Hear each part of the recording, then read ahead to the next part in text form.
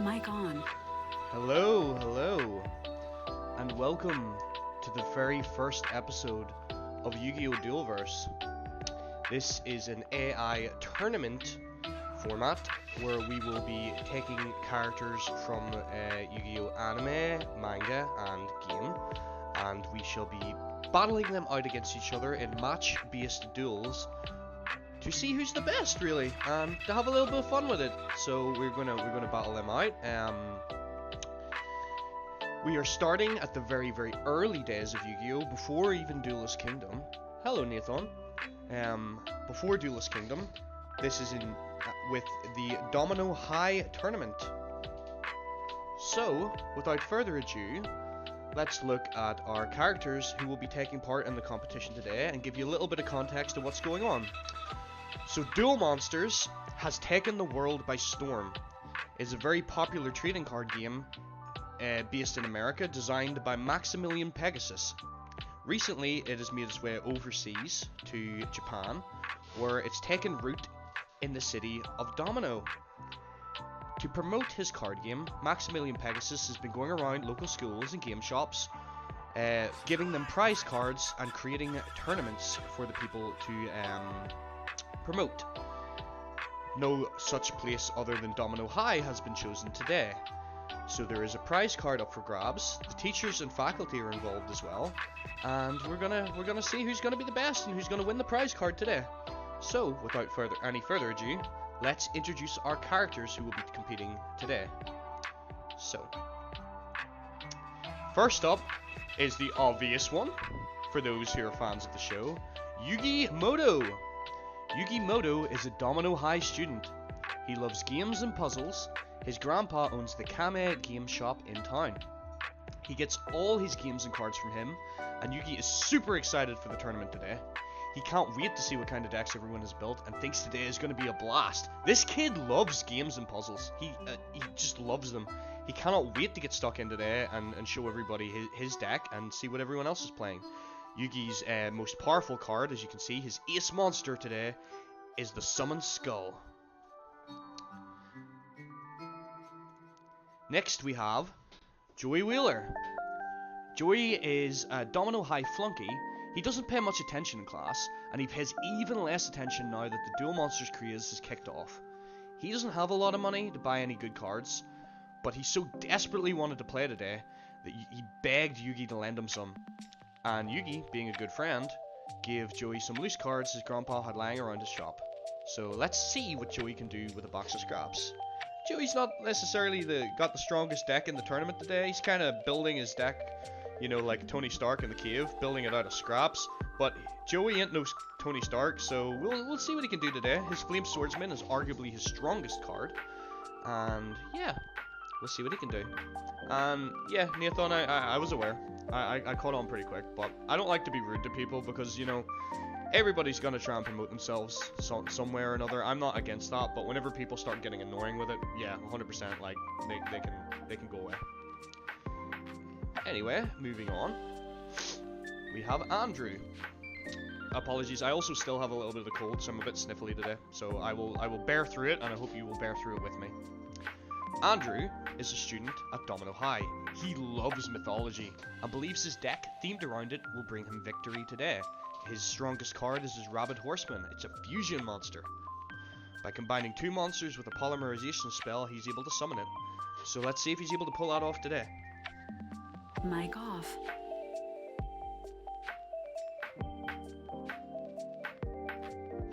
Mic on. Sorry, had the cough. Next we have is Ariel. Ariel is a student at Domino High. She absolutely loves turtles, and a lot of her classmates tend to avoid her because of her obsession. Hopefully she can win today and show them all how awesome turtles can be. Yeah, she's kind of that like weird kid that you met in school who like obsesses over one thing. To be honest, growing up, I was probably one of those kids. I loved dinosaurs and Spider-Man. But, yeah. She loves turtles. Let's see if her turtle deck can help her win today. Next we have Bakura Ryu. Bakura is a new transfer student at Domino High. He is a shy and quiet boy, and he soon gained the notice of his female classmates. He has a fascination with the occult, and he wears a strange necklace around his neck. Sometimes the necklace can be glowing, especially in the presence of Yugi. Yeah, so there's something kind of mysterious going on with Bakura and his necklace. There's something happening there. Those who are fans of the show might know what's going on, you know. But for those that don't, it might be an exciting prize, or exciting surprise further down the line. Next we have Beluga. Beluga is a big bully in Domino High. He pushes around smaller and weaker kids like Yugi, Tomoya, and Hayama, and he is obsessed with V-Pets. He even claims that his V-Pet speaks to him. Yeah, he's a big lump of a lad, and he uses his weight to throw himself about and bully some of the smaller kids. But he has an obsession with Tamagotchis and the like. Who wouldn't? It was a massive craze at one point in my school, I remember. I don't know if you remember. Do you guys remember Tamagotchis? Let me know in the comments. Mic off. Mic on. Next we have Bright O'Hara. Bright is a Domino High student that is top of her class in all subjects. She enjoys being the best, and dueling is another thing that she wishes to excel at. She runs a fire burn style strategy and even taught her sister how to duel as well. Christine, she is a Domino High student. You can probably imagine most of these people are going to be students, but there are a couple of teachers in here as well. She loves birds and has themed her deck around them. She hopes the prize card today is another bird so she can add it to her collection. Daniel, this is one of my favorites. I had a lot of fun with Daniel. Daniel is a Domino High student. He is a big fan of tabletop RPGs, and his deck is heavily influenced by that. Whilst he knows his deck may not be the best, and his boss monster is pretty weak compared to some of the monsters here today, he is confident in his strategy. So if you're a D&D fan or a tabletop RPG fan, Daniel might be your guy to root for in the tournament today. Let's see how far he can go. Next we have Fortuno. Fortuno is a Domino High student and a fortune teller. He has predicted that he will win a great tournament, though most are doubtful since he has yet to make a single prediction that has actually come true. Georgie. Georgie is a student at Domino High. He loves dueling and hopes to impress his love interest with his skills. He is confident his lycanthrope can give him the win today. His lycanthrope being a ritual monster, for those that don't know, that's why it has the blue frame. So he has to go through the process of using a ritual card to summon it. Let's see if he's able to pull that off today. Next we have Gorgon. Gorgon is a Domino High student. He has a fascination with snakes and hopes that his snake-themed deck can give him an edge today. Hayama. Excuse me. As I said, I'm still dosed with a cold, so we're going to try and burr through it. Hayama, he is a Domino High student. He's one of the kids that Beluga picked on, although he's got bullied a little bit less lately, as he's become friends with Beluga now, and he hasn't had as much trouble with bullies lately. Mic off. Mic on. Now we have Amori. Amori is a Domino High student. He's a big fan of duel monsters and dragons. He is Seto Kaiba's biggest fan, and he hopes he gets the chance to duel him someday. Amori overheard that the prize card today is a dragon monster. He has to have it. So for some clarity as well, Seto Kaiba does exist in our universe, but he will not be taking part in this tournament today. He is far too important to come down to the levels of high school students and play with them. He's a world champion duelist. He's not going to come to this tournament today.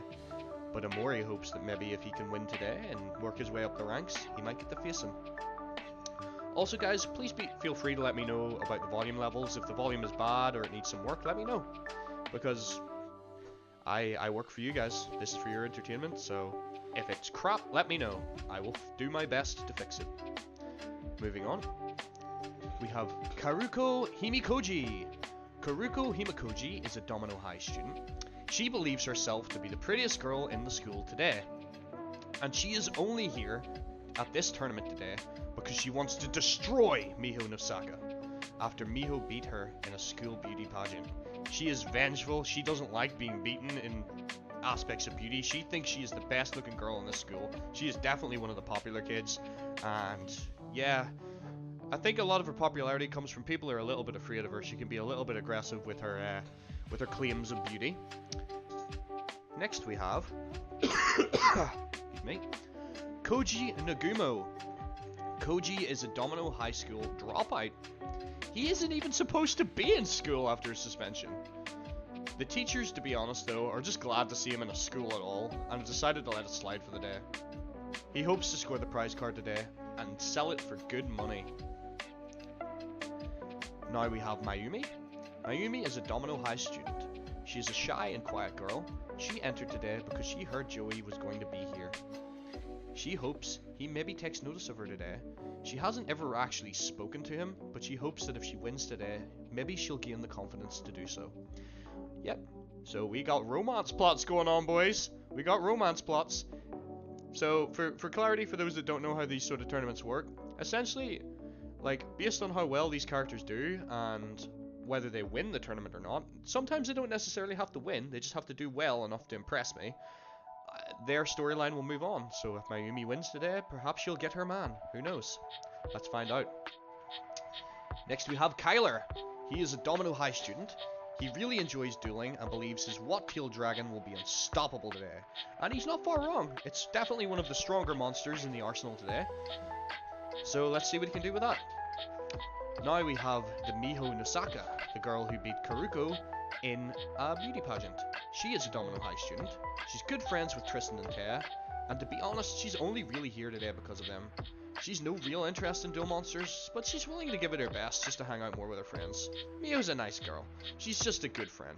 She doesn't really care much about duel monsters. She kind of put a deck together, like, you know, she's friends with Yugi as well.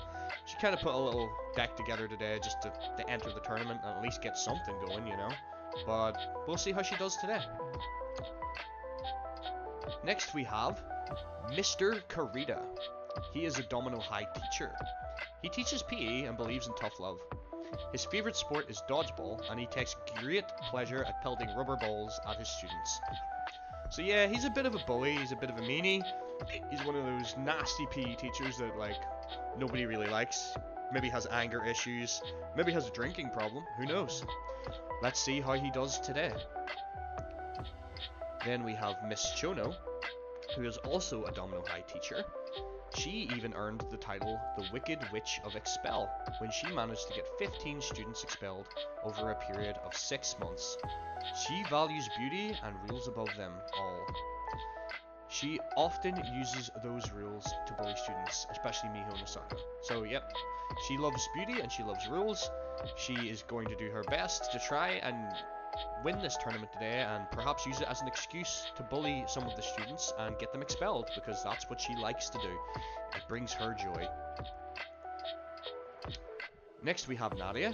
She's a Domino High student with a devilish attitude. She actually managed to pull a super powerful card and she has built her entire deck around it. Excuse me. She doesn't really care about the prize card. She just wants to see how powerful her lesser fiend really is. She hopes that maybe she can test it against Kaibo one day. She's stoked to have this card. It's definitely a very powerful one, with a powerful effect that banishes monsters when it destroys them. So, we'll see how that works out for her today. Next we have Odelia O'Hara. Odelia is a Domino High student. She recently fell in love with dueling when her sister built a deck for her. She hopes she can learn some new things in the tournament today. Professor Yoshimori, he is a Domino High teacher.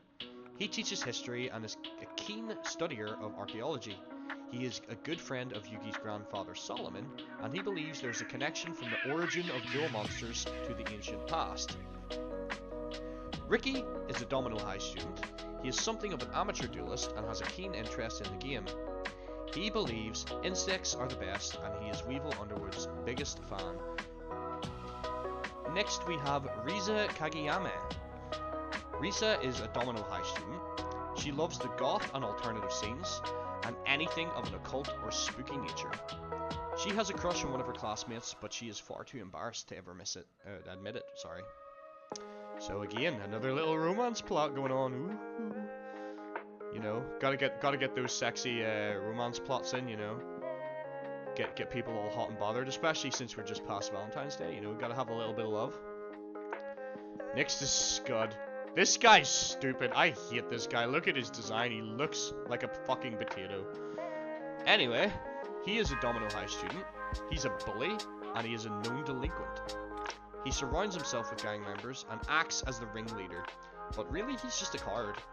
He's afraid of Joey and Tristan, because anytime he tries to start his shit in the school, the two of them come straight on him and put him in his place, as they should. He's an asshole. Nobody likes him. This is an interesting one. Shogo Aoyama. Shogo is a Domino High student. I spelt that horrifically. He is pretty confident going into this tournament today, and he was 100% sure that his super rare card was going to bring him victory today. However, that all changed for him when a certain bully took his best card as a protection fee. Now, Shogo refuses to show his cards and hopes that if he wins today, he can get his card back or find someone who can help him if he fails. Yeah, some dickhead stole Shogo's card before the tournament. He was all confident he'd had this really super powerful card. He was so confident he was going to win today, but it's gone. Somebody took it off him. So yeah, moving on is Taya Gardner. She is a Domino High student. Yugi is easily her best friend and taught her how to duel. She has thrashed Tristan and Joey in every game she's ever played, though she has never been able to beat Yugi, and she hopes that she can change that today. Taya is a reasonably good duelist. She uses an equip card sort of strategy. She likes buffing her monsters with spells, so we'll see how that pans out for her today. Bear with me guys, there's only 3 more characters to go, and I appreciate you all sticking through for this, but I need to show you who's in the tournament and give you a little bit of context of what's going on in the story. Next we have Tetsuo Trudge. Tetsuo Trudge is a Domino High student. He acts as a tough guy protector to all the smaller kids in the school. All he asks in return is a small fee of cash, or, with the current Duel Monsters craze, rare cards. It's not his fault some people need to be taught about consequences for not paying him for his service. This is a man. This is a hard-working man. He is trying to make his way in the security world. It's not his fault if people can't pay him and he has to take something from them or beat them, right? I think you sense where I'm going with this, folks. This here's the guy who took Shogo's card. That Red Eyes Black Dragon? That ain't his. Let's see if Shogo can beat him today and take it back, shall we? Or maybe you're more inclined to relate to the bully here. Maybe you're a bully yourself. You know? I don't know what you guys are up to. You guys could be bullies in school. I don't know. Anyway, if you're rooting for the bully and rooting for the bad guy, root for Trudge. If not, you're rooting for Shogo Oyama. Next we have Tomoyo Greendeal. He is a Domino High student, massive fan of the Zombar comic series, and when he found out that there was a tournament or a Duel Monsters card based on his favorite comic, he jumped in with both feet. He is friends with Yugi, but he's really annoyed that Yugi isn't as big a fan of Zombar as him. This kid dresses up like Zombar. He wants to be Zombar. He believes he's Zombar. But Yugi just doesn't seem to care. Like, what the hell, Yugi? You know, be a good friend. Support Tomoyo. But, like, being honest, there aren't that many people who are actually as big a fan of Zombar as Tomoyo himself. So, hopefully he can spread some of that fandom with the rest of the students here today. And finally, last but not least, we have Tristan Taylor. He is a Domino High student, best friends with Joey Wheeler, and like Joey, he learned about Duel Monsters from Yugi. He honestly doesn't have a lot of interest in Duel Monsters or games, but he came here today because he heard a girl he liked would also be here today. So once again, we have another little romance story going on. There's a lot of crushes going on in the school. Everybody has a little crush, you know. So let's see if it pans out for him today. Maybe if he wins, he can get some attention, you know. But I doubt it. His deck sucks ass, so we'll see how he goes. Anyway, folks, that is it for our character roundup. Just give me a few moments and I will set everything up and we will start the actual tournament. Thank you for bearing with me thus far, and I hope you enjoy it today. This is a passion project of mine and something I wanted to do for a long time. I'm a massive fan of Yu-Gi-Oh! So I appreciate you all coming here to support me today. Thanks very much. Right. I shall get this going. Excuse me. There might be a little overlap of sound here right now. There we go. So you should be able to hear the game sound now. Please, again, let me know how the audio is. If the audio is bad, please let me correct it. If it's not bad, yeah, let me know that as well. I want to know how I'm doing. If it's terrible, I want to know. Right. So, get rid of this background now. First, let's take a look at our bracket for today. So, this is our tournament bracket. As you can see, these are all the characters all lined up and ready for their duels. So, let's not waste any more time. Let's get stuck straight into the game itself. So, first up, we have the teacher, Miss Chono, versus Tristan Taylor. And all I can say is good luck, Tristan, because Miss Chono is coming for your ass. Now, let me get it all set up.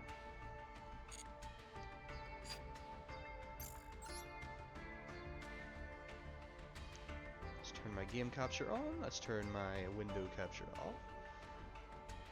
Oh, need to change the characters over. Where are they? Where is Miss Chono? Miss Chono versus. We should do this the other way around, actually. It would make more sense. Tristan is our hero in this story. He's not a hero in many people's story, but he is today. Let's see if he can take down this bully of a teacher. Alright, here we go. Bear with me, by the way, because this is my first time doing this, so I am going to be very, very slow at getting these decks and getting everything set up. But without further ado, let's begin. It will be a best of 3 match, so let's get started. Okay, and then I think I have these set up correctly. No, I do not. I am awful. Okay, let me fix this real quick. I meant to fix that before I started, but I'm stupid, so apologies. So let's get Tristan's face. And Miss Shono's face up on the screen for people to see. Bear with me, folks. I am a little anxious about doing this live because everybody's watching me. And I just want everything to be perfect.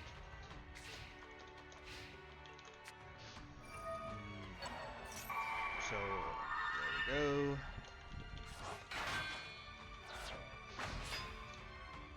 Alright.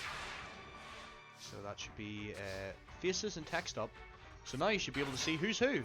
There we go. Magic of cinema! Alright. I am deeply shocked.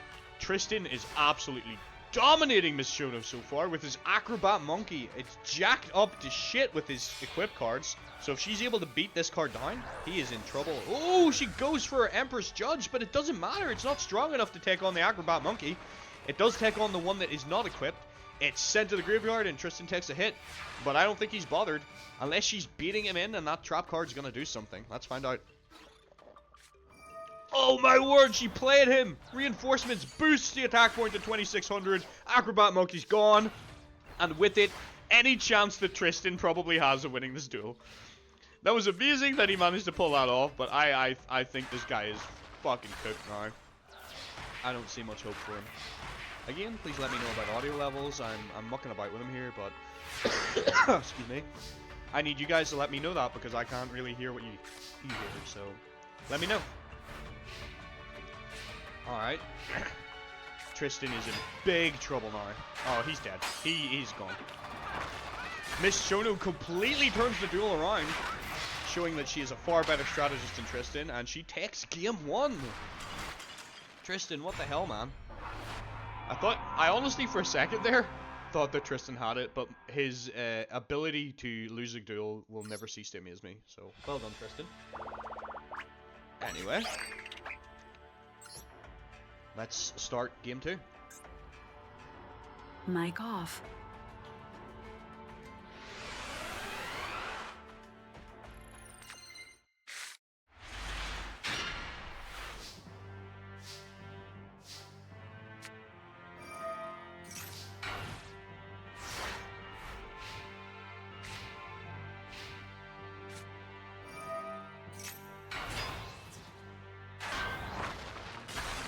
Mic on. So she's taking control with her beautiful head huntress, which is getting boosted by her Soggin field spell. Let me just check, is my chat actually working properly? Because, like, are you guys chatting and I'm not seeing it? Or is it just not happening right now? Let me see. No, just not much action in the chat at the moment. That's fine. It's still quite early. It's a Sunday. I don't know why I decided to start this early. I'm not normally up at this time myself. Sometimes, believe it or not, I'm quite lazy. Oh, he gets rolled by the Sekaretsu armor. Tristan is getting absolutely fucked up the ass in this duel. Miss Chono is proving that she is not going to take any prisoners. Yeah, I'm probably going to try and clean my language up. Because if kids want to watch this, I'm not being a very good role model. And I never said I was. The Empress Judge again, her boss monster, with the Succubus Knight in the back. Damn, he is getting slapped hard, man. Is this going to be too much for him? Can he not handle her? To be fair, I think he got a really rough match. I think Miss Chono's potential to go into the top of the bracket of this tournament. I think Tristan got a really bad opponent. And with that, Miss Chono takes him out of the tournament. Tristan, I'm sorry, buddy. You're the first out of the tournament. That's kind of embarrassing, but, you know, it is what it is. You're gone, buddy. Alright. So, that happened. So, back to the window. And, yeah, Tristan. Whoops, I did not mean to do that. Tristan, you have got 2-0'd by Miss Chono, and she is moving on to round 2. Next, we have Odelia O'Hara versus Miho Nosako, which were the characters that I'd set up for some reason. And, like, I should have had them set up already, you know, but I didn't. So, here we go. Yeah, you can have a look at that little bracket, see who's playing who. And feel free to make some, like, ideas of who you think's gonna win. I know some of you might not know any of these characters, and some of these characters, like, I wouldn't blame you if you didn't know at all, because they're from manga and games. Even if you were a fan of Yu-Gi-Oh, I wouldn't expect you to know all these guys, because we're going super nerdy here. This is very, very old Yu-Gi-Oh. So just give me a little second while I get my faces and my text all reared up. So we're going to have Nosaka is going to be versus Odelia O'Hara. I hope you can enjoy the sultry sounds of my voice while I set this up. Alright, so that should be that set up.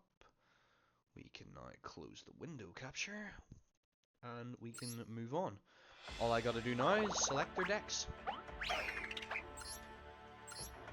So without further ado, let's go have a look. Odelia O'Hara.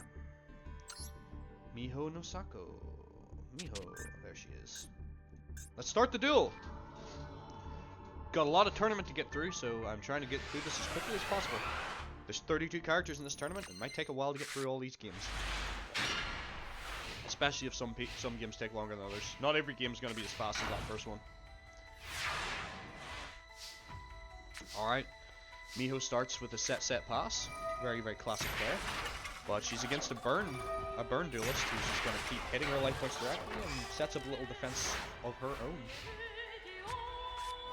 Alright, backfire's in play, so anytime a fire monster gets destroyed on Odelia's field, Miho's going to take a little bit of burn.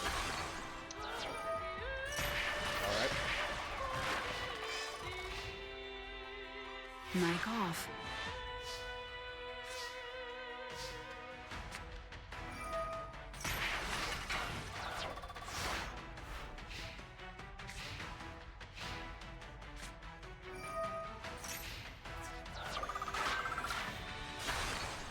Mic on. So you can see that backfire coming into play, but I don't think it's going to be fast enough to deal with Miho. Miho has the strongest monster in the field right now, and... oh, that sucks. Yep, Odelia is not drawing the best cards. She's doing a little bit of burn, but, like, she needs a monster on the field to defend herself. standing there holding her Flame Cerberus in her hand, but she can't get it onto the field. She needs a sacrifice. She needs something that can hold the field. That's not gonna do it. I mean, you might as well go in. Oh, Waboku! So your attack was wasted. Nothing happened. She's gonna destroy that, hit your life points, and I think you're gonna lose this turn. Oh, for sure you're gonna lose this turn. You're so cooked. Oh, she's flexing on you now. She didn't even have to play that. And Miho takes down Odelia in game 1. I'm surprised by that. I didn't think Miho would be this good, but like I said, she was taught by Yugi, so you know, anyone who's taught by Yugi has a good chance, I think. He, in my opinion, definitely has the strongest deck in the tournament today. As he should. He lives in a game shop, so if he's not picking the best cards, he's kind of stupid, honestly. You know?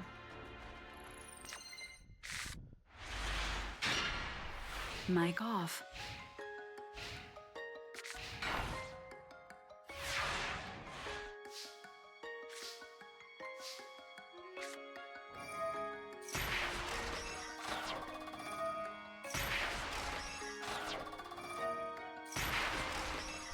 Mic on. I apologize if I have periods where I go quiet. I am blowing my nose.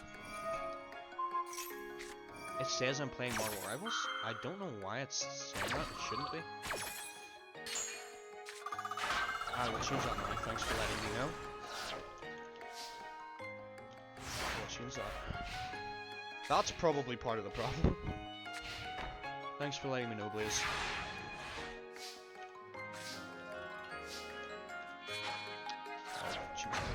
There we go. I think when I'm getting the impression when I put it just through the start streaming thing, it doesn't actually change the info. Just check for me if that's changed now. Hopefully that's sorted. Apologies about that. Don't want to be telling any lies. And welcome back, Blaze. You missed all the character intros, so you have no idea who any of these people are, I imagine, but you'll figure it out. Updated now. Awesome. It looks like Odelia's taking it back in this round.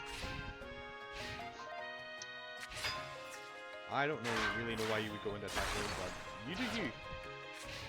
Alright, and a little defense. Excuse me if I go quiet for periods, like, I'm still dosed with a cold and I'm blowing my nose or something. I've hit that, like, runny nose point of the cold where it's like, it's dying out. I'm getting better, but it's the annoying part, especially when you're trying to do a fucking stream for the first time ever and your nose is tripping you. It sucks that I got the cold when I wanted to start this. But, you know, hey ho. We started from the bottom, now we're here, you know. Okay. I think Odelia's gonna take this back. I think we're gonna get a game 3. Mic off.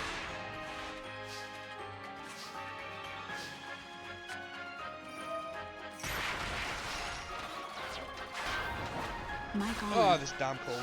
It sucks. Whoever invented the cold, honestly, that's an L for humanity. Whoever invented it.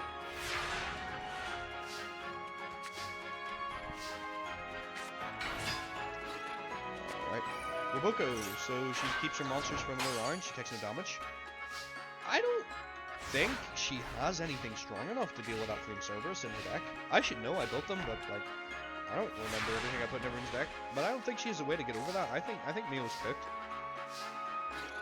Though I did my best to make sure that every deck has one way of removing a monster, one way of removing spells and traps, one way of bringing like a monster back from the graveyard, and like usually some of them have like one way to draw extra cards. I just think it's more interesting when everyone at least has some form of a chance, you know? It sucks if people are literally just losing and there's nothing you can do about it. Although, the power levels of the decks are a little bit askew, as I think they should be, because that's reflective of reality. Not everyone is going to have, like, the best cards or the best strategy, because not everyone has the same level of wealth, and that's true of, like, real life.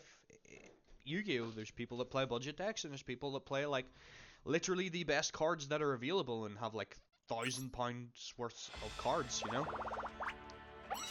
So I wanted to reflect that in the tournament. So obviously someone like Yugi, who is, oh, we're going to game 3, sorry. Someone like Yugi, who lives in a game shop, is going to have a very strong deck. Someone like Joey, who, like, Joey's origins are quite sad for those of you that don't know.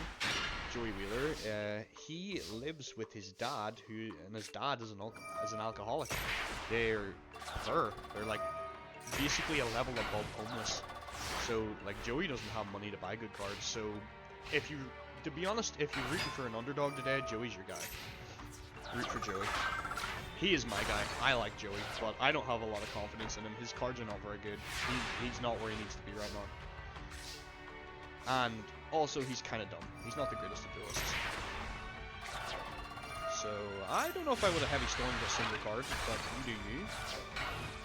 Especially if you're not going to actually capitalize on it, you're just playing defensive.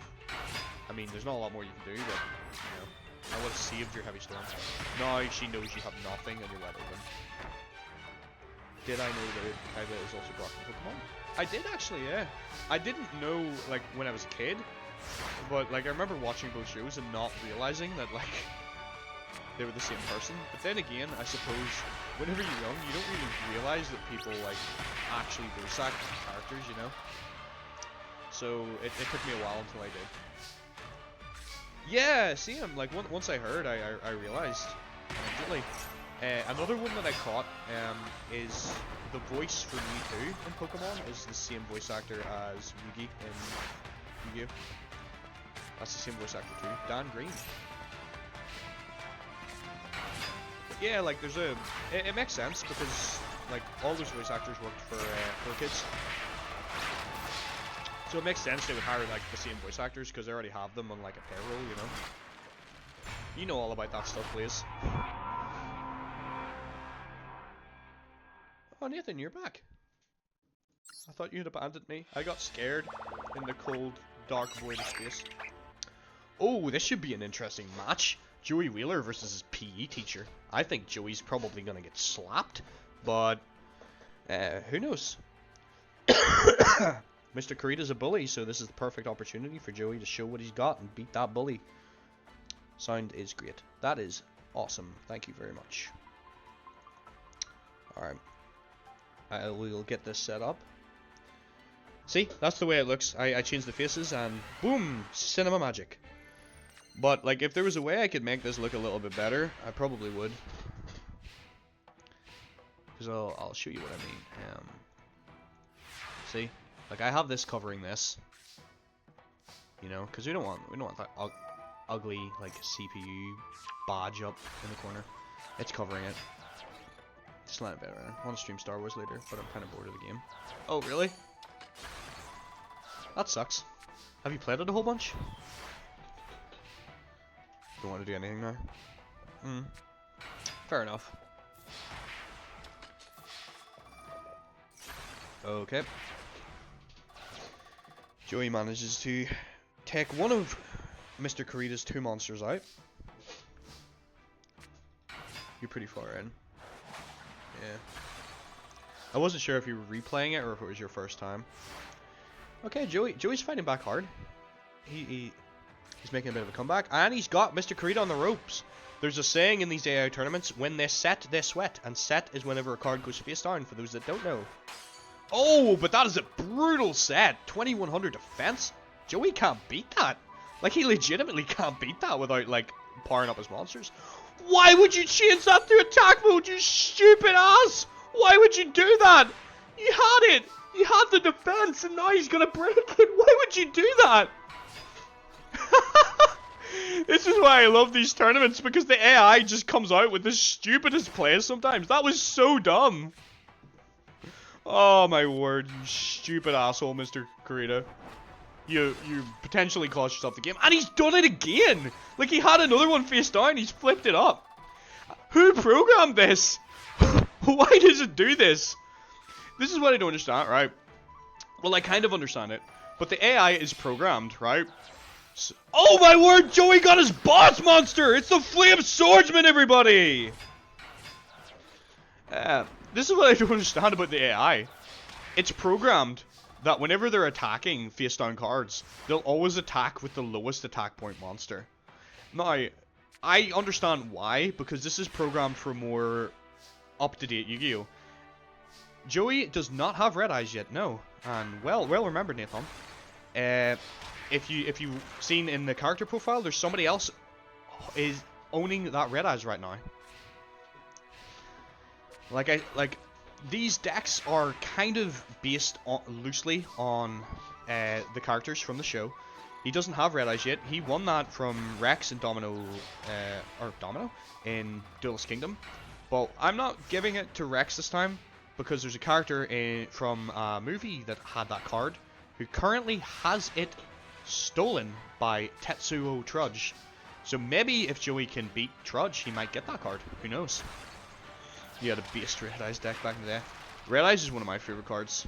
My first Yu-Gi-Oh deck I ever had was a Joey deck, so Joey will always have a special place in my heart.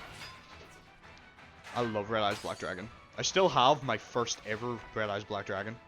I keep it in my binder.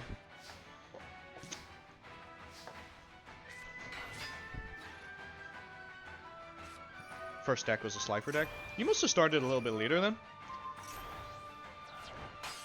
Your mum chucked your cards? Ah, that sucks. We used to have a friend in school who, his parents were very, very religious. So they didn't like him playing the game because there was like demons and devils and magic in it. So what we ended up having to do is like we went into town and like he bought a deck and bought cards, and then one of us held on to his cards for him so that his mum and dad didn't know that he was playing the game in school. And that's how he had to play, because like he bought himself a deck one time and he came home from school and like, you know, was flicking through the cards. His mum and dad seen it and they threw it out. In fact, they even went into the school to complain that this game was in the school and tried to get it banned, which they succeeded. However, your boy here, Peter, has the Yu-Gi-Oh autism and was not happy about this situation. So I went to the principal of the school and went, "Yo, listen here, I want my damn Yu-Gi-Oh in the playground." So basically how I managed to talk the teacher around is I sat him down with the game and shown him the cards and like shown him the fact that there was math involved, and basically tried to convince him that it was a good thing for us, that it was teaching us literature and also teaching Maz, and I convinced him and I got Yu-Gi-Oh back. You watched the show first. Me too. Well, to be honest, I actually don't know. My origin is a little bit fuzzy, because I don't know if I had the cards first, or if I watched the show first. Your Slifer was a fake. Yeah, there was a lot of that going on in school, I remember that. But that's my coolest Yu-Gi-Oh story, is getting the card game unbanned in our primary school. To be honest, I don't know if it was so much me or the teacher accepting the reality that no matter what he'd done, it was going to get played anyway, because we were doing it anyway. Like, we had like essentially an illegal trading ring going on in school, where we would bring our cards secretly and like we would go into the bathroom like in between classes and in class to trade cards with people. So like there was an underground illegal, like, you know, friggin' trading ring going on in our school. Damn, Joey lost! That sucks, man! I thought he had that! What happened? I seen that, yeah.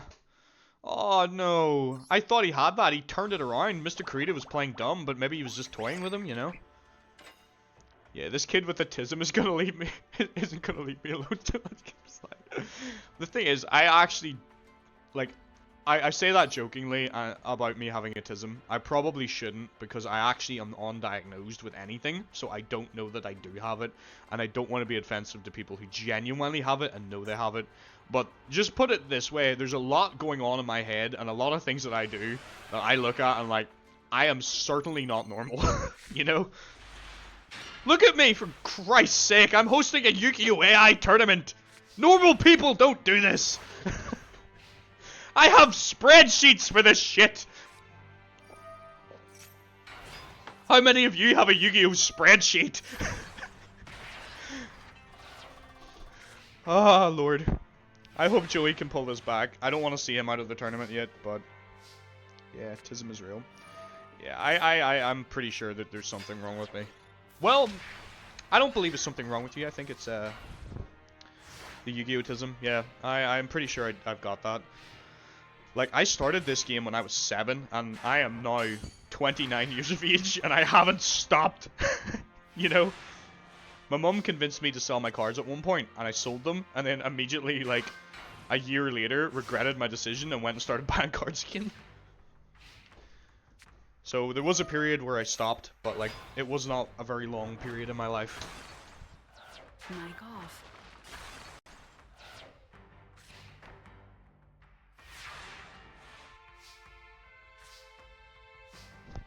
Mic on. Like, I've had periods where I've stopped playing. Another period was memorable period was whenever pendulums were introduced. I don't know if you guys follow Yu-Gi-Oh and know anything about that, but those cards were busted when they first came out and just completely changed the way the game was played to the point that they had to change the rules of the game to accommodate for them. Over your sliver deck, so I cut up all the cards because the art was scary. Man, your Yu-Gi-Oh cards were possessed, that's why. The spirits within your card scared the shit out of you. You only had the first ones. Yeah. I think like a lot of people have at least played this game in their youth, I'd imagine. Oh, Joey fell right into Mr. Creed's trap. That sucks. Come on, Joey, do better. Some of these cards should be familiar to you then, Blaze, in today's tournament. Like, these are very early Yu-Gi-Oh! Oh, you played Duel Masters? I remember that game. Flip, yeah. That's an oldie as well. I remember getting, like, the Duel Masters cards and getting, like, the Duel Monsters card launcher thing that you, like, could wear. And thinking it was going to be, like, the shit. And then it turned out it never took off in our school. Yu-Gi-Oh! Was too engrossed. There was a period where Yu-Gi-Oh! Died off and Beyblades became a big thing, though. Like, but that was a brief period of maybe, like, one summer, you know. Still wish you had Yugi's Tech and Kybus. Man, if you have those boxed, they're worth so much money now. Unfortunately, like, I still have some of those cards, but they're trashed because, like, as kids, we didn't understand the concept of putting things in card sleeves and values. So, like, my cards, some of my old ones are just wrecked. You know, the edges are destroyed, they're folded and creased, they're ruined, you know. You stopped when you were 10. Yeah. I think a lot of people were kind of felt pressured to with going, like, I had sold my cards when I went to junior high because I felt, like, pressured by my mum mostly that, like, I should stop doing this, but then I ended up picking it up again anyway. So it didn't really stop me. I played a bit of Vanguard. I thought Vanguard was an okay game. Okay. I think Joey's cooked. I think he's busted. He's gonna lose. I played a bit of Vanguard. Probably around the same age, actually. If you're stuck in extra class, you're the guy. You see, I kind of, like, I played Yu-Gi-Oh! All through school, etc, etc. Like, kind of played it, like, once my friends stopped playing it, I ended up, basically, what we're doing right now, playing character duels against myself. I started playing a lot of Yu-Gi-Oh! By myself, because I still loved the game, but nobody wanted to play with me. There wasn't a local community. You know, this is sort of, like, early internet communication dead. Joey has just lost, unfortunately, folks. Very early sort of Yu-Gi-Oh! Days. Then we ended up, one of my favorite things that ever happened in our town, I'll just pause for a moment while I'm chatting to you, was we got a hobby shop in town that did, like, Yu-Gi-Oh! And all that stuff, right? You know? And I picked it back up when I was about, maybe, I think that was maybe when I was 15, 16. I picked it back up and started playing in local tournaments, which was my intro into competitive Yu-Gi-Oh! And, like, I remember, this was before, in fact, before we even got that local shop, I really wanted to test my might in a tournament, so when I was about maybe 14, so I discovered that there was this bit of a scene down in Bangor, and I got my mum to take me and a friend down to Bangor, and we played, like, our first tournament down there, and I had this deck that, in, like, on the playground was, like, absolutely busted. Like, I understood about forbidden and ban list, so my deck wasn't like illegal. It was a perfectly tournament legal deck. I'd built a tournament legal deck, went down to the tournament, thought I was going to be, you know, top dog because this deck was unbeatable in school. I went down there and I got absolutely slapped. And that was my hard slap of reality that Playground Yu-Gi-Oh! And competitive Yu-Gi-Oh! Are very different games. So that was my introduction to competitive, and I did win a couple of local tournaments. I never went like, I went to regionals, maybe got like the highest I got was like top 16. Never went much higher than that. Never went to like a world championship or anything like that. It wasn't I was I was kind of like Joey Wheeler in those situations where I was the youngest in the group of people that were playing in the town, and sadly, my I wasn't working or anything. I didn't have a source of income other than like allowance, if you want to use that term, or pocket money as we would call it more over here. So like I was buying cards with pocket money, and I couldn't afford some of the best cards, so I was getting beaten simply because I didn't have the best decks. But like I put in a good fight. I held my own against those guys, you know. In fact, I earned myself the title because we used to do draft tournaments. So for people who don't know what a draft is essentially you sit down with a bunch of packs and you open the packs, you pick a card, pass it around, or sealed tournaments where you get like a set amount of packs and you have to build a deck from them, right? So everyone's kind of on a similar level in that regard. You're building a deck from whatever you get, right? I was quite good at those because I was so used to building cards out of nothing, out of scraps, like Tony Stark building his, you know, his first machine in a cave. I was building stuff out of scraps, right? So I won nearly every one of those tournaments that I ever entered and earned myself the title King of the Poo because they were overwhelmed by my ability to make a deck out of cards that were considered crap. That was my secret talent. King of the Poo, everybody. And I don't need reminded. But Joey just lost that, guys. So unfortunately, Joey is not going any further in today's tournament. It breaks my heart to say it. But I mean, I did build his deck, and I probably could have made it a little bit better for him. But I felt like Joey needed to be very weak today because he has room for improvement.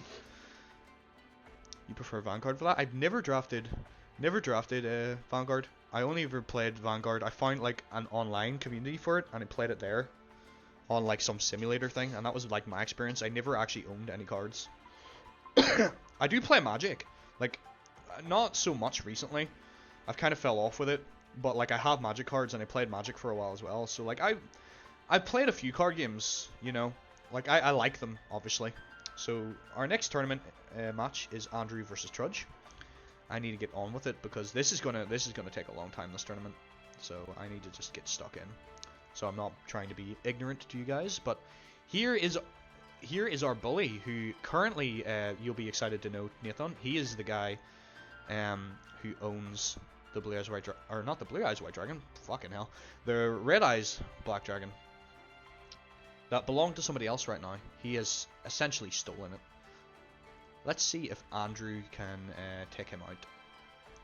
I might need to check who Andrew is and see, because if Andrew beats him, he might take the card and give it back to the good kid, or if he's like a bit of an asshole, he might just keep it for himself. I haven't decided yet.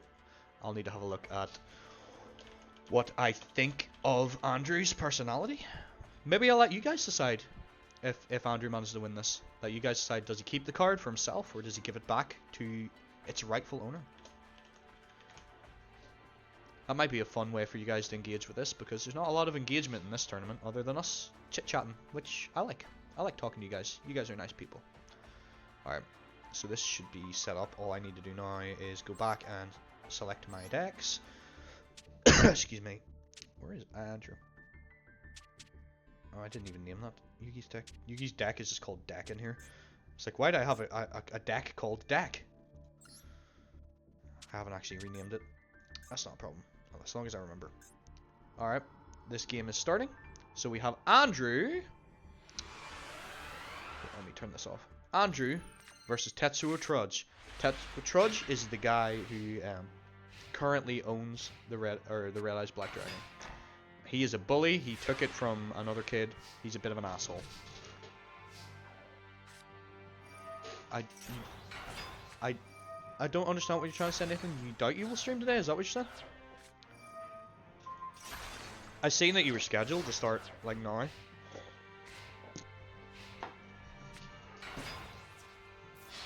I was like, damn, I think I missed, like, you don't think you will? Fair enough.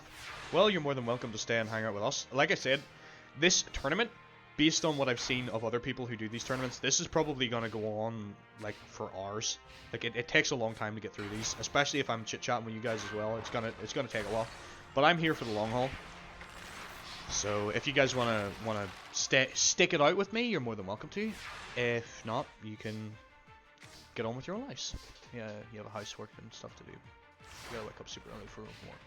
Well, that's fine. I appreciate you coming back. It looks like Andrew's getting absolutely crushed by Trudge. Trudge didn't even get to summon the Red Eyes Black Dragon. He just absolutely destroyed Andrew. All right, Andrew, you've lost game 1. Well, thanks for coming by regardless, Nathan. It's nice to see you.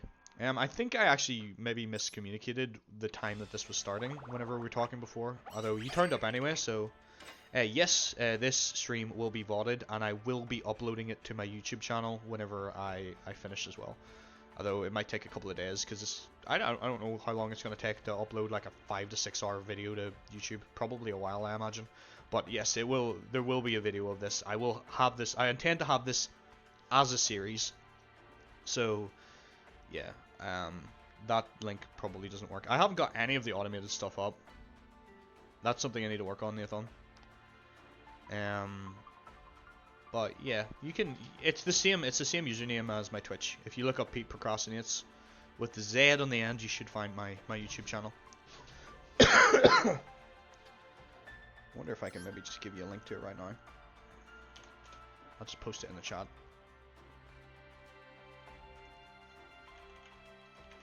Hold on. I need to get all this automated stuff set up. I just haven't done it yet. Oh, you got it from my channel. Appreciate it. Thanks. Alright, so Andrew lost game 1, so we need to continue and see if he can pull it back. Thanks for the sub, Nathan. I appreciate it. And I appreciate you coming by today. Thanks, I hope I will. We've already had some silly moments, so long may it continue. Thanks for coming. Bye. Mic off.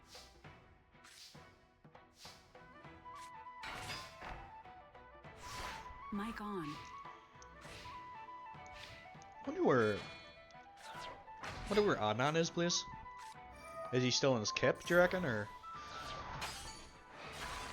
I thought he might have hopped in. Might be busy though. I don't know. I don't know his life. I don't own him. Oh, I think I know who Andrew is. Andrew's the guy that loves mythology, right? I think not. I think, yeah, Andrew's the guy that likes mythology, so I'm rooting for him. I like mythology myself. Yeah, I think Adnan might be asleep, but it's fine. Like I said, I'm gonna be here for. I'm gonna mess. Like, this tournament's gonna take a while to go through. So I appreciate those that do stick through the whole thing. If you don't, you can catch the VOD, or you can catch it uploaded on YouTube when I get around to doing that. But yeah, I hope you enjoyed the tournament so far. Oh, Andrew pulled it back with his Garvis going in for the throat, man. Damn. We go into game 3. Let's see if he can kick this bully's booty. Alright. Game 3.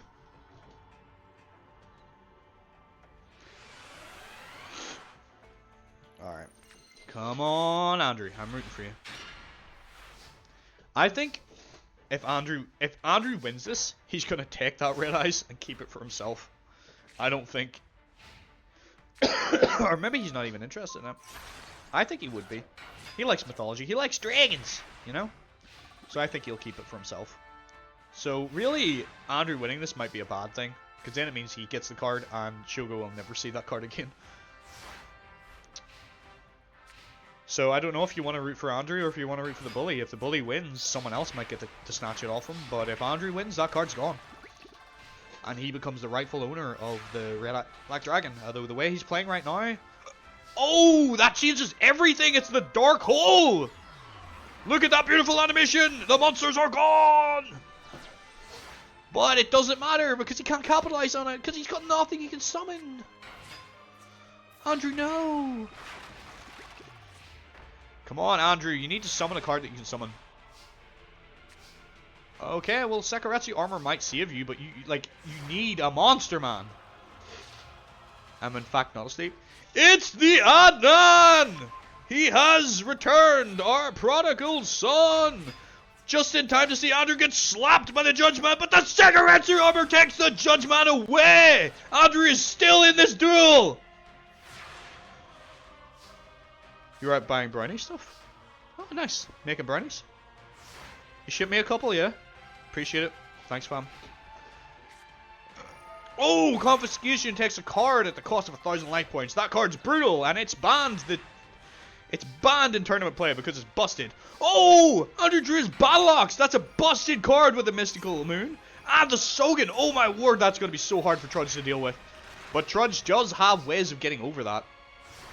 He can overpower it with some of his spells, or he can blow it up with some of his traps, I believe. Oh, there's another Dark Hole! Holy shit, this is back and forth! They're going at it, and Andrew's bricked right now. Trudge has advantage. Trudge still has advantage. Andrew can't draw a monster to save his life.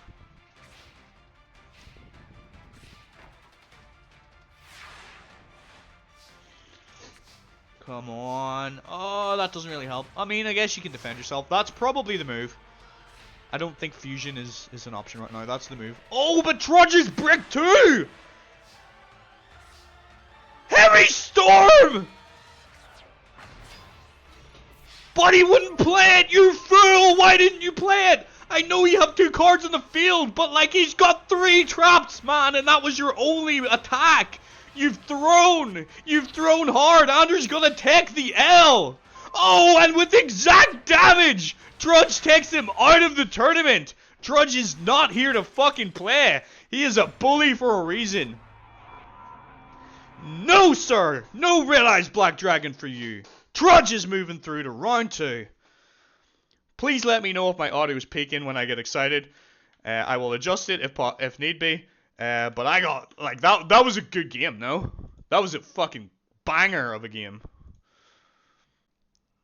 Trudge takes it. I think that was a 2-1, actually, wasn't it? Yeah, Andrew won game 2. It doesn't really matter, as long as we know who won. Next, we have Kyler versus Christine. Let me bring that window up for you. I don't understand what's happening, but he got messed up. It's on still. What's on? I don't know if you're talking about the Adnan. Oh, you want the heart icon? Oh, right, okay. Yeah. Sorry. I'm a streamer, Blaze. I assume every conversation's about me. You know, I can't help it. Anyway, I will get the next match going on, which will be Kyler versus Christine. So let me get the faces. I will continue. You like potatoes, but he's not your guy. No, you're not a fan of Scud. He will probably suck. Like, his deck, I don't think is very good. But I've been surprised before. Right, I have this game set up, don't I? I just have to pick the decks out. Alright. Before I start it, I'll check the bracket again just to make sure I've got the right characters. Don't want any embarrassing, silly nonsense happening. Where's the bracket? It is Kyler versus Christine. We are correct. So, without further ado, let's get this tournament going again. This is going to be, like, we're going to be here for a long time, guys, if you just want to stick with this. But don't feel obligated to stay here the whole time, because the VOD will be going up on YouTube, so you can catch up later. If you are interested in this series, I'm going to be doing this bi-weekly, or fortnightly, so every 2 weeks, I'm probably going to do this tournament. And it will progress. We'll progress through eras. Right now, we're in very, very early. Tristan's looks like he needs lotion. Doesn't it just? Yeah. That's from like the Toei anime, which is like before any of the Yu-Gi-Oh that we would ever probably have really known. Oh my word, Christine's going for the fucking throat. Crimson Sunbird straight out of the gate. Man, I need to start swear jar, you know. I swear too much, I realize. I'm gonna try and stop doing that. Somebody do like hashtag wrist slap every time I swear. I haven't slept since waking up at 4 p.m. Silly man saying the dead or sleep, but I'm hanging out. No, appreciate it. Like I said, this tournament will probably take a while. Especially with this power level of deck, because it's quite slow. I did apologize for cussing. I'm trying to be a better person. This is not our Pete. This is the Pete who this year will be turning 30 and is growing up, Adnan. Pete talks about fisting. I mean, you're not wrong. Wrong. Big fan. Here, listen to God for a second. Mic off.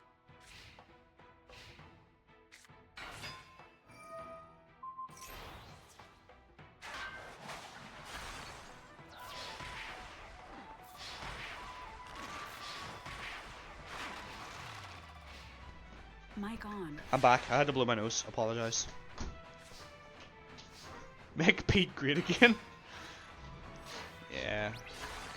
I mean, we're past the watershed of a YouTube video, right? Because it's like the first 30 seconds you're not really allowed to swear. So I can swear.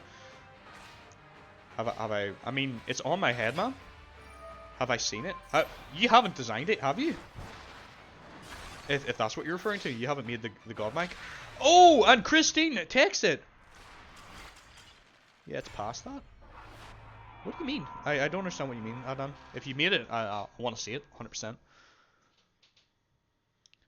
It's fisting time now. Maybe my next Marvel Rivals stream, I will play Iron Fist and I will label the stream. It's fisting time, if I'm allowed, and that doesn't break terms of service. All right. So Christine takes out Kyler, which is, I mean, she's quite fast and he's quite powerful. So this is a duel that could go either way. Like his monster is quite strong. You said about it's past that. Have you seen God? And I didn't know if you were meaning like you'd made the Lycon. Oh, it's in the art channel of Discord. I haven't seen it. I will have a look at it. 1 second. You guys watch the. You can watch the tournament. I'm gonna have a quick look at this. Mic off.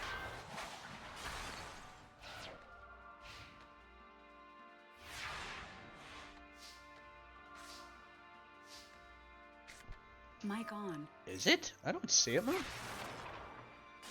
Oh, I see it. Yeah, that's amazing. That's amazing. I love it. That's great. If I find a way to get if we find a way to get custom emotes in here for me, although I think you said I have to wait a little bit before I can do that, I will definitely use that. You made it tonight. Awesome. Appreciate it. Thank you. It looks like Kyler's having a rough time. Like, I thought he would do better. He has one of the stronger boss monsters today. Like, just for clarity, like, I've tested these decks just to make sure they work, but, like, I don't necessarily know who's the best, etc. I have a rough idea based on what I put in people's decks, but, like, anything can happen in these tournaments. It's not an emote, just a quick little design of it. It's cool, though. I appreciate it. Oh my word, he's getting beaten down by Niwatori of all cards, but she fuses it! And she goes for the Punished Eagle. Alright, that's a pretty potent card. That's as strong as his boss monster. So I think Kyler's cooked. He didn't show up today. 'Tis I, a third day. I hit enter before even finishing the message. No worries. Nice to see you, Reach King of Tea. Welcome to the stream. It's a good day, a sword day, some might say. I don't know who you like. You like Alistair. Also missed the intros for the characters. So I'll give you a very quick. Oh, Sugar. Who actually won that? I'm assuming Christine, because Kyler was getting his ass kicked. So I'm assuming that. Let me know if you've seen victory or defeat on the screen. Well, I very quickly, for Reach, just show him the characters. It's going to be super fast, okay? So we got Yugi, Joey, Andrew, Ariel, Bakura, Beluga, Bright, Christine, Daniel, Fortuno, Georgie, Gorgon, Ayama, Amori, Karuko Himikoji, Koji, Mayumi, Kyler, Miho, Mr. Kurita, Miss Chono, Nadia, Odelia, Yoshimori, Ricky, who is Weevil Underwood's biggest fan. Prepare to get rickrolled later on, you know. Risa, who has a crush on somebody. Scud, who looks like a potato. Shogo, who he does not have a card here because somebody took his best card before the tournament, and he's hoping that he gets to face that person and take his card back. Who could definitely eat lotion. Yeah, man, he looks rough. Taya, Trudge, who has the Red Eyes Black Dragon card, which he stole from Shogo. Tomoyo, who's a big fan of comic books, specifically the Zombire comics, and loves that Zombira is in the card game, and a big fan. And of course Tristan. So just to give you a quick rundown, I know that was very, very fast, but like just to give you a little bit of information, you can pause it and watch that if you want. I don't mind. Or you can just go along with the stream as it goes along. Alright, I'm assuming that Christine won that because Kyler was getting his butt whooped. So we'll go back to our bracket. So Christine 2-0'd Kyler, I believe. Alright. I will get the next game set up. Give me a second. I'll get the decks and I'll get the faces and we'll keep moving. Koji versus... Can't read that from here. What's that? Excuse me. I'm still a little bit ill. It's Daniel! Daniel might be your guy, Samuel. His deck is themed... It's themed around Dungeons and Dragons. He is a big fan of tabletop RPGs, and he's picked monsters that kind of go around that theme. So he probably doesn't have one of the stronger decks in here today, but he can do okay. We'll see. We'll see what he can do. So I'll put Daniel. It'll look like this whenever we start. See what I mean? There's duelist and CPU, and I want people to know who's who, and also like cover that up. So I made these little pictures to cover, and then just put text in to cover it. You know, that's essentially what I did. It doesn't have to be like perfect, but it's just to cover it up and it's mainly so people know who's who and who's fighting and who's on what side. That's why I made these. Like the screen that I have, I don't see that, but it's more for you guys. So if there's a way of speeding it up, that would be amazing.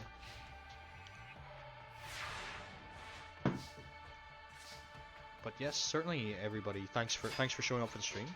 I hope you're enjoying it, and suppose I'll get back to commentating on the actual gameplay. So right now, it looks like Daniel is in the stronger position. He has his Remondus, which is switched to defense mode due to the effect of the spider web field spell that Koji has out. That's kind of his thing. He switches monsters to defense mode. Oh, why do they do that? They always attack with the weaker monster first, and it costs him dearly in the form of life points. But Daniel still has a strong position here. But I actually agree with you, Samuel. Yes, Zombara being is kind of like Beyond. You know, it's like MGD Universe's Beyond. The Zombira is an old card, man. I think they literally made that card because Zombira was a thing in like the manga, and there's like a whole episode or like a whole book about it. Essentially, like a whole little manga about that particular episode, you know.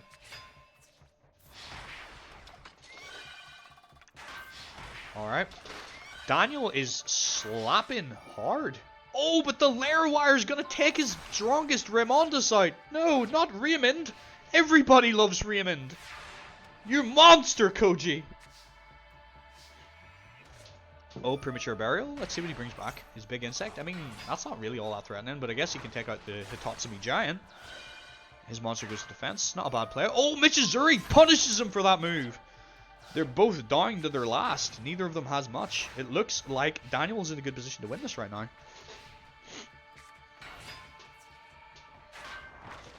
Alright. That spider layer is gonna kind of like slow things down a little bit. Make it a little bit harder to get through this game.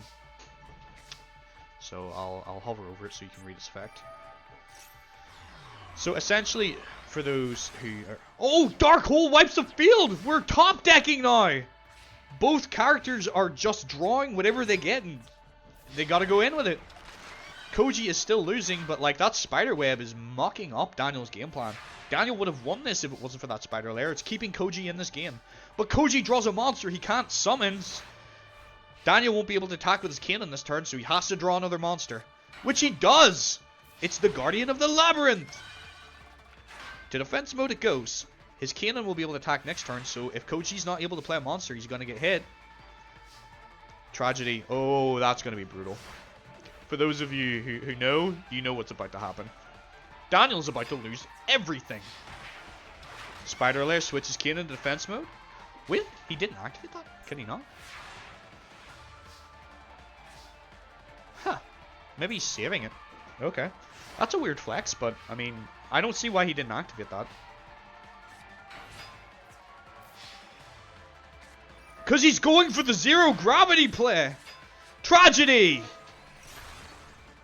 That was terrible! Why would you do that? You idiot, Koji! You idiot! Right, so the way that works is whenever a monster changes its battle position, he can destroy them, right? So, the idea is that his spider web switches the monster to defense mode, then he uses Tragedy, which wipes out all the defense position monsters.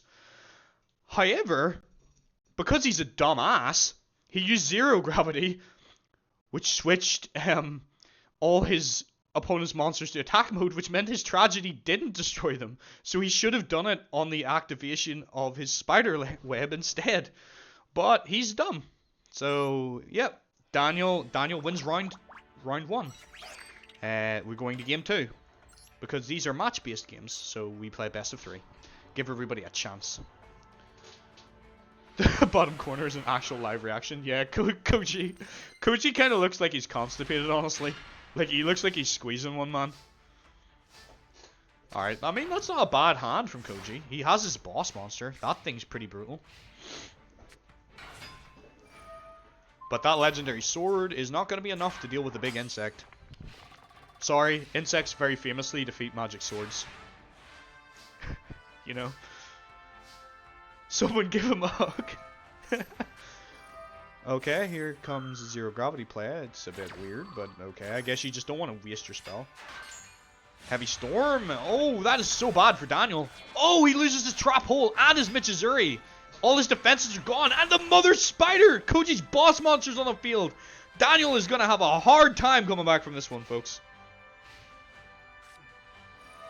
Pot of Greed. It gives him 2 new cards. Set pass. Oh, but the MST! Oh no, that would have been perfect if that had stayed in the field.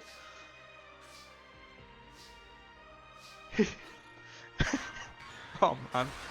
Daniel, no. Come on, man. I believe in Daniel. I believe in the Dungeons and the Dragons. That's not good. Whenever they're set this wet, Daniel's in a bad position. He's going to have a rough time. He's going to have to harder the cards his way out of this one, folks.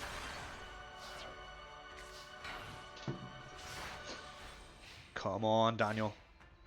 Come on, Danny boy. The pipes are calling. Make a play, man. Mic off.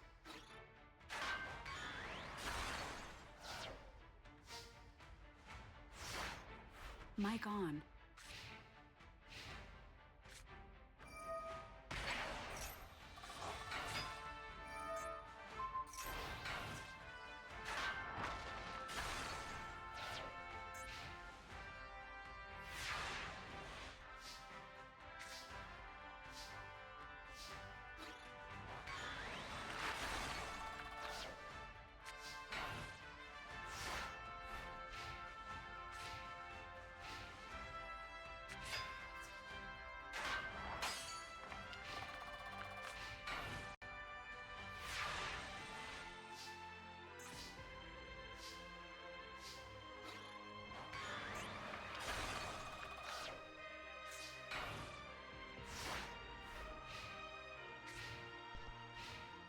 Hello? Am I muted? Mic off. Mic on. I might have been. Sometimes it glitches. Am I... Yeah, I need to watch the audio thing. Yeah, I'm good. I'm back. Okay. Yeah, I was just saying, he's got like 3 of these Michizuris in his deck, and 2 of them are gone. If he can draw another one of these, he can get rid of that Mother Spider. But... Oh, look! It's the Celtic Guardian! I feel so bad for this card in the anime, because Yugi summons it, and it's always the card that takes the hit, like right now. Oh, it's the Michizuri I was talking about! Daniel's still in, but he's gonna need to top deck something amazing to pull this back. But at least that's his boss monster gone. Oh, come on, Daniel! Oh, the mystical elf! That's gonna hold the field for him. Without his boss monster, I don't think Koji can beat that mystical elf. So Daniel is very much still in this game. But he plays another card in defense mode. I wonder, is it another elf or is it something else? Oh, he's got Koji scared. Koji's scared to attack now. Unfortunately, I don't think Daniel can really capitalize much on it. Alright, well, he gets rid of the big insect. But Daniel doesn't really have a whole lot more going on in his deck. His boss monster has 1600 attack. He's not the strongest duelist in this tournament, but he's got strategy. He's got moves. Koji looks scared. He should be. He should be. Daniel's got this. I believe in Daniel. It's the snake hair. He's gonna take out that defense monster. I mean, he's breaking his defenses, but like 1600 or more is too hard for Daniel to get over without his quips. I don't know if he even has any more. He's used quite a few of them and lost them to Heavy Storm. Ooh, that sucks. Does he even have any more quips? He should have one more legendary sword, which he can equip to a warrior. Mic off.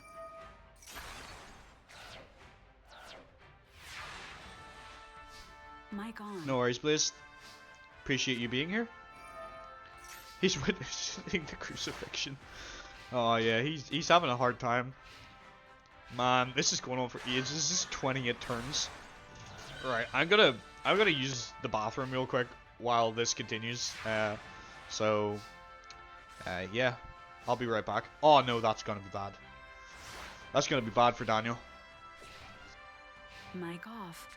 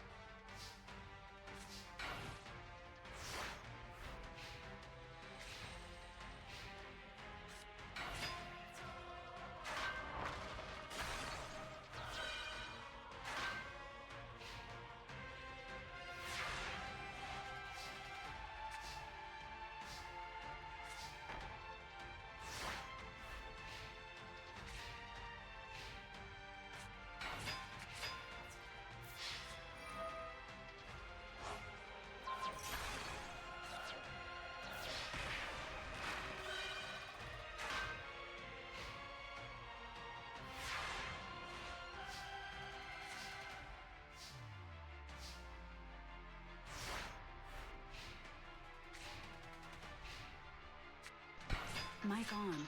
Man, this is still going. Looks like Daniel's taking it back, though.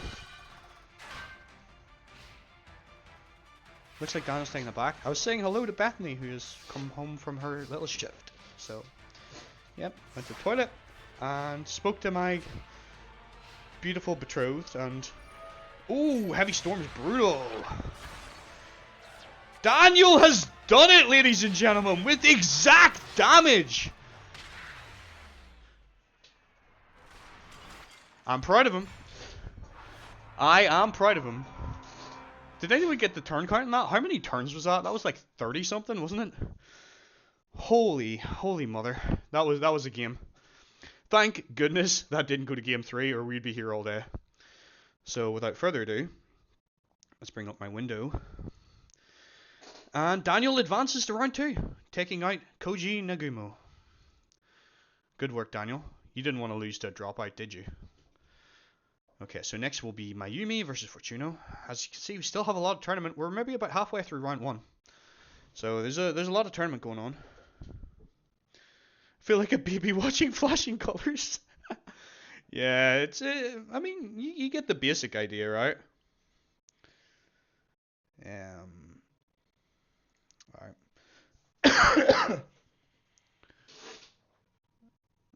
Fortuno.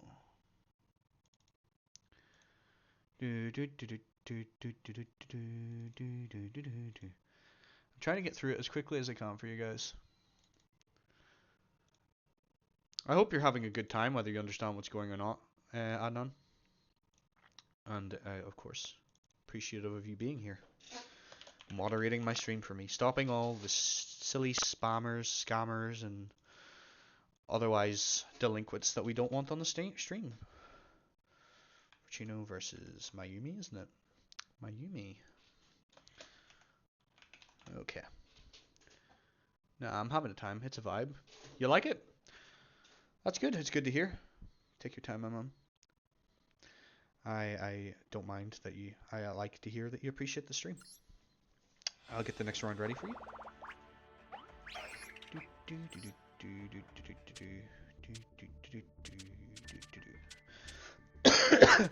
It's a bit more chill, I think. Apart from me screaming at the screen at these people, I think it should be a fairly chill stream.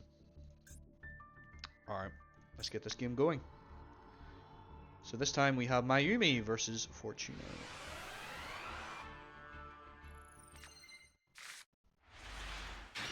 Alright. Let's see who can win. These are two characters from the Yu-Gi-Oh manga and from season 0 of the Toei anime before it got taken over by 4Kids who censored the hell out of it. Let's see who can win. Mic off. Mic on.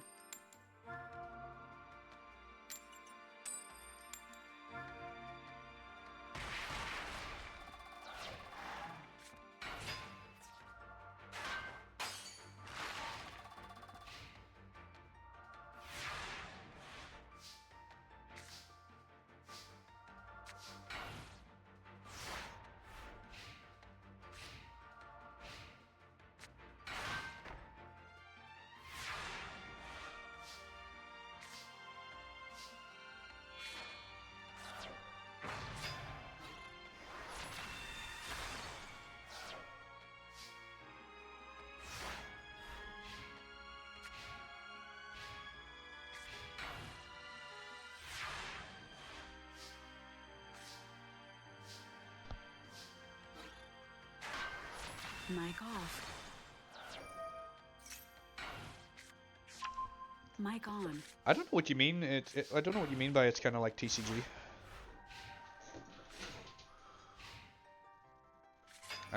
If not the same. Do you mean like it plays the same way as the card game? Oh, the Pokemon trading card game. Oh, fair enough. It's a little different, but there's definitely similarities. Like all card games have similar elements to them, you know. That Yami's gonna make her a little bit weaker, but I don't think it's gonna be enough to really break her strategy. I think she's gonna win this. I don't think Fortuno can come back from this unless he gets his Dark Hole or something. Mic off. Mic on. This is very like Barbarian Yu-Gi-Oh as well, Adnan. This is very much like big monster, punchy face, win game. There's a little bit of strategy to it, but like this is very much big number, big monster, go boom. There's not as much strategy as perhaps later games which like you will notice if you follow this this series with me, that the decks will get progressively faster, the game will get progressively faster, and you'll have people playing like a million cards in a turn. Like, this is very, very, very basic Yu-Gi-Oh!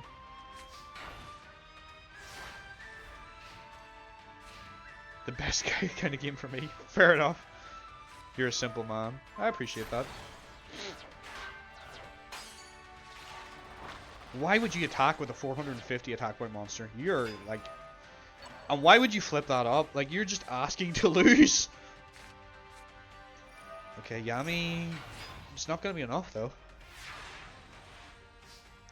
It does help him, but it doesn't help him anywhere near enough to do anything important. Alright, I mean, I guess you can hit him, but, like, he's going to kill that with his chanter. Mic off.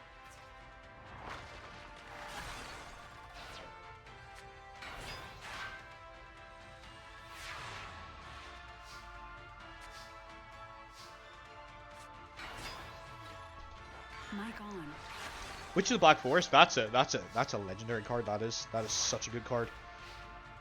He actually kind of wants Fortuno to kill that, because then he gets to search his deck for something, which thins his deck and gives him something new. So what's he going to search for? Another Witch. I thought they errated it that you couldn't do that, but I guess I'm wrong. I thought you couldn't search Witch with Witch, but I guess you can. Maybe I'm wrong. It doesn't see much play now, anyway, because it's not really as relevant as it used to be. But back in early days Yu-Gi-Oh, that card was really, really strong. To the point that it was banned for ages before they actually brought it back very recently into the tournament play. So he's going to kill the Witch gets another Witch. This is selling me on Yu-Gi-Oh! What's this one? You want to learn it now? Ah, that's awesome. I'm always glad to have another convertee. I will bear in mind, like I said, this is very, very, very, very basic Yu-Gi-Oh! So what you're seeing here is like Yu-Gi-Oh! From, 20 odd years ago, right? So if you install Master Duel and start playing it, this isn't what you're going to be playing. You're going to be playing a lot faster, a lot more difficult Yu-Gi-Oh! Than this, but like it's cool. It's a fun game. I think it's worthwhile if you can be bothered going through the process of learning it. But it's a very steep learning curve for someone coming in who doesn't have any real experience. So there's a bit of a climb to get caught up with the modern way of playing, but like there's loads and loads of videos and loads of advice and decks and stuff that you copy, and like there's plenty of good places to launch yourself from. I'm sick and just at home. Yeah, I mean, like it's a fun game. It's very, very fast in the modern era. Definitely. Like this is pretty meager in comparison to modern Yu-Gi-Oh! But what do you expect? The game has been out for over 25 years now, so it's gonna get faster. Power creep is a real thing in card games. Oh, that's brutal. Takes out 3 of her cards. It does get faster, But there's a solo mode in Master Duel as well, where you can play against the AI and like learn some of the game. I also can show you where I get the mod to do the AI tournaments, so you can basically play this game completely offline. But I don't recommend doing that if you intend to play this game like legitimately. Yeah, you want to take it slow. The solo mode's probably your best option to start, and then you work your way into it, and maybe go into... There's a ranked mode, and then there's like a casual mode. You can work your way into it, ease yourself in. That was the first game, right? That went on for a while. So you can play a bit of solo. But I recommend like looking up like some deck profiles and stuff, maybe finding one that like you are interested in and trying to go from there, because modern Yu-Gi-Oh has things called archetypes, which is essentially a set of cards that all work together. But like there's people who do what's called net decking, which is essentially you go onto the internet and you find, like, say like one of the archetypes would be like elemental heroes. say you look at them and you're like, I want to make an elemental hero deck. You would just go onto the internet and be like, I want an elemental hero deck, tournament legal for 2025, you know? Put that into Google and you're bound to get something up, and that's a good starting place to start with a deck. And then you basically go through the process of learning that. Oh, 100% there are tryhards. Like, for sure. Like, it's a very, very competitive game. Like, when you're playing ranked and stuff, especially, like, it's a very sweaty, competitive game. I have to be in a certain mood to actually play this game, like, the modern game, particularly now. It's not as chill as this. This is a lot more chill. But, like, if you get a couple of friends together, you can always play, like, you know, more casual formats and stuff. I definitely recommend the game. I like the game. It's a special place in my heart. But I understand the frustration of trying to learn it, because, you know, when something new comes out for me, it's like I just have to learn that new thing. Where if you're coming into this game, you have to learn like 25 years worth of stuff. Also, compared to the likes of Pokemon or like Magic, Yu-Gi-Oh doesn't have like a standard format, in the sense that every card in Yu-Gi-Oh that isn't on the ban list is legal. And there's like maybe like 14,000 cards in the game. Like, obviously there's some cards that you're probably never going to see, but like, not knowing what all the cards do can make it very, very difficult to play as well.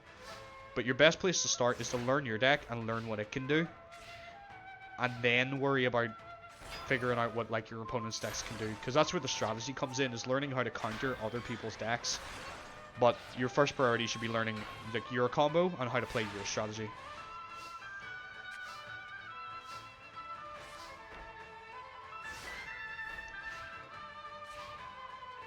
But I mean, if you keep watching these tournaments, like you'll learn bits and pieces of stuff through this as well. You'll learn some combos and stuff. Like, we are going to get more advanced decks as we go on. I'm intending to go through all the eras of Yu-Gi-Oh, but right now we're like, this is like playground Yu-Gi-Oh, you know, where like this is what I grew up with, essentially. Maybe even older than that, Yu-Gi-Oh.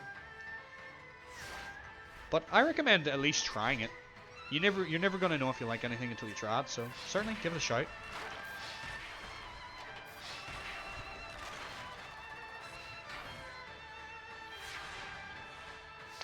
Alright, it looks like Fortuno has got this one in the bag, which means I think we're gonna have a game 3, right? Because Mayumi won game 1.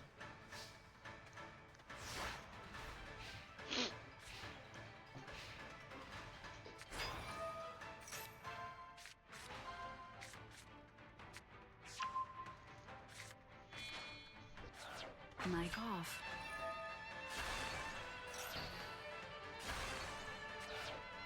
Mic on.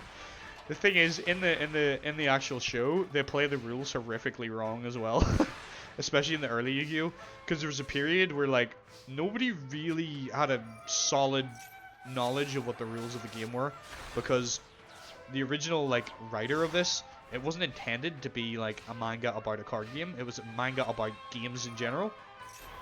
But then in Japan, the card game boomed, and everybody wanted to know, what's this card game like? We wanna play this. So he started making a manga series about this card game. But essentially, he was making the rules up as he went along to suit whatever story or narrative he's trying to tell. So a lot of the rules in the early Yu-Gi-Oh are really, really like all over the place. It's a lot of like random bullshit go, you know. So the show is not necessarily the greatest place to learn the rules, but like it's a good place to get like introduced to Yu-Gi-Oh. It's where I feel like I probably got most of my knowledge. Yeah, exactly. He just got thrown into it because like the original Yu-Gi-Oh manga is essentially about Yugi, who's possessed by the spirit of a pharaoh, and it's about like him dealing with bullies and delinquents and criminals who like do something bad, and then Dark Yugi takes over, challenges them to a shadow game of some kind, usually relating to whatever the story is. Like there's one where like he has a battle with someone with like yo-yos, and then basically Yugi knows that this person is either he's going to outsmart them, because they're like too arrogant or ignorant to see their flaws, or they're going to attempt to cheat, which breaks the rules of the shadow game, and then they get punished, and he basically inflicts them with something like, there's one guy who he basically crushes his mind where he thinks that he is constantly falling, and like he's just mentally he's just on the ground screaming because he thinks he's falling. There's another guy who like thinks he's been set on fire. Like it's pretty dark compared to what it became. Like it's quite a dark origins. Yeah. So game 3. And yes, I am saying you can't summon Dark Magician without tributing, because we have rules now. But there's plenty there's plenty of ways of summoning cards without having to tribute in modern day. Yu-Gi-Oh is an exploitable mess of a game. Mic off. Mic on. Yeah, that's kind of what it became, Adnan. Like, the main sort of themes being friendship and belief in oneself, you know?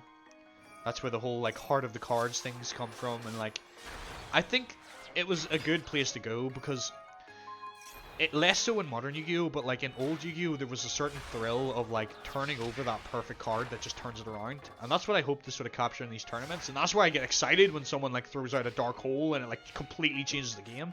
To me, that's the way Yu-Gi-Oh should be. It should be very back and forth, and it should be turned, like, the game should change at the turn of a card. Yeah, Pot of Greed is very much a banned card now. Not in my tournaments, though. Pretty much we'll hit a point where everyone will have one of those. But there's a reason it's banned. It's because you can make, like, an Exodia deck with Pot of Greed very easily. And I also think they just don't want there to be a very easy way to get 2 cards. Because, like, ultimately, everyone would run that card. It's too good not to. So I don't think they want a card that, like, everybody can use.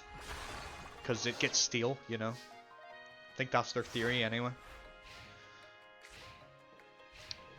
Be right back, I'm gonna go blow my nose again and just dose with this bloomin' cold. Mic off.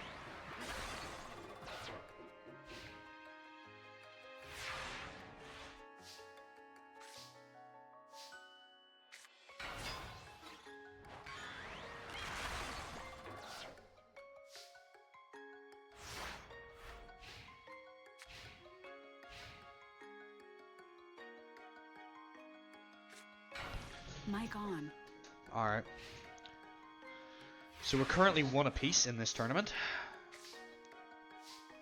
So it's all to play for between these 2 characters.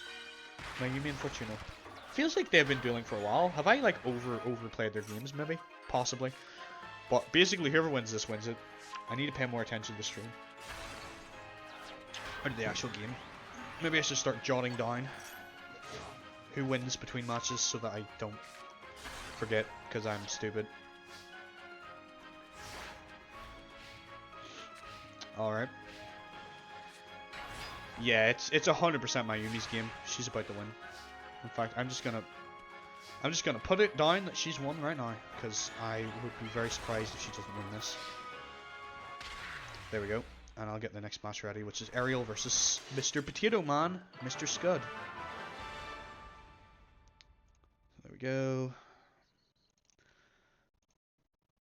Scud, where are you? You big potato. How about this? If Scud wins, I will replace his image with the image of Mr. Tato, which only Blaze and my two friends will probably understand who that is. But I will replace his image with Mr. Potato, Mr. Tato. Where's Ariel? She's up here. So right text will be Scud the Spud. And left text will be Ariel. Alright. Now I just need to go find their decks, and we'll be ready to start the next match. Where is she? She's down here. And Scud. Alright. Game is starting. Ariel versus Scud.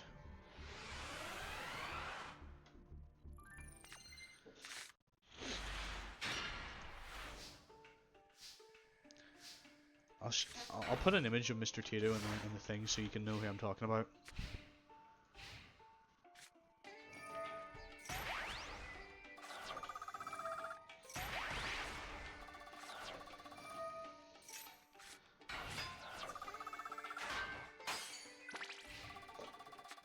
Scud low-key looks like a JoJo character. Kind of, yeah.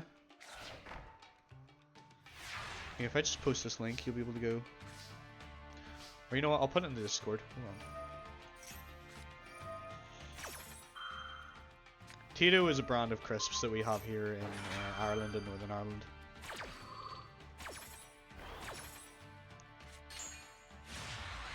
And Mr. Tito is the icon of said franchise.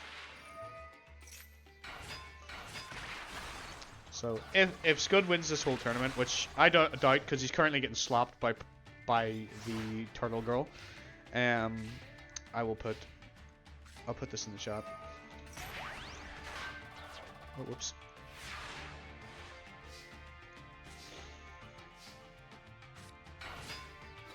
Put this in Discord. There you go. That is Mr. Tito. From part 5 specifically. Yeah, he very much looks like a JoJo character. He's an interesting design of a character for Yugioh, honestly. She is absolutely destroying him. I did not expect her to be this good. Like, I don't think her cards are very good. But, hey-ho, she crushed him in 7 turns. I don't think that's maybe the fastest win of the day. I can't remember, but like that was pretty quick. For now, it'll be the fastest win of the day because the first one we remember. So that was 7 turns it took her to beat him. So if anyone goes faster than that, then we'll give them the record. All right. Going to game 2. Ariel's on 1. Scud is on none. Scud needs to come back and win this game. He's doing a little bit of burn. And he just heals it back there because he wants to draw a card. Okay. That evens the score, though. Yeah, she's gonna try and bait him, I think. What was that face on card? That was, I mean, doesn't work the way you think it does. And you're actually only helping him because he's just gonna search for another UFO turtle or something else. Yeah. Oh, and he's gonna start ripping cards from your hand. His strategy is actually coming together this time. And your boss monster's gone. And your armored starfish is gone. He's going to start ripping cards from your hand. You need to do something here, Ariel. Otherwise, you're going to lose everything. Okay, you got your boss monster, but it's not enough. Yep, destroy the boys. Get rid of the boys. The boys is gone! Alright, he's probably going to do a sacrifice again. Oh, and he summons his goblin attack force. And she loses another card. And another card gone. He is ripping her apart this round. Attack force goes to defense mode as per its effect. It's a very powerful level 4 monster, but it comes with a cost. Switches to defense mode. I would just put it down. Why would you keep that in your hand? He's going to attack and you're going to have to discard it, you idiot! Your heavy storm's gone! You should have at least played it. I mean, it wouldn't have really mattered. You were going to lose anyway, but like, come on. Ah, dang. So, Ariel loses that. So, we're going to game 3.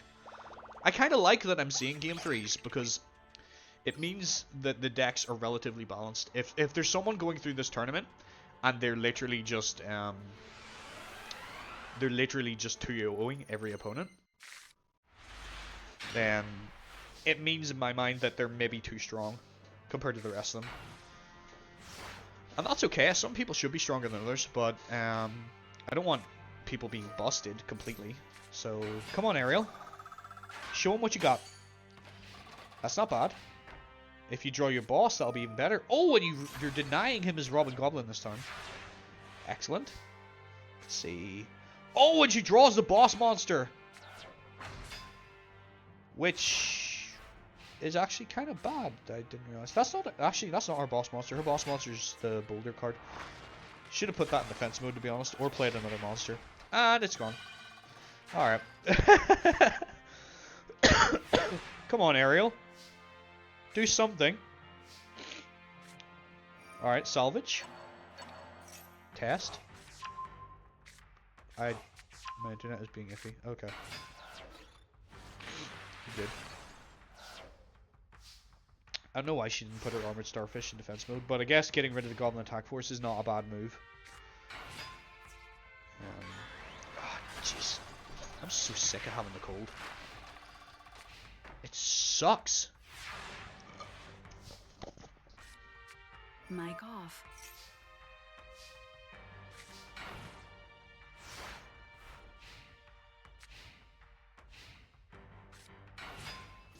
Mic on. You right. You're 100% right. Just stop being sick. I wish it was that simple. Mic off.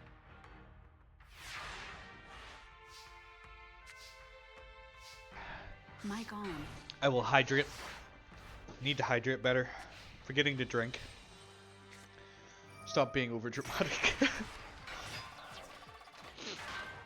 I'm sorry. I will never do it again. I apologize. It looks like your girl's going down. Mr. Potato Man takes the game. Ariel is knocked out. Damn, I thought she had that the way she was playing in round 1. That sucks for her. Scud is moving forward. Ariel is not. Yo, fuck that guy. This is the response I want. He's just holding back the first game. I think so, yeah. I need his address. Well, he lives in Domino. So if you can find him.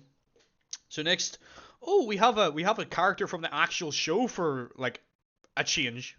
We have Bakura versus Riza Kageyama. Bakura is one of my favorite characters. I absolutely love that guy. I will put him on the left side so that we can see his hands. Because we only get to see one person's cards in their hands, so we might as well pick him. This is kind of interesting because Riza is the girl who's into the goth and alternative scene, and she has a crush on Bakura. So who knows what's going to happen in this match? Depending on who wins, maybe they'll get together. Who knows? You can root for whoever you want. I'm rooting for Bakura because I like the guy. But at the same time, I don't know. Maybe I'll put it to you guys. What should happen based on who wins? Like, because Riza is the person with a crush on Bakura, right? So if she wins, do we advance her story and say that she gets her guy if she beats him in this duel? Or do we think that if she beats him, he'll be too embarrassed and like not want to do it, you know? Who are we rooting for? That is the question. Whoops, did not mean to do that. 1 second. I need to go get the decks set up. Maybe she will throw. Maybe. Seeing the way, like, you guys missed some of the stupid plays of the AI, I think you just came a bit later, but there was 100% somebody earlier that threw. I think it was Mr. Kurita. Although he ended up beating Joey anyway, but like he was attacking with like monsters that had like next to no attack into defense monsters that were quite strong. Because the AI is just programmed to do that for some reason. I don't know why. Let's see. Bakura versus Riza Kageyama. So I don't know. I'll put it to you guys. What do you think should happen based on who wins? So what I need to know is what happens if Bakura wins? Do they start dating? Because or does Riza not admit her feelings? If Bakura wins, maybe Riza doesn't admit her feelings because she's too embarrassed. Or if Riza wins, she admits her feelings, and maybe Bakura likes that. I don't know. I'll leave it up to you guys. What do you think should happen? Without further ado, let's start the duel and let's get into it. I definitely think if she wins, she reveals her feelings to him. Because it gives her that confidence. But whether or not he'll reciprocate, I don't know. Maybe if he gets his ass slapped, he'll be like, hell with that, I'm not uploading that, you know? Bakura gets with Yugi. Nah, I don't think Yugi's gay. Yugi has a crush on someone. It's not mentioned in the tournament, but like I think Yugi has a certain person he has eyes for. It should be obvious, I think, if you've seen the shows.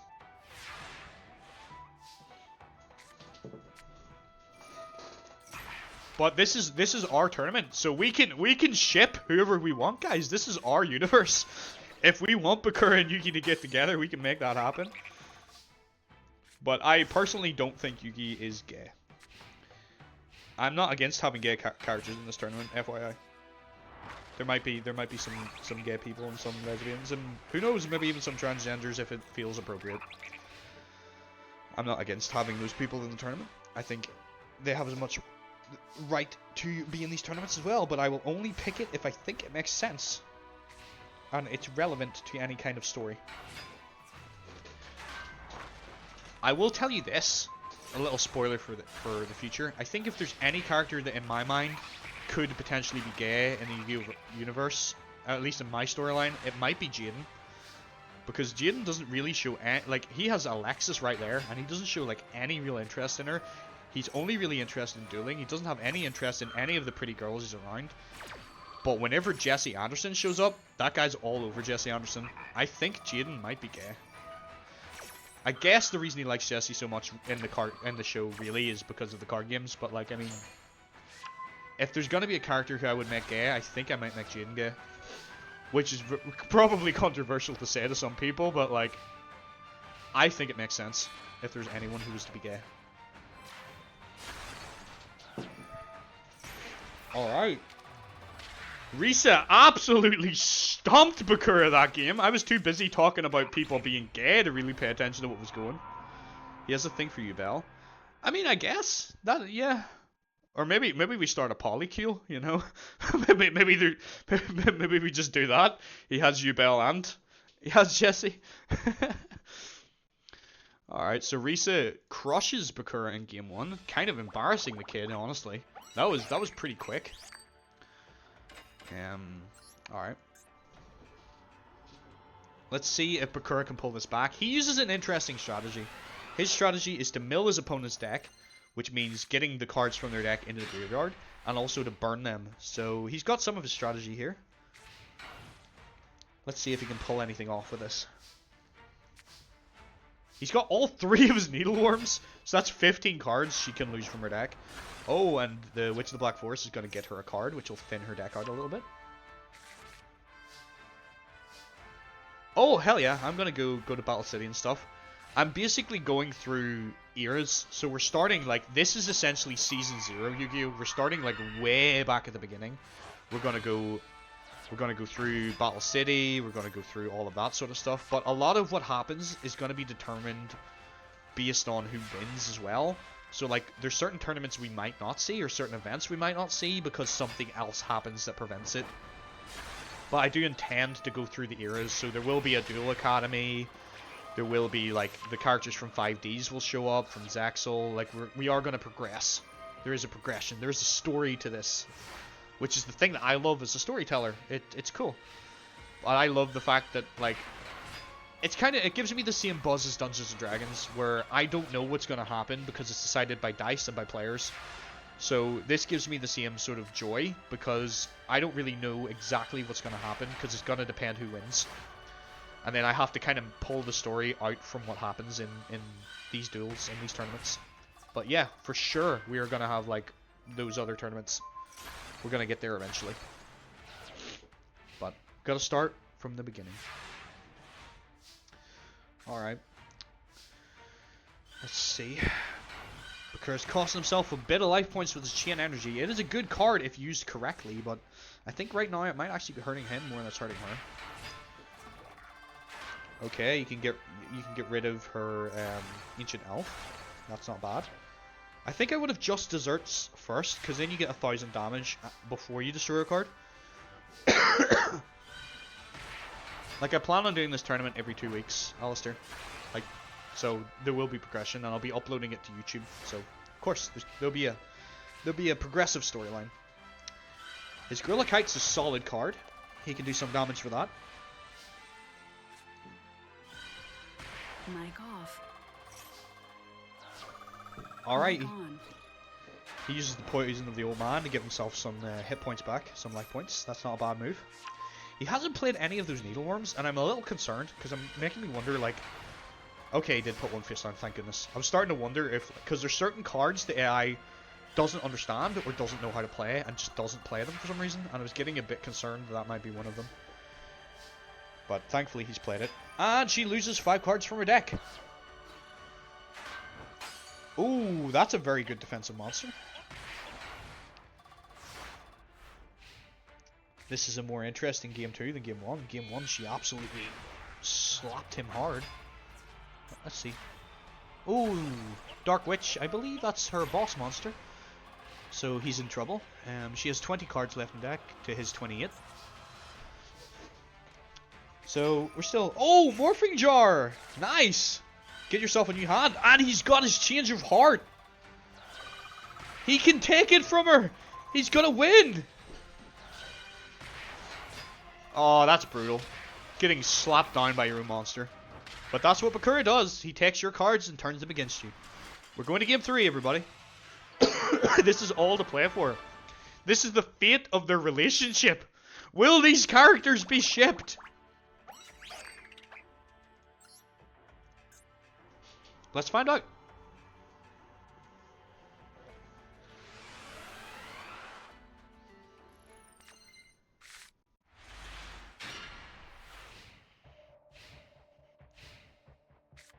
Alright, she starts with a Pot of Greed. And an Ancient Elf. Not a bad move. He has nothing really that can deal with that. Unless he wants to put a Man-Eater bug down and just pop it. I don't think I would have done the Morphing Jar. I think your hand is fine. I think you're getting rid of... Oh, well, it's Morphing Jar 2, actually. So that's a good play. My mistake. No, that is a good move. Now he gets to search his... They get to search their deck for their monster and get rid of the cards in the field. So yeah, that wasn't a bad move. White Magical Hat. Okay. Yeah, I mean, you are giving her a monster, though. Maiden of the Moonlight. Okay. What's his face on? Just Desserts, yeah. So, yep, she's going to take this back a little bit. He might need to play that Man-Eater bug. Let's see what he draws. Change of Heart. I wouldn't use it. Oh, that's silly. I think that's silly. I think that's a waste right now. I mean, I guess you can destroy it with a Man-Eater bug, but I wouldn't have maybe used that. I would have used a Change of Heart for the win, you know? Get game out of it. It's more value. Yeah, pop that. That's fine. He's not playing terribly. He's playing alright. Dark Room of Nightmare, that's one of his burn cards, so whenever he starts doing burn, he'll do an extra 300 burn on top of whatever he does with the card effect that he plays. Reborn? Oh, she brings her Dark Witch back! Okay, that's not a bad time to play Just Desserts, admittedly. Oh, maybe a little early though. If you'd have done it a turn later, you got an extra 500 burn. So yeah, maybe a little late on the Just Desserts. But she doesn't have anything particularly threatening on the field, and his Gorilla Kite will start clearing some of that chaff out.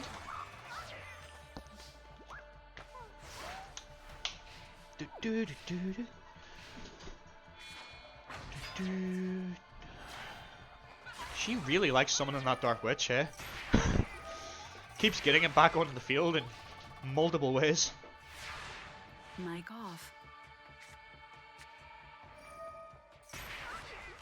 Alright, 1200 burn! He's got her low. Still a long way to go on the old milling her out strategy, but at least he can get rid of her Dark Witch with his Man-Eater bug. Alright. Let's see what he plays. That doesn't really help him right now. But he can't get rid of... Like, he's kind of getting beaten by an 8-2 monster, which is kind of funny, because it's not a particularly strong monster. Oh, she summons her Ill Witch. One of her strong cards. She loves her witch cards. She loses 5 cards. Let's have a look at what she lost there. Okay, she lost her Polly and a bunch of normal monsters. Quite strong normal monsters though. Would he play Just Desserts? Yeah. He's in a bit of a pickle right now. I think she's gonna beat him. But he still has life points, so he can take a hit or two. I think you were a little early there, maybe Bakura. I think you could have held off. Do you have any more of those in the bank, or is that all of them played? No, he does have another one of those, so he could get another burn off. I think burn is his best way of winning this right now. Needleworm's great and all, but like, she's only using 5 cards, and she needs to lose a lot faster than that. He really needs to win like now. That isn't a bad card, but I think it's too late. If she summons another monster, he's done for. I don't know why she did that. That seems silly. But sometimes the AI does that, where they replace a field spell with the same field spell. I don't know why. Oh, he's got her down to 7 cards. Maybe he can mill her out. Oh, it doesn't matter. She has damage on board. Bakura has lost. Risa Kageyama defeats Bakura Ryu. She beats her crush in a card game. Alright. So, I'll ask you guys, what do you think should happen? Risa has defeated her crush. Do you think she's given the confidence to ask him out?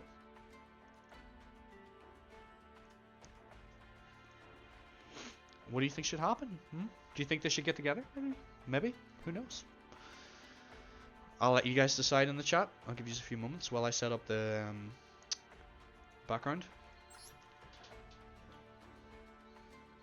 That was a pretty good duel. That was very back and forth. I enjoyed that one. Where is he? Tomoyo. Versus Imori, the dragon guy.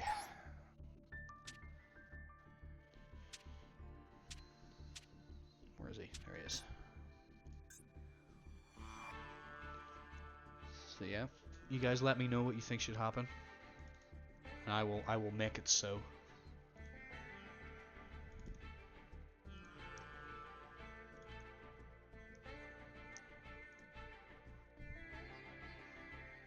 Tomoyo Greendale. Imori. Imori! Oh, whoops. Right text is Imori. Left text is Tomoyo Greendale. Okay. Ready to start the next game. Tomoyo Greendale versus Imori. Let's see who can do this.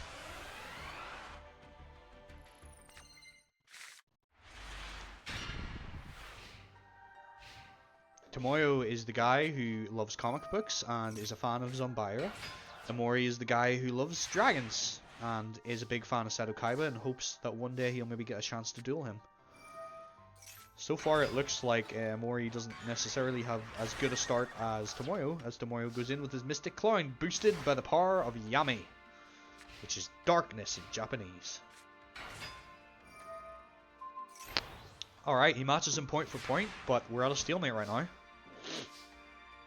Oh, Mystical Space Typhoon could change that, or I guess you don't even need to. You can just go for the Sword Stalker and overpower it. Nicely played. Mystical Space Typhoon face down. Oh, that's not a bad play. That gets rid of a strong monster, but like it's a little early maybe for that Imori. But I guess you can't beat a 2000 attack point monster, so you got to do what you do. Mic off.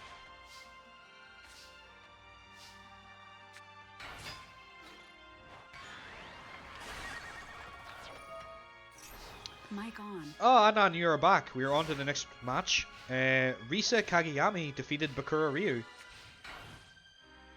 No, that's fine. That's perfectly acceptable. You have your own life. I appreciate you being here with me. It's nice.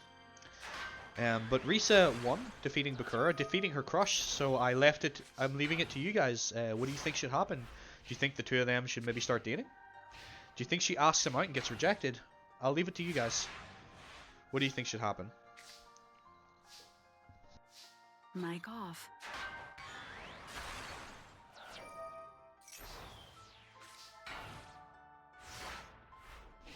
Mic on. I will be right back. I am going to refill my water. Mic off.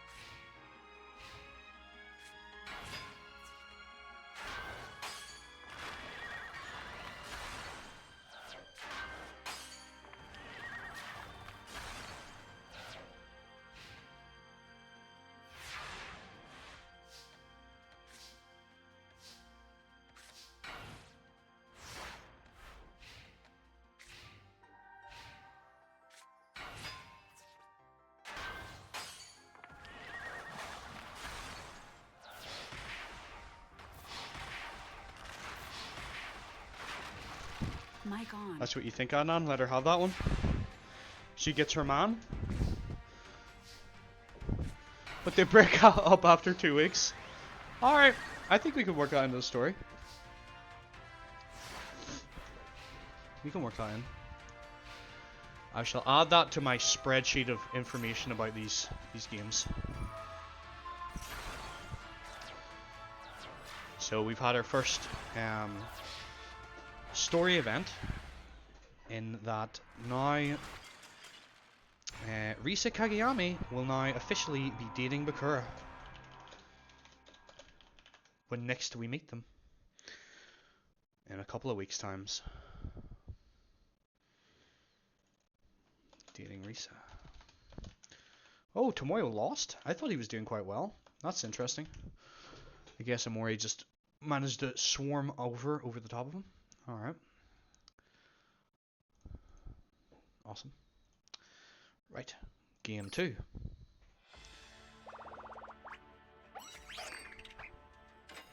Book update? Question mark? I don't know what you're referring to. The fact that I write books. I haven't published anything. I still work on things, but like I jump around a lot. Honestly. I've like several different projects that I work on. I just don't really get much time for writing these days. But it's still in the back burner. I've like about 10 different projects that I've started, all at different levels of completion, but like nothing actually ever finished. But it's not for the want of trying. You were waiting for it to be published this whole time? Yeah, good luck. It might never be published, but I do have a couple of stories on the go. I chip at them when I get a chance to. Or when the motivation strikes me, but I don't know, like I haven't had the time to sit down and write, or like I just haven't had the motivation to do it lately. So I've been trying other things. I know you're a full grown man now. I know. It's been that long of me trying to write that damn book. But yeah, I do have a couple of things on the go. I will maybe one day write a book, but as for when, I don't know. It's a lot of hard work.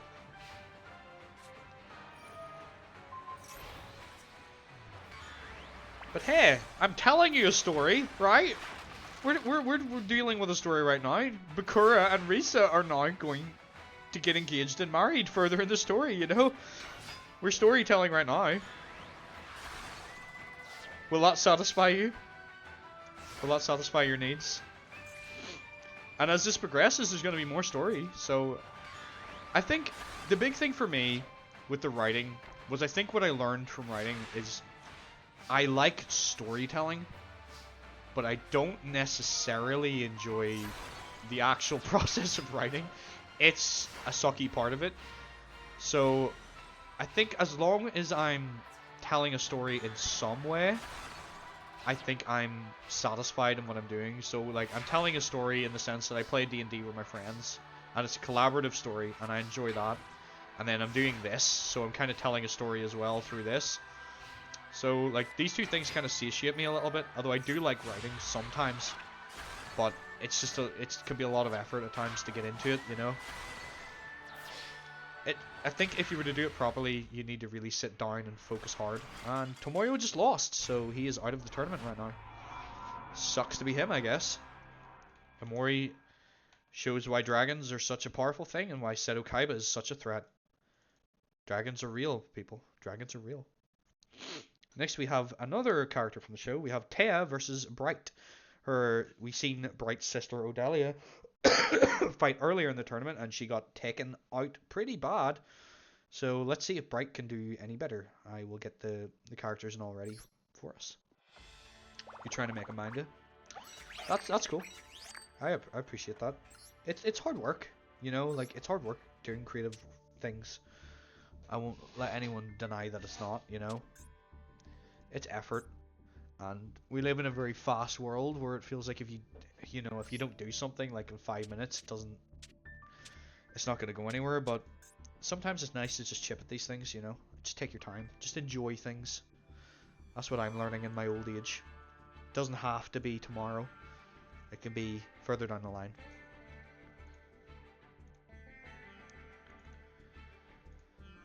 Where's Taya? She's near the bottom, isn't she? Yeah, there she is. Okay.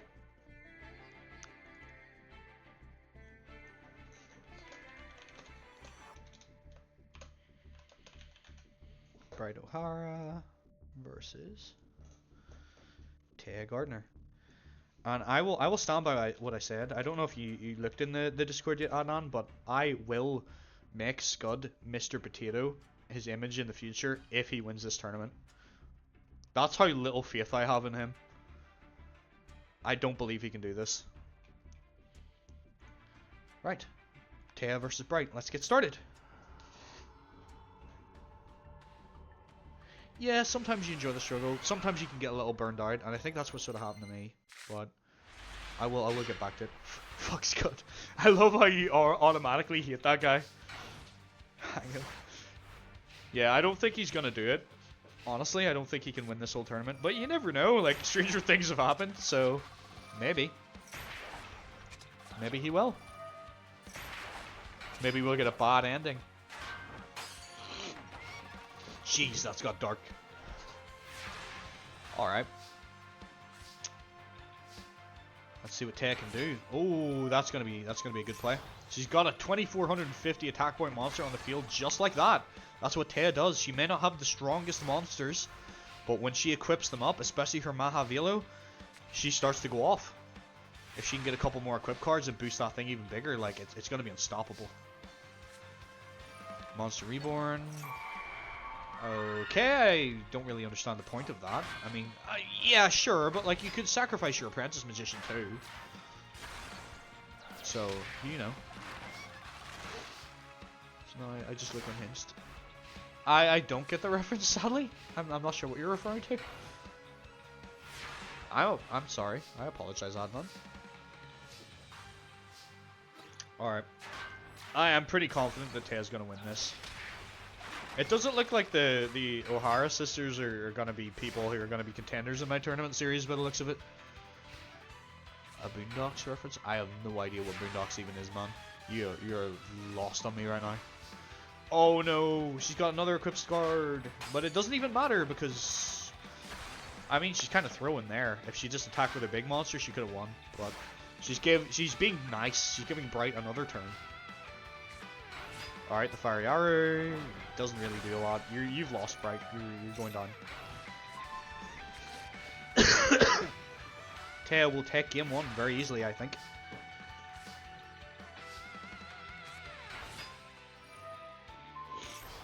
You're just flexing at this point, Taya. Like, this is so unnecessary. And she takes the game. Going to game two.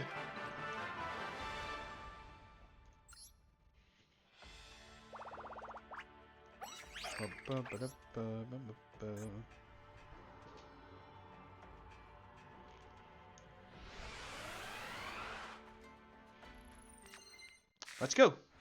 Alright, I imagine Taya's going to win this. I think Taya has the potential to go quite far in this tournament. I think her deck's quite strong. It just depends. If someone can punish her for like putting all her eggs in one basket, then she'll lose. Mic off.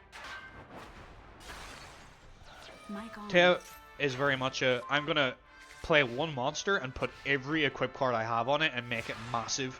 But if you get an opponent that has a way of destroying that, or destroying all their spell and traps, her deck falls apart. Old Vindictive gets rid of the Flame Manipulator, tribute that for Dark Witch, I'd imagine. Yep, that's a play. Equip it with the Elf Slight, yep. And the Silver Bow and Arrow, and here she's going in with a 2500 attack point monster. That's what she does. Her strategy is working.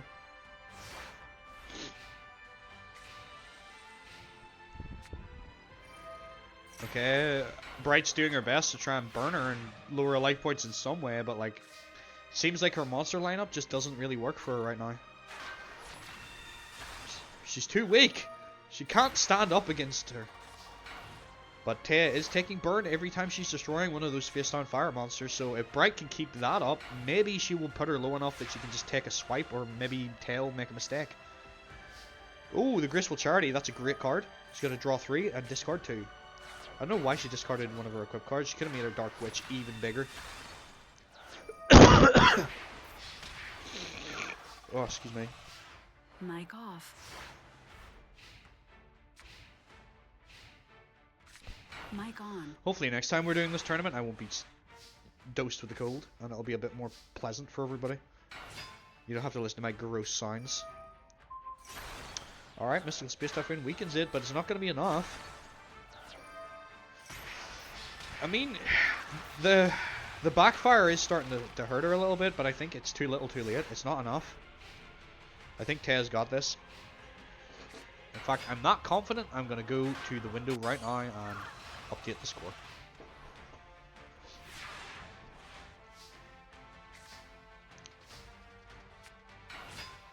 And start getting the next one ready, which is Ricky versus Georgie. We haven't even seen Yugi yet. Yugi's so far down this list. Good lord. Yep, that's no surprise. Oh, hello. We have our first plot point, Blaze, that you missed. So if you remember, I'll put her up on the screen. Where is it? I'll go through the characters here. Where was she? So this guy here was dueling against. Where is she? She's quite far in, isn't she? Oh, there she is. This guy here, Risa Kageyame. She has a crush on one of her classmates. She had a crush on Bakura. She beat Bakura in the duel. So we have decided that she has gained the courage to ask him out. And he has said yes. So we have our first ship. Exactly. We have lore now. I also, where is he? Is he here? I also mentioned that Scud looks very much like Mr. Tato, and have decided that if he somehow manages to win this tournament, I will replace his image with an image of Mr. Tato for the rest of this tournament series. So there's our plot points that we have so far that you missed. Anyway, I will get moving on. We have Ricky, so prepare to get some Rick rolling going. Ricky. He is the bug boy of the school. He's the kind of weird kid, along with Ariel, who like people kind of avoid because they're like, you're weird, and we don't really like that you're so into bugs. And he's versus Georgie. Georgie's one of my favorites, honestly. Georgie uses the Lycanthrope card, which has a special place in my heart because I owned it in primary school, and it was a card that I used in my deck quite a bit. Whenever I got it, I think I might have made a bad trade for it. I think I traded a Blue Eyes White Dragon for it, which seems like a bad trade, but like the thing is, Lycanthrope was a card you had to pull from a pack, right? Where Blue Eyes White Dragon was a card that you get from a starter deck. So I think I traded for the Lycanthrope and then just immediately went and bought another starter deck. So let's get this duel going. I have Ricky on both sides, which is dumb. He should only be on the left side. We need Georgie. Where is Georgie? Georgie, look at that handsome lad. Right. Let's go. moving on in the tournament. I don't think I've shown you the bracket. There you go. You're studying some peril. Bugs are so cool. You're a bug guy. So Ricky's your guy. I'm rooting for Georgie, man. We're on opposite sides this time. Georgie is my guy.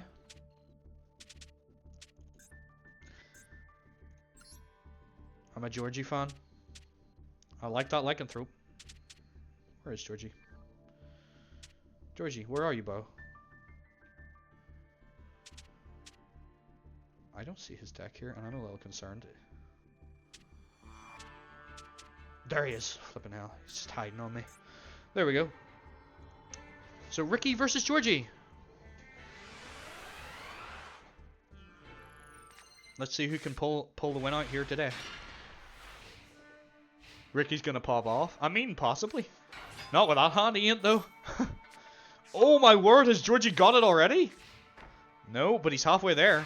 He's halfway there to getting his lycanthrope onto the field. I don't think I would have heavy stormed yet, Ricky. I think that's a little early. Why would you put your synthesis spell down, Georgie? That's silly. I hope you have another one. You friggin' better. Oh, and a heavy storm. Yeah, okay. Again, I don't like heavy storming from one card. I think it's a waste. You still believe? I mean, if he draws his boss monster, he could summon it. Oh dear. This isn't looking too good for Ricky right now, Adnan. I ain't gonna lie. He's kind of bricked. And Georgie's going in. Alright. The Lair Wire is going to get rid of that card. Seems a bit wasteful. Mystical Moon on the... I don't even remember that card's name. It's really long. What is it? One Who Hunts Souls. Oh, he drew the friggin' ritual before he drew the monster? That sucks.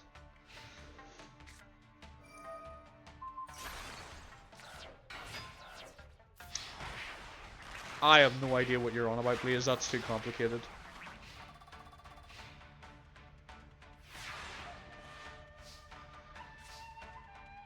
like you asked me to do Maz. Nah fam.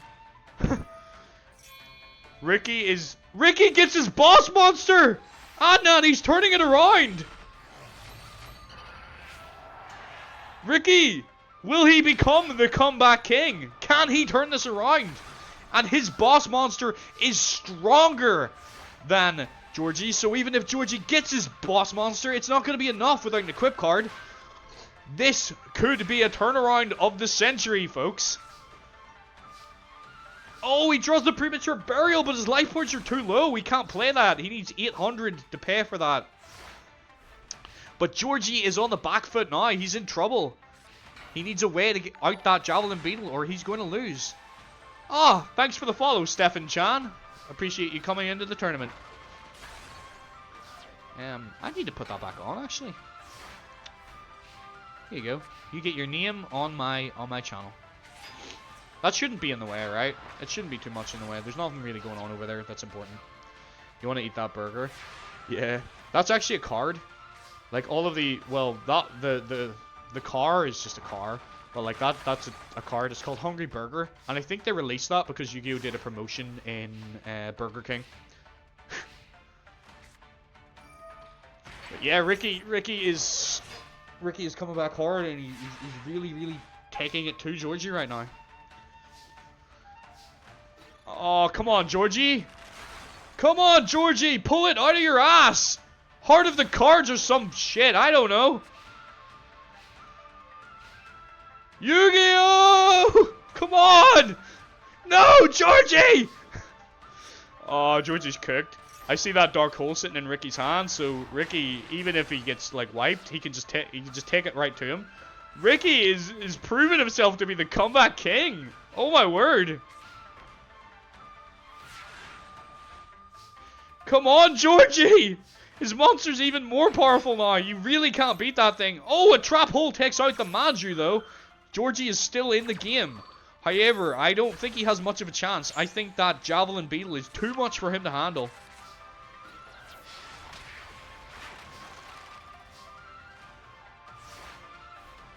Come on, Georgie, you need to draw a dark hole or something right now. You need... Oh, no, Georgie's bricked! No! My boy! My beautiful boy! Ricky! Ricky turned it around with 400 life points!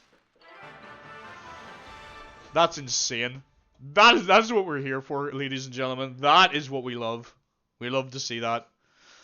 Somebody coming from behind. That's what Yu-Gi-Oh's all about, man. That's the stuff. You picked the right guy, but it's going to game 2, so it's all to play for yet. Can Ricky produce another miracle win? Or will Georgie manage to turn this all around on him? Oh, that hand is pretty solid from Ricky right now. Okay, but Georgie has his start again. I think he put another one of his cards face down. I don't know why they do that. That's so silly. Alright, Ricky just needs his ritual spell. He's all the pieces in place to summon it. His monsters that he has in hand are kind of mid. Oh, the trap hole! That's punishing! Okay, right. Ricky loses his monster. And Georgie comes out with a Hatatsumi Giant, which is being boosted by the forest. Hits him for 14. Let's see. Alright, Giant Scorpion and the Thunder ain't bad, but it's not enough. Come on, Ricky. Okay.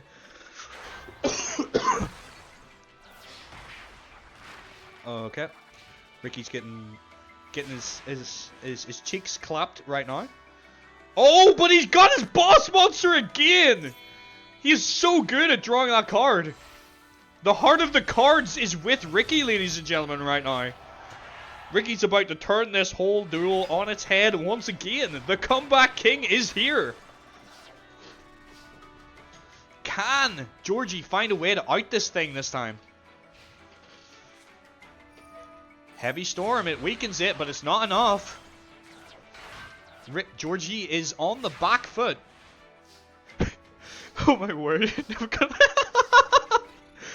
Never gonna give you up. Never gonna let you down. Never gonna run around and desert you. Never gonna tell a lie. Never gonna say goodbye. I think I totally got the words wrong in the wrong order, but you know what I said. You know what I meant. Never gonna run around and desert you. We're no strangers to love. You know the rules, and so do I.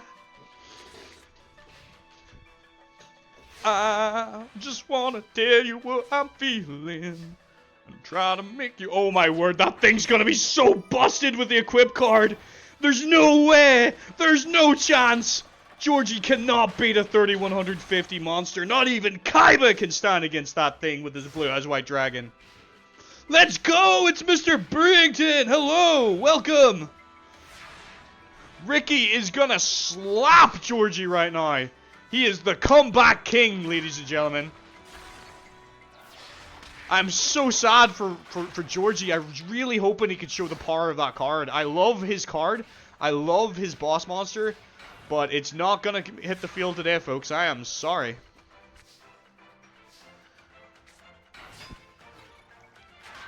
I will admit, yeah, I'm not gonna lie. I doubted him in the first game, Adnan. I really didn't think he was gonna do it. But lo and behold, Ricky has taken the match. He 2-0's Georgie. Ricky's moving on to round 2. So let's open up our bracket again. We're getting there rightly. Yeah, where is it? I'm so sad. I'm so sad for Georgie. I really thought Georgie was gonna go a lot further. I thought his deck was quite good. Oh, this could be an interesting one. We have Shogo Oyama, who had his Red Eyes Black Dragon stole by Trudge, up against Beluga, who's another school bully. So I will get this all set up for you guys. Give me a little moment. Georgie fucked around and found out. He 100% did. I had faith in Georgie. I thought he was gonna do it. When I was doing test duels to check the decks worked, he was getting his boss every time in the first match, or in the first turn, And I thought, like, he's going to be a contender. But, like, Ricky just came out of nowhere, man, and just absolutely kicked his ass. So, fair play to him. Fair play. And, yeah, welcome to the chat, Stefan. Damn. We're getting some awesome duels here today. And we haven't even seen the main event yet, you know. I did this a little bit, like, the bracket, this bracket that you see, it is random, right? I don't, like, necessarily line up who's dueling who. Maybe in the future I will, when it becomes more relevant to story. But the minute, like, this is randomly generated, this bracket, it's just who the tournament decided would be playing who, right? But, like, Yugi's down in the bottom, you know. I've done this, like, fight night, you know. You save the best for last. I put the names the wrong way around. 1 second. So you got to keep your main title card to the end, right? And Yugi's a main event. He's a main character. He deserves to have the spotlight. He's the headline event. He's not quite the bottom, but he's very close. Though he will be coming up shortly for fans of Yugi. He does not have his grandpa's deck, for those of you who are expecting to see either Exodia or Dark Magician. That's not the deck he's using today. This is before even that. We're in really old ass Yu-Gi-Oh! Like, look at the art for these characters. These guys are from, like, the Season 0 anime. This is old Yu-Gi-Oh, right?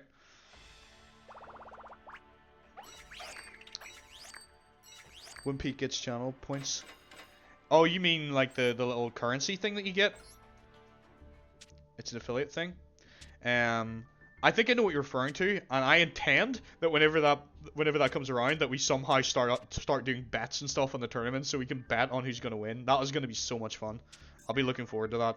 But we're not quite there yet, fam. But in the future, for sure, that's gonna be lit for these tournaments, as they say around here. Without further ado, let's start this match. Pete VTuber. I was thinking if there was a way I could put a VTuber in the corner as like a commentator for these, that might be really cool. But I don't know how to set that up, so I haven't done it as of yet. But that would be awesome if I did it. You can make me a PNG tuber. I mean, if you want to go for it, that would be awesome. If you can show me how to do the likes of that, I'll set it up. I mean, at some point I may have a webcam. I don't really want to show my face. I don't think people need to see that. It's not really relevant. And I also don't like when people put like a million things on the screen. I think there's a few bits of information is fine, but I don't want loads and loads and loads of stuff on the screen either. But like a little small box off to the side maybe with me or a VTuber would be grand. You don't need tracking for PNG tuber. Okay, so does it still move and stuff, or it's a little character that talks as if you're talking? So does it, like, whenever I start speaking, does it start moving?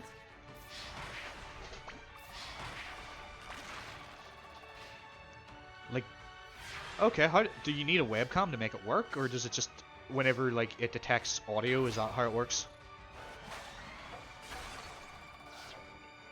It can also has effects you can trigger and stuff. Okay. No, just mic. Awesome. I mean, if you're willing to do that for me, I 100% will use it. That would be awesome. I don't think I would use it maybe on all my stuff. Maybe if people are interested in seeing like a VTuber on my channel all the time, that's fine. But I think for this, I think it's interesting because I'm the commentator, right? So we should put me in like behind like a little commentary desk, you know, and like in a little suit and tie, you know, commentating over this. That would be kind of cool. That was kind of my vision for it, to have like a commentator off to the side. But yeah, VTuber would be awesome if you're willing to do that for me. I'd appreciate it. Hell, I'll even give you some amount of money for it if you want, because I understand it. Yeah, if you could do it in the Yu-Gi-Oh art style, that would be even greater. If you have a PayPal or something, I can send you something for it. I appreciate you being so kind to me and doing these things for me. And I believe if you're good at something, you shouldn't be forced to do it for free. So I will pay you in some way or form. I don't know which would be cheaper, honestly. Would it be cheaper for me to send you money via PayPal, or would it be cheaper for me to fly to Morocco and just give you a big hug? I don't know. We'll figure it out, fam. Yeah, homie, that don't work. Aw, I appreciate that, thank you. But yeah, like, we could put... It's the... Okay, so Shogo got wrecked. We could put something over in the corner over here, maybe? Like over here would be a good place for it. Although this is the chat box, so maybe not. Maybe more over this side. Like over here somewhere. But we'll find a place for it. So Shogo loses game 1. We're going to game 2. Can he pull it back? He needs to win this. This is important for him. He's one of the plot points today where he had his best card. His Red Eyes Black Dragon was stolen by Tetsuo Trudge. He needs to get through this tournament and face against Trudge to get his card back. Unless somebody with a kind enough heart beats Trudge and gives it back to Shogo. Flights to Morocco are expensive. Ah, fair. But yeah, if you have a PayPal or something and you make something for me, I will pay you something. I don't like getting things for nothing all the time. I'll give you something for it, even if it's only a little bit, you know. I appreciate you doing it for me. It's very kind. And you moderate my chat for me as well. So it's only right. You're teaching me a lot about all this stuff too, so you and Blaze, both of you, I really appreciate you coming in and helping me with all this stuff.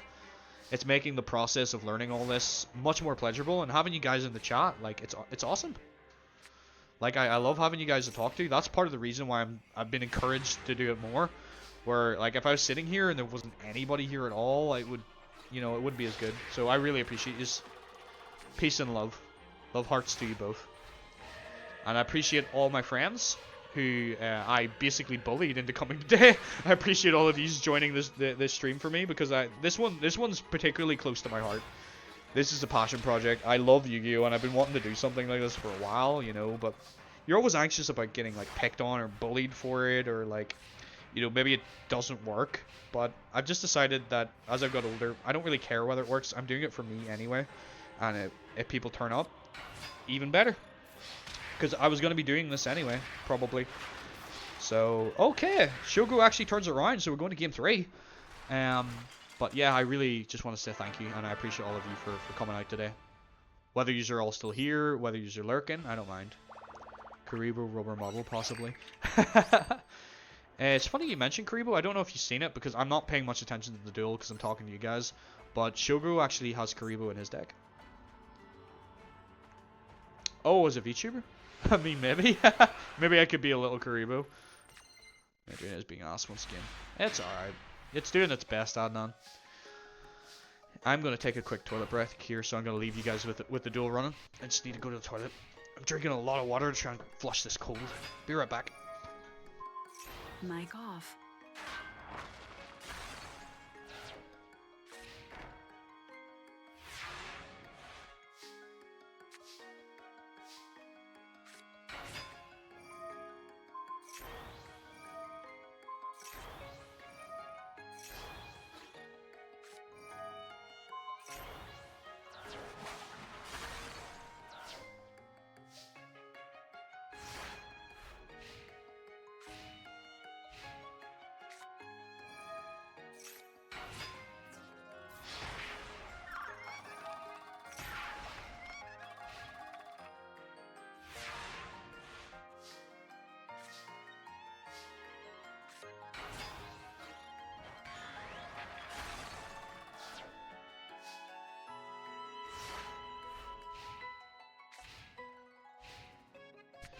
Mic on.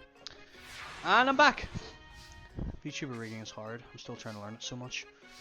Yeah, there's the Karibo. I told you he had a Karibo in his deck. That's a very early hand trap. Like the oldest hand trap in Yu-Gi-Oh!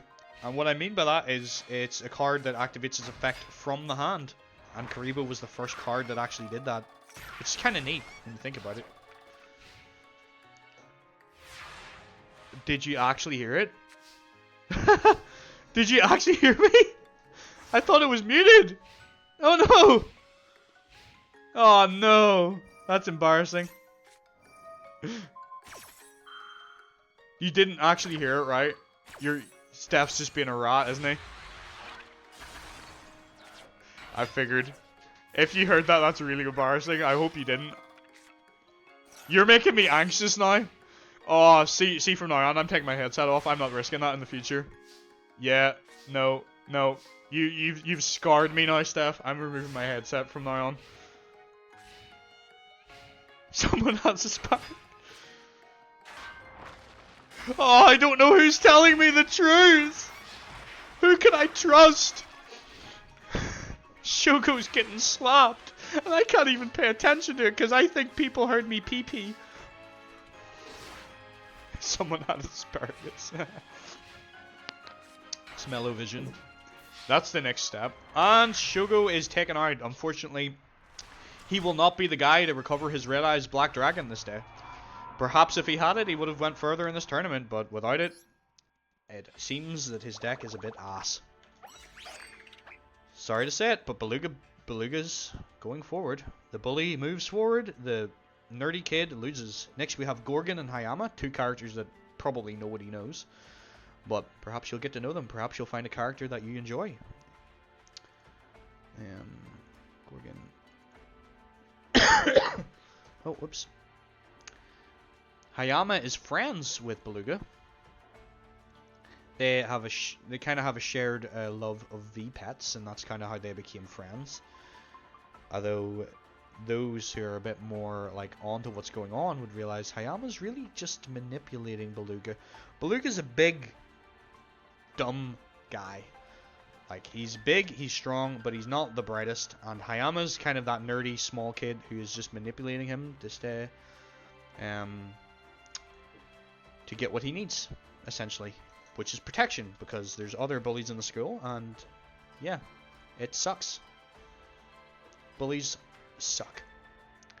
Oh, I have done Gorgon in both texts. 1 second. But yeah, give us a shout if you're still here in the chat. If you're just lurking, that's fine too. But don't be afraid to speak up. Appreciate everyone who is here right now, watching me. I appreciate you all listening to me pee. That's fun. Yeah. Let's get this match started.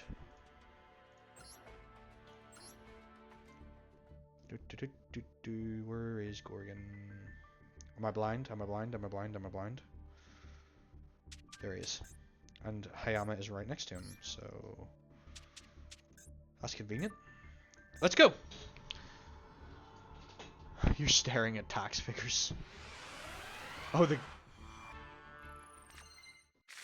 one who eats lotion? Yeah, the guy that you said eats lotion, the big guy, yeah. He is Beluga. Such named because he is like 300 pounds of man. He's not even a kid anymore. He is evolved. He's a big boy. I feel like if he continues in these tournaments, I should have like a heart monitor in the corner, like monitoring his heart rate, because that guy 100% is gonna die. He's bound to have heart problems. He's a big kid.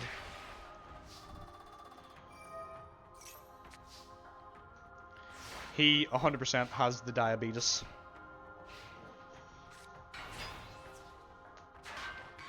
Alright, so far nothing too taxing has happened, just a little bit of back and forth.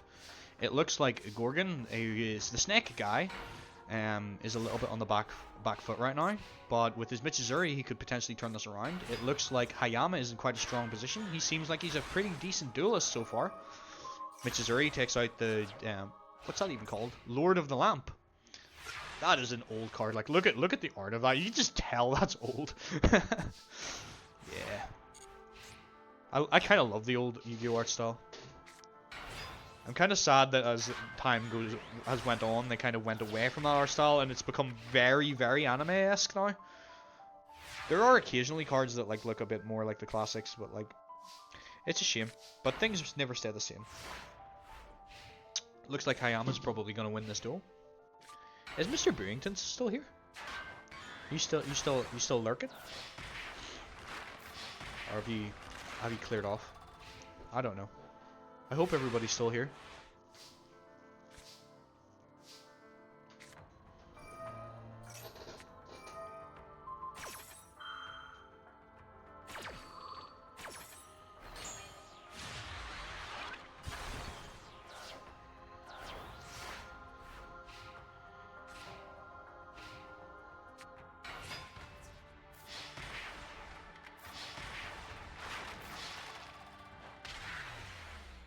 Alright, that's not unexpected. It didn't look like it was going to go Gorgon's way.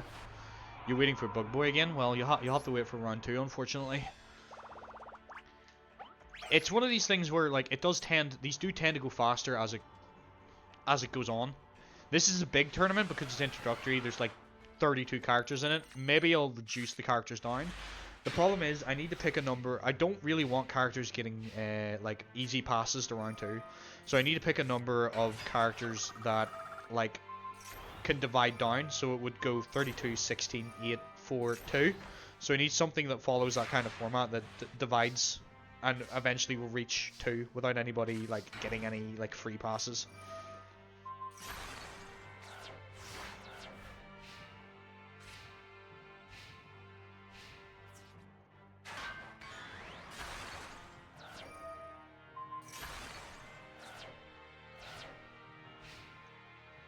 You're waiting for Bug Boy.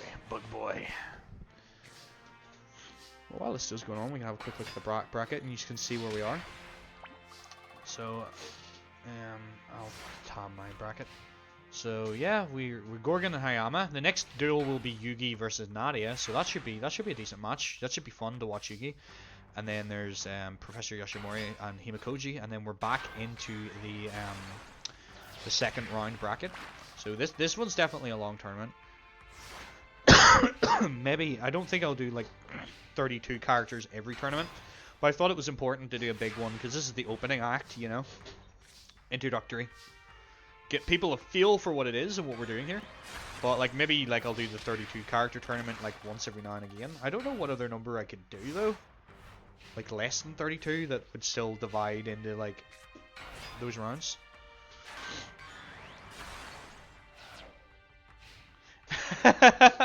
Oh, you were in the car, were you?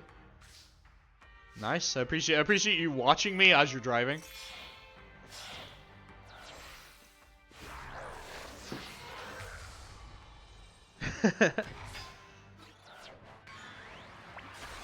Oh, Gorgon's got one of his strongest monsters, right? He has his golden mammoth of sorry, that was the brain resetting. He has his great mammoth of Goldfine. That is probably the strongest monster in his deck. His entire deck revolves around the snake hair, and it's not necessarily like his strongest monster, but like his fusion monsters all require this card, so it is his ace monster. And with it, he turns this duel around. We're going to game 3. All right.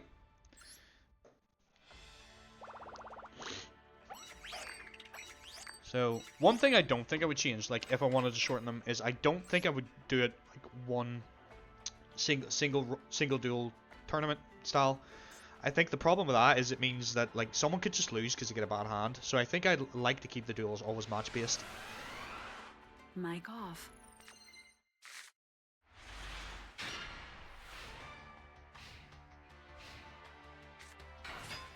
Mic on. We definitely want everyone to have a fair shot. So that's why everyone gets like a second chance, you know. We believe in second chances here.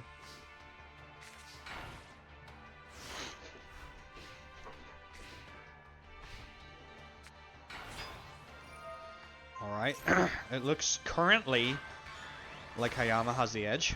Michizuri will take out that busted attack point Witty Phantom. That was one of my favorite cards growing up as well. I loved that card. It wasn't a particularly great card, there was something about it I liked.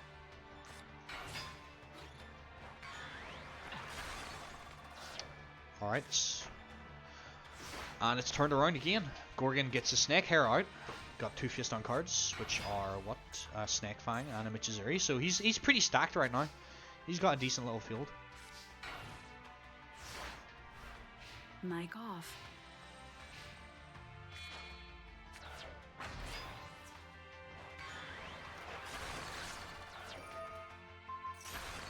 Mic on. Alright. This is very like kind of back and forth here, really, isn't it? Like it's not intense back and forth, but it's a little bit like somebody plays a card and then somebody plays a card and, you know, blows something up, then you blow something up. It's very kind of like back and forth in that regard. I wouldn't say one person's dominating the other right now, though it looks like maybe Hayama is starting to take it back. Maybe? But if you are looking in the chat, or you're still currently with me, or like you're sort of like you're off the channel right now and looking at something else, I think you'll definitely want to watch the next duel because it'll be Yugioh versus Nadia. So it's kind of your title fight of the stream essentially. Mic off.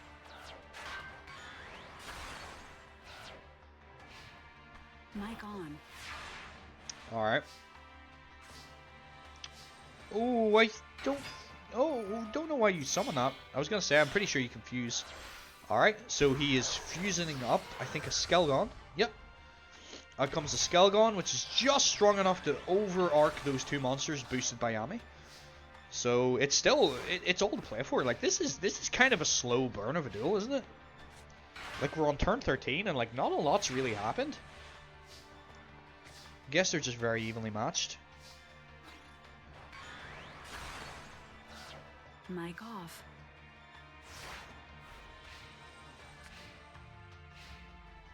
Mic on. Oh, come on. Somebody do something. It's getting a little bit slow now. I want to get to my title fight. Somebody die. Alright. It looks like Hayame is definitely on the losing foot here. He's bricked. So this should accelerate quite quickly now. Medusa Worm. And I guess you can attack and flip it face down, right? Yeah. Get the damage in. Flip that Medusa down in main phase 2. And end turn. Alright. Passes it back to Hayama. Hayama draws. He sets and he sweats.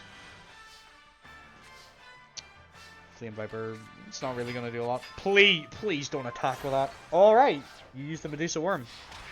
You know how to use your cards. That's good. And with that, Gorgon takes the duel.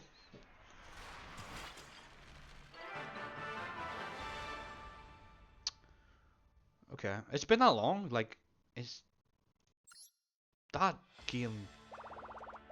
Are we going to game 3? Or was that game 2? Can anyone remember? I'm gonna need to get a notebook and start writing this down. Because I'm too stupid to remember. Anyone watching? No? Otherwise, I think I'm gonna say Gorgon won. Because I don't think I think Hayama won game 1, right? It felt like he was winning. Unless I'm wrong. And no, it is game 3, isn't it, right? Because game 1, Hayama won. Game 2, Gorgon got his fusion monster 1, and that was game 3, right? Hayama won game 1. Yeah. Gorgon won game 2. And then Gorgon won just now. So that's it, right? I'm ruling it. Unless someone tells me different, I'm going ahead with that. I think that was game 3. Yeah. I'm gonna start moving on unless someone corrects me.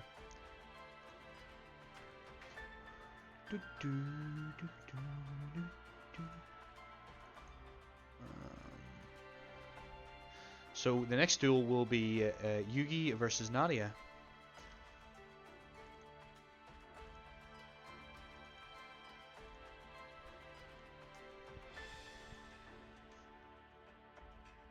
Be right back. Alright. Yeah. Nadia. And Yugioh. So this is the duel most of you who are fans of the show are probably waiting for. Let's see what our main character can do. He's using a fairly unique deck today. It's not his grandpa's deck with his Dark Magician or anything. It's not his gadgets. It's not really any of the decks that he ever used in the anime. It does have some of his cards, but it's a bit unique, and I hope you enjoy seeing what I've come up with for Yugi. So let me just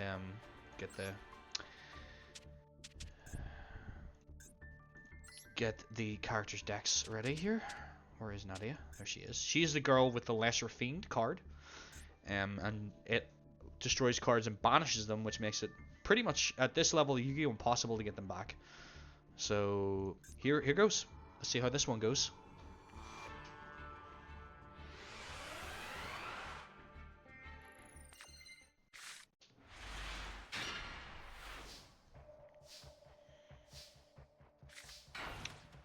Alright, Yugi starts off with a set. She gets her Horn Imp and equips it with the Dark Energy, although Yugi just reflects it right back at her with his Magic Cylinder spell card? Trap card. I'm a dumbass. Ignore me.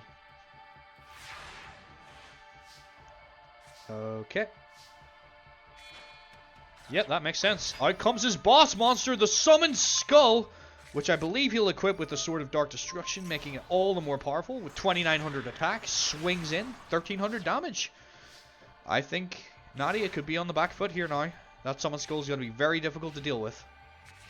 Yep, she's setting and she's sweating. She's praying for a miracle. She does have ways, I think, of destroying it, but whether or not she'll get any of those, I don't know. Alright.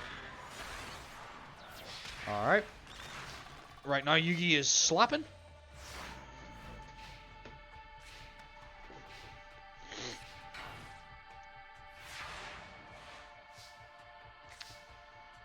Okay. Yugi summons his Dark Elf. That's one of his stronger cards with 2,000 attack points. It does cost him 1,000 life points every time to attack with it. But, doesn't matter. Yugi very easily takes game 1. Which is to be expected, because I reckon that Yugi has the strongest deck in this tournament right now.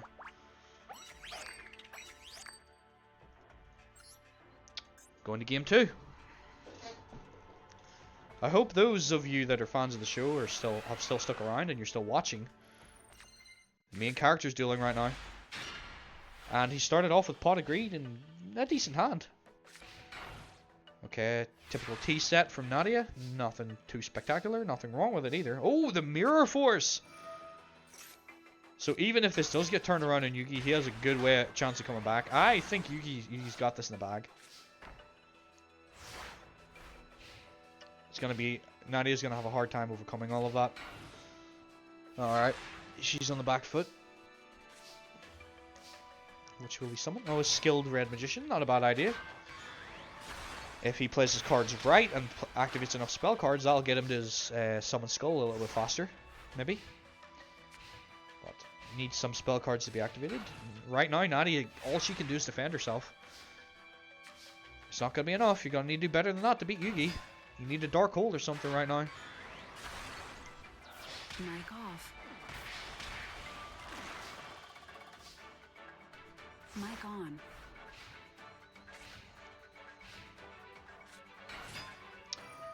Okay, she's going to try and punch back, but it's not enough. Oh my word, he's just flexing now that he has it. He doesn't really need to activate it. But Mirror Force reflects her attack right back at her and destroys her monster. She is wide open. She's got 2 face down cards. I don't know if they're going to really help her right now. But let's see what she can do. Nothing against Yugi. Oh, the Sekiretsu armor. I mean, that's something, but I don't think it saves her.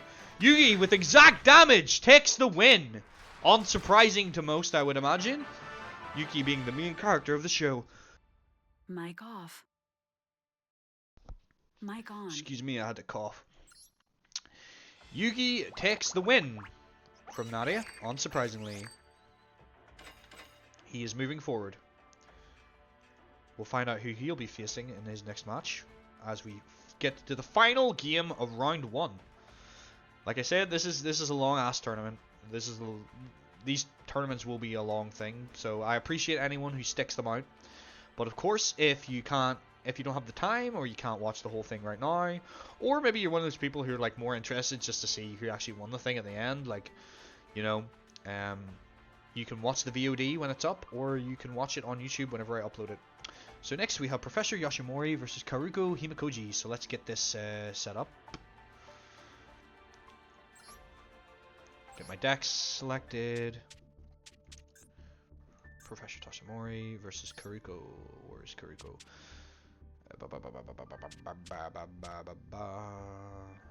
Karuko Himikoji. Okay. Let's look for the heads. Professor Toshimori, where are you?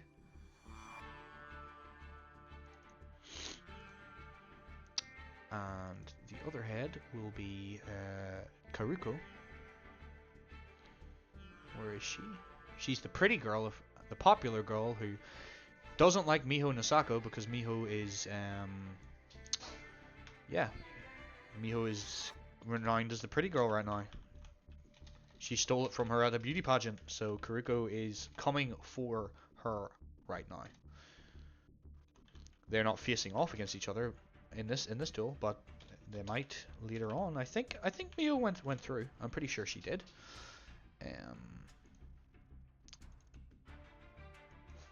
So, yep. Toshi Mori. Alright. So that should be the characters all ready to go. Everybody's in the right place. And let's go. The final match of round 1.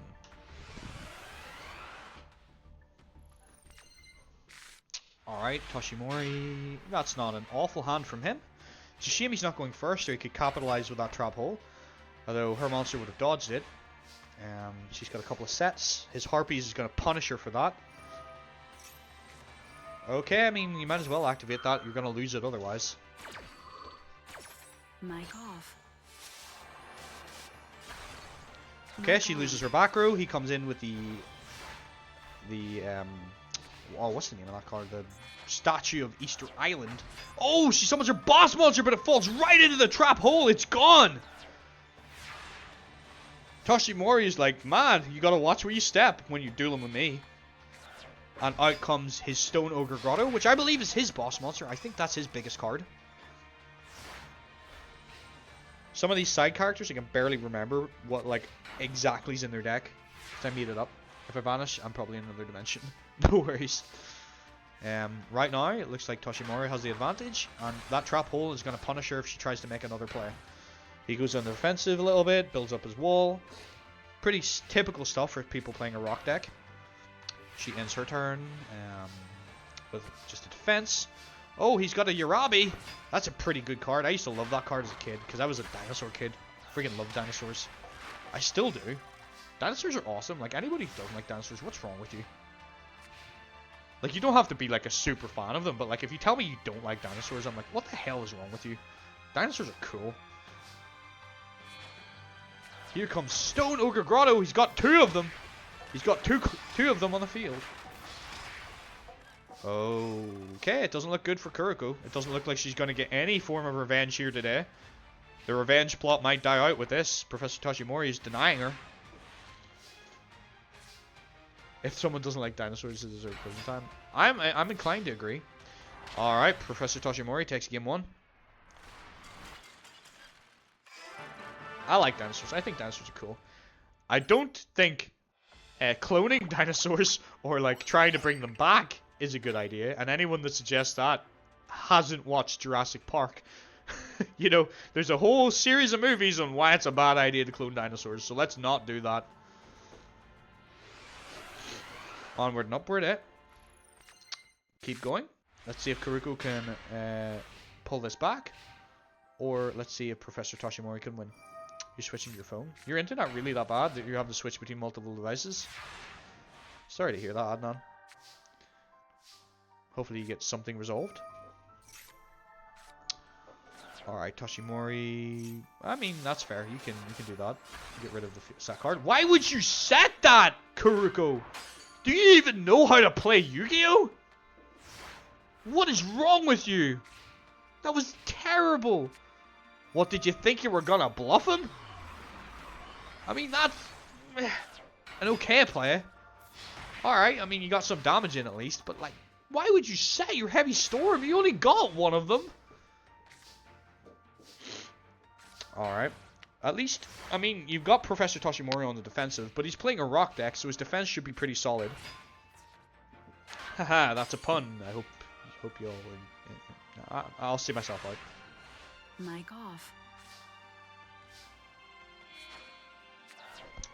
And down comes the Stone Ogre Grotto with its 1600 attack points to smash that Sword Mistress. Let's see if Kuriko can get her boss monster out, maybe turn around. No, she's on the defensive, but she's not out yet. He'll have to clear both of her monsters to prevent any chance of her getting her boss monster out. So gets rid of the cannon. Oh, the mystical elf! I think if she has it in her, if she draws it, she's gonna get it, and he could be in trouble. Does she have it?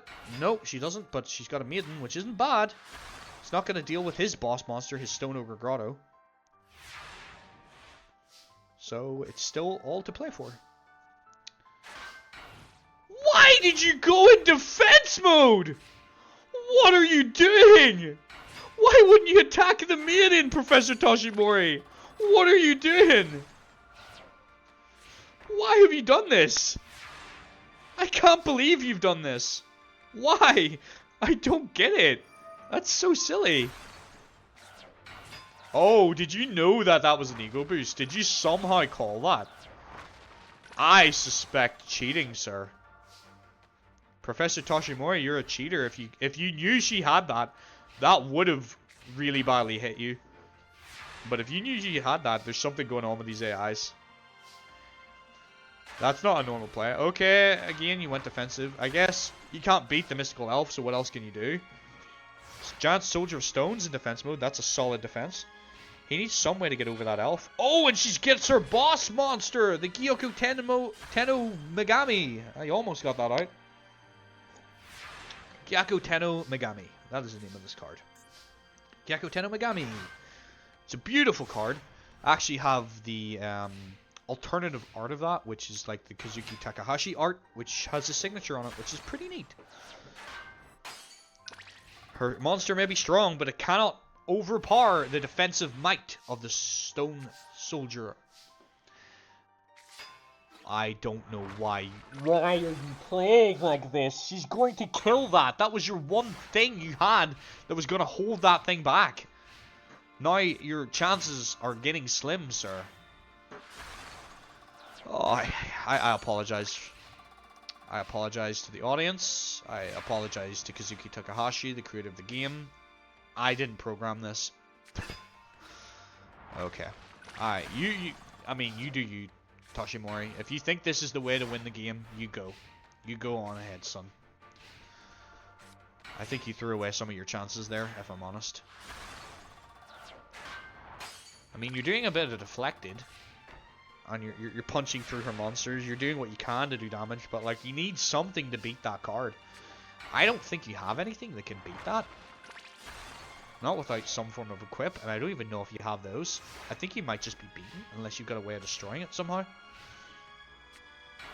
Did he use a dark hole? I'm pretty sure he has a dark hole, right? He's a teacher. I'm pretty much sure he has a dark hole. Teachers got slightly better cards, like staple cards, because, well, they're teachers. They have more money than the students. So, typically, they have better cards. Apart from in cases like Yugi, who, obviously, I've mentioned many times, lives in a game shop, so his cards are good. But compared to most of the classmates, or most of the students here today, Professor Toshimori's deck should be slightly stronger in the regards that he has more money he can put into it. Okay, I mean, all he's doing is just punching through her, and I mean, it's working. Okay, reinforcements. That's bad for you. I think he's lost now. I think that's it. Which means we'll be going to game 3. Professor Toshimori really just threw this game. Maybe he's being nice to her. I don't know. Maybe he's just a nice guy. Nice guy teacher throwing the game. But yeah, he just threw that. He threw hard. We're going to game 3. Alrighty. I don't know that he could have necessarily won that, but like with his Giant Soldier Stone in defense mode, he was at least safe. So I don't know why he did that. That was kind of dumb. Anyway, let's see if it can get turned around.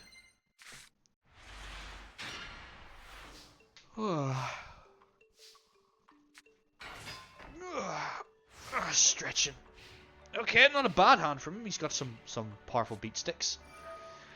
Essentially, I think he can beat her if he's able to swarm and get her before she gets her boss. But if she manages to get her boss out, I think he's in trouble. Alright, he's going to have to do a sacrifice play here. Why would you do that? Are these not as strong as I thought? Okay, never mind. They're not the ones I thought they were. That is the best play you could have made. Alright, I apologize. Credit where credit's due. You made a decent play that time around. Alright, Mystical Elf's on the field. He can't get over that.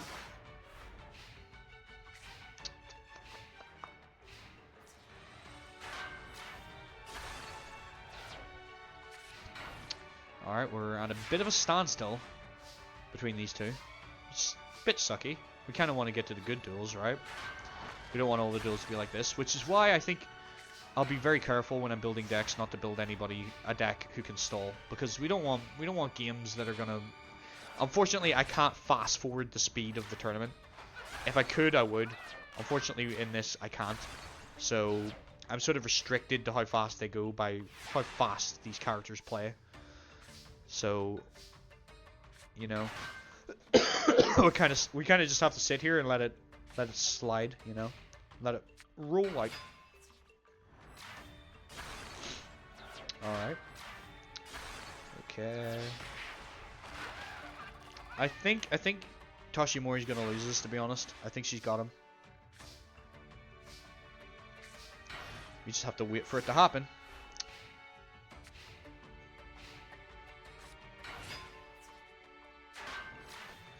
I'm probably actually gonna work on the bracket right now and update it and get the next game planned out. I mean, he did so well in game 1, and then game 2 and 3 he just fell off. I don't know why. Just suffered, I guess. Alright.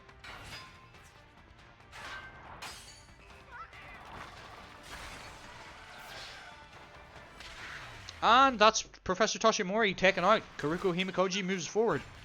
She's getting her chance to potentially take out her...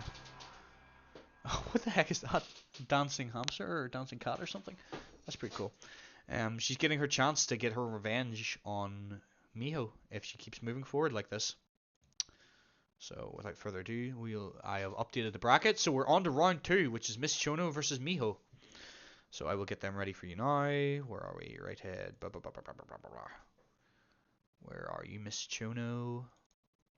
Okay. Versus the left head, which is Miho Nosaka. Right text, which is Miss Chono.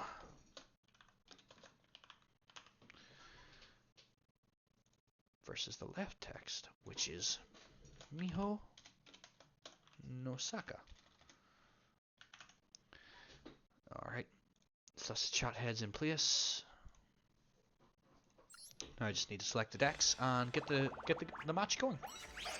I mean, Miho surprised me last game, so maybe she can win this, but I think Miss Chono is going to be a real contender. I think she's going to have a hard time beating that.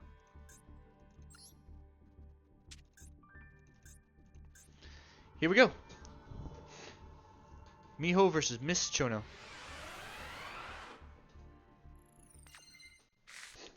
Let's see.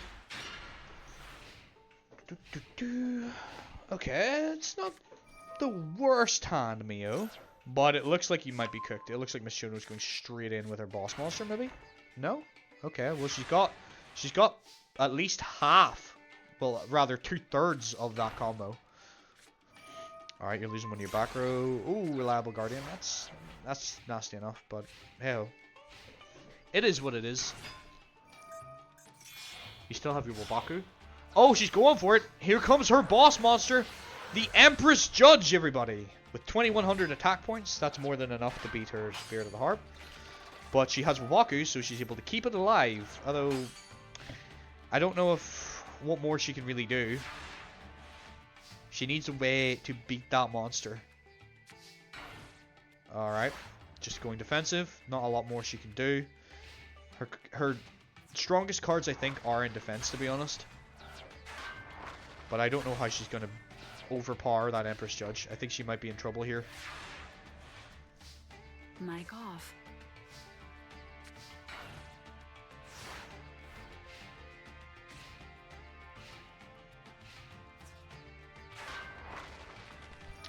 Alright, she's doing a little bit of burn damage. That's something, but I don't think she can beat the Empress Judge. I think she's lost. I'd nearly be tempted just to end the duel early, because I don't see how she's going to beat this, but I could be wrong. You know? Maybe she can find a way. I kind of hope she proves me wrong. That would be interesting. That's what we're here for. Create these interesting moments. By the way, feel free to clip any of this, like anything that you think is interesting. Like, I know Ricky is your boy right now, Adnan. So if Ricky does anything cool, like his turnaround, those are all clippable moments, you know. Those are highlights. So for sure, you can clip any of those. You never expected to be this pulled in Yugioh. Oh, you're invested? I'm glad to hear it.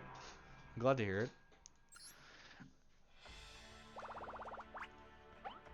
I'm glad you're enjoying the series.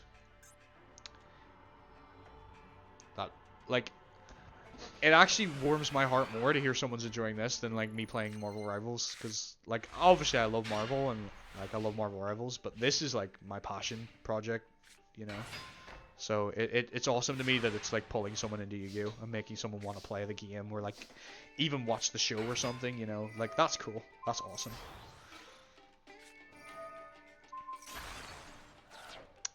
Okay, that did not go well for Miho. She lost her equips card and her monster, and she's in a bad position right now. Is it my sexy commentary that is pulling you in? Or is it the actual games themselves? Or a combination of both? If Yugi doesn't win this tournament, I'm going to crack open a monster and send myself to the Shadow Realm. Steph, did you see Yugi's match? He, like, 2-0'd his opponent really quickly. Yugi is definitely probably the strongest deck in this tournament, I would say. But that doesn't necessarily mean he can't, you know, he can still lose if he bricks. But that's about it. It's gonna be Ricky. Like, this is like sports, but better and cooler. Yeah, like, I look at this like, right, I don't think I'm part of a generation, like, maybe you guys are, like, more into it, but I feel like most of us here are nerds. I don't think we're the generation that's gonna sit and watch, like, a football match, right? But, like, I 100% will sit, like, on a Sunday afternoon and watch a Yu-Gi-Oh! Tournament between AI characters. Like, that to me, this is our Super Bowl, guys, you know? This is my Super Bowl. We haven't quite hit Super Bowl level. We're still at, like, you know, Playground Yu-Gi-Oh! But, like, this is what this series will be, I hope. You guys tune in on a Sunday to see the result. Sam disagrees. Well, of course, he likes football. But this is my... Besides, that's Samuel. He would disagree even if he didn't disagree, because that's just who Sam is. And we love him for it. So thank you very much, Sam. I hope you're schooling those two kids in Magic right now. Last football stuff I watched was when the World Cup thing happened in Morocco. Yeah, like, I'll watch... like, I don't hate football. Like, I'll maybe watch the World Cup. That's about it. I like playing football, but I'm not really invested in, like, watching live football, you know? It's not really my thing.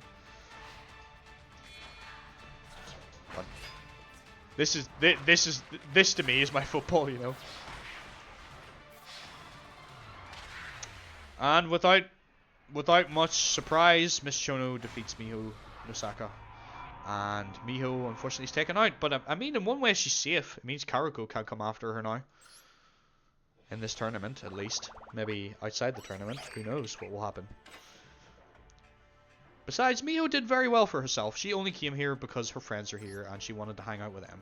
So she did okay getting to round 2. I think. There's some people who, like, needed to get to round 2 and didn't. So, you know, better that than nothing.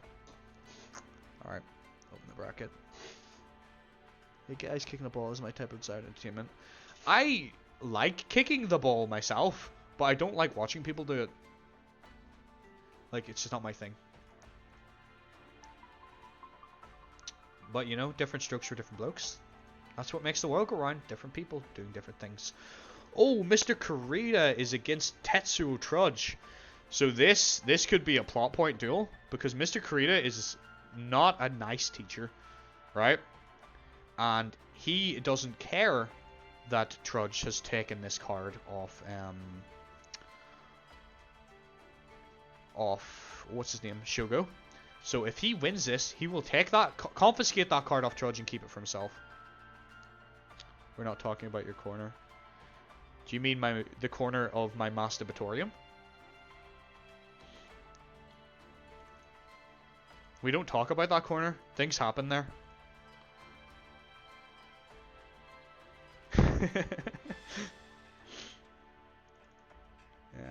Okay. Tetsuo Trudge. Kill the teacher. Well, it's kind of a double-edged sword, because if Trudge goes through, like, it means there's less people who can get that card back for Shogo. And if Trudge goes through, looking at the bracket right now, he faces Miss Chono, and she's another nasty teacher who she will take the card off him. And if he gets through and Miss Chono wins this match here, she will take the card for herself and Trudge will be expelled. So neither of these matches are good for Trudge right now. Is it tournament legal to pull out a gun? Unfortunately not, no. It would be funny though, right? Maybe that'll happen later in the story, who knows? There's some bad people in the Yu-Gi-Oh world. So I wouldn't put it past any of the characters to potentially do something dangerous later on.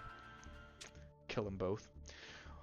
Yeah, I think this is during this bracket, like, we're actually going to be rooting for Trudge, because it's actually better if Trudge wins than if he loses in some ways. Where's Mr. Kurita? Haven't seen you in a little minute. Where are you?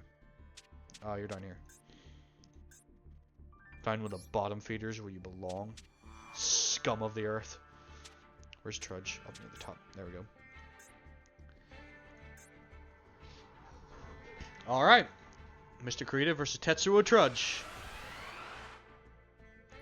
Exodia pull out the 9.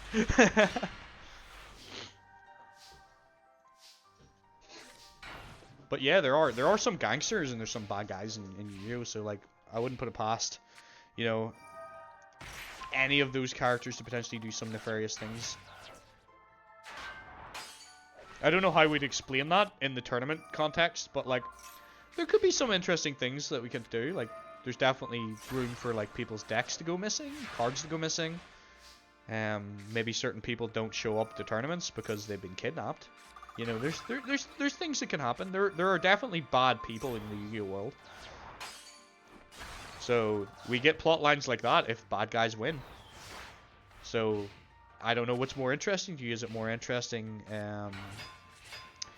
Is it more interesting if Yu-Gi-Oh, if like the heroes win, or is it more interesting if the villains win?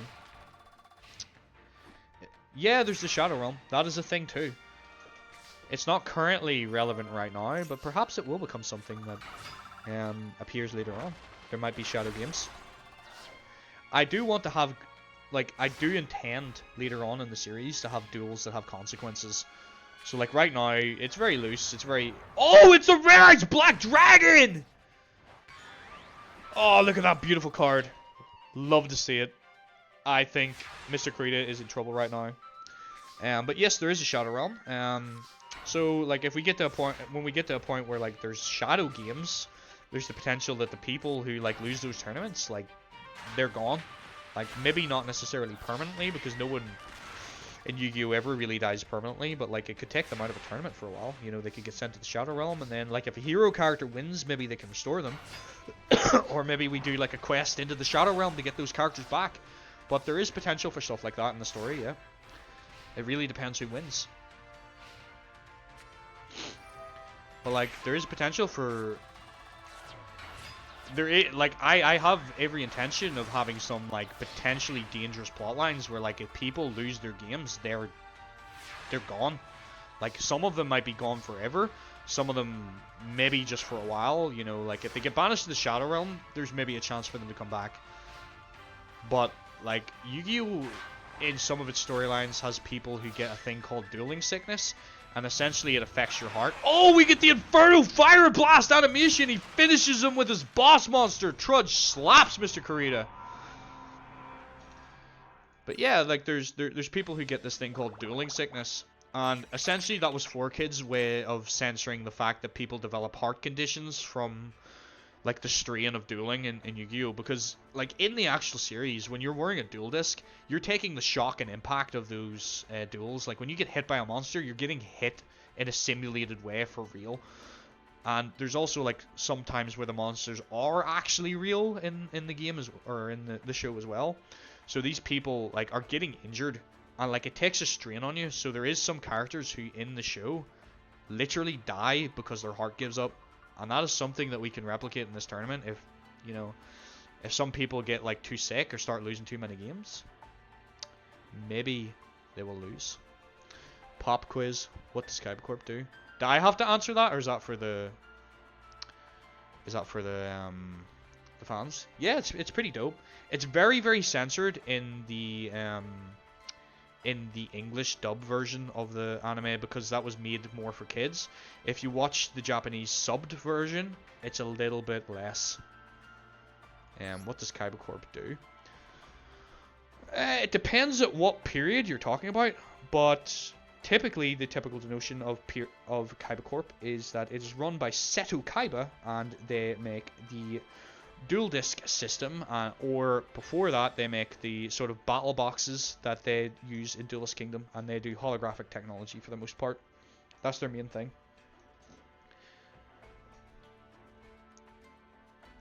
I can't wait for you to find some really obscure reference that says that I'm wrong. Oh, what am I doing? I don't need to change the decks. They're going again. Let's see if Trudge can win this. I mean, during Seto Kaiba's father's time, Gozaburo Kaiba, Kybercorp was originally a weapons manufacturer and made weapons for the military, which is where the damaging technology kind of comes from and how Kaiba was able to implement it. Because in the manga, Kaiba has this shadow game with Yugi, and the monsters come to life, and Kaiba finds this exciting and exhilarating, so he wants to replicate that using hologram technology. And that is where the idea of the battle box came from, which became the like duel arenas in Duelist Kingdom in the manga, or in the anime, which then developed into the dual disc holograms. Oh my word, Adnan, I appreciate you being here if you've been awake for 25 hours. Be sad to see you go, but like, man, go get some sleep if you've been up that length of time.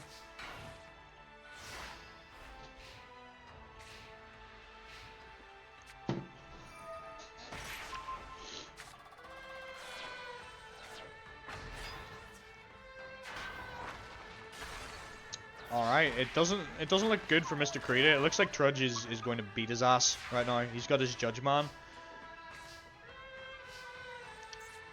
This is actually Trudge's genuine boss monster. This is the best card in his deck that he actually owns. But most of the cards that Trudge has actually acquired have been like from other students he's beaten. It's always fun joining.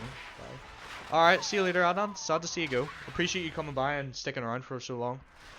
Yeah, you can catch up on the VOD. I'll let you know who wins if you're interested. Or I'll keep it a surprise if you'd rather find out for yourself watching the VOD. But thanks for coming by, I appreciate it. Alright. That was a wipe. Trudge takes him out. Not a problem to Tetsuo Trudge. He's a very, very strong contender in today's tournament, it seems. Has he TO'd all his opponents? No, he had a bit of trouble with Andrew. Alright, he's got Miss Chono next. So next we've got Christine versus Daniel. Daniel is the Dungeons & Dragons guy, and Christine is the bird girl. So let's get into it. Christine? You can be on that side. Oh, Blaze, you're still here. You big lurker, you. And Daniel, the Dungeons & Dragons guy, on the side.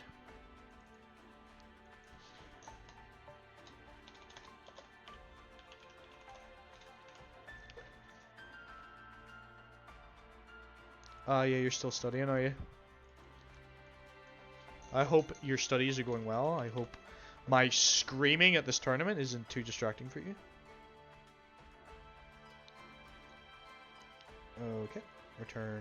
Oh, goodness. I am hitting all the wrong buttons. Alright. Now I just need to select the duels. So where's Daniel? Daniel! Where are you, son? There you are. Versus Christine, who is somewhere in this bracket. Can you imagine how much worse this is going to get when I have like 1,000,000 characters in here? It's going to be hard to find people. I'm going to have to think of a system of like sorting it per tournament. Maybe I like remove the decks that aren't going to be in the tournament and keep them. I can keep the files and reload them later, but that could be a pain as well. I don't know. I'll figure it out. Don't you worry about it. It's my trouble. Alright, so Daniel versus Christine. We're getting to see Daniel's point of view this time. I'm rooting for Daniel. I think Christine's a fine duelist, but Daniel's my guy. I like him. He's fun. I had a bit of fun building his deck, because, like, a lot of these characters, like, they maybe had kind of rough ideas of decks from games, or like they just didn't have any real like specific deck. So I had to kind of make decks for them. So that was a lot of fun for me, trying to think of like what I think these guys would use. I was just looking through the normal monsters, and I seen like a theme in like cards that like could be from tabletop RPGs. It's like, okay, let's make this guy a deck that is based on Dungeons and Dragons. So, you know, I did my best to pick what cards I felt would be relevant, like elves and like gorgons, dragons. You know, typical classical D&D monsters.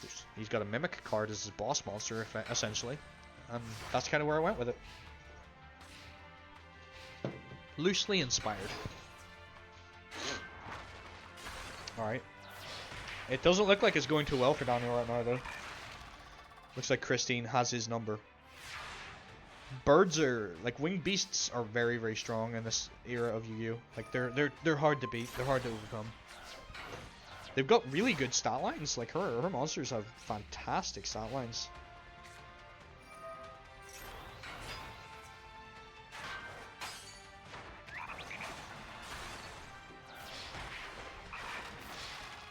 Well, that was relatively quick.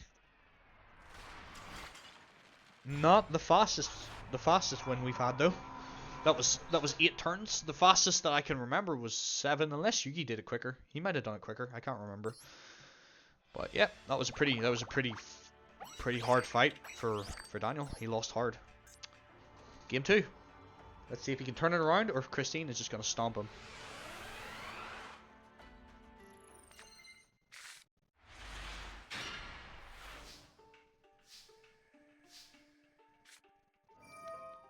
Okay, pot agreed.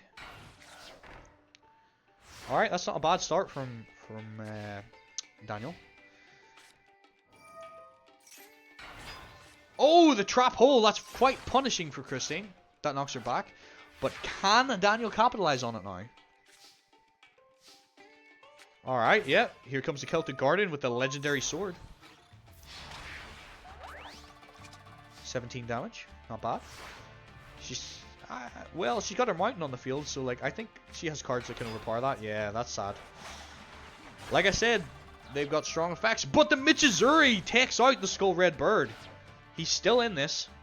Daniel is not going down easy. He is fighting back. Here comes a man eating treasure chest. 16. I mean, he's biting at her rightly.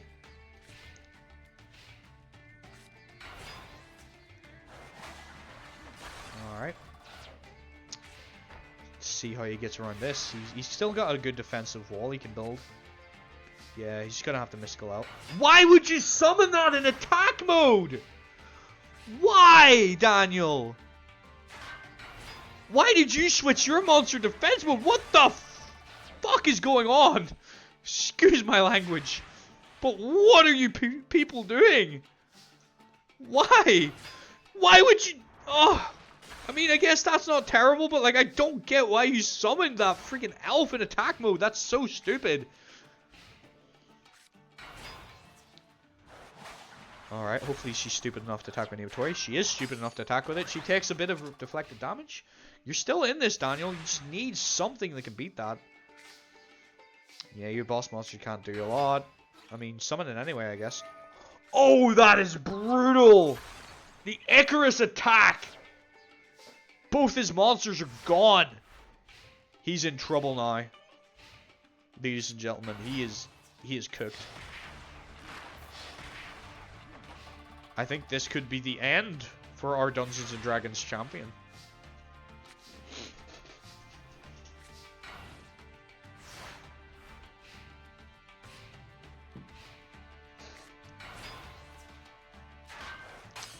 I mean, at least she's stupid enough to attack with a low attack point monster, so you're getting a bit of deflected damage in there. I guess you just keep punching the weaker monsters, but I don't think that's going to be enough for you to win this. Or just play defensive. Yeah, that's an option too. Oh, here comes the monstrous bird with 2200 attack points boosted from the mountain. You're in trouble now, Daniel. I think next turn, you've got to make a play. You've got to do something this turn or you're out. Alright, that's not really going to help. You're done. Alright, I'm calling it, folks. Daniel is out of the tournament. Christine will advance to top 8. Next will be Mayumi versus Mr. Potato himself, Scud.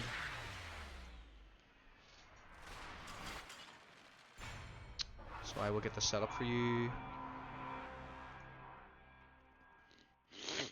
Mr. Potato versus Mayumi, the girl who had a little bit of a crush on Joey. Sadly, Joey didn't even get to advance in this tournament, so they never actually met up. So she never really got a chance to say anything to him. But maybe if she wins the whole tournament, maybe then she gets something, you know? Who knows? We do have a couple of romance plots. One of them advanced, so that's something, right? What was I doing? This is the right text, which is Scud. And the left text, which is Mayumi.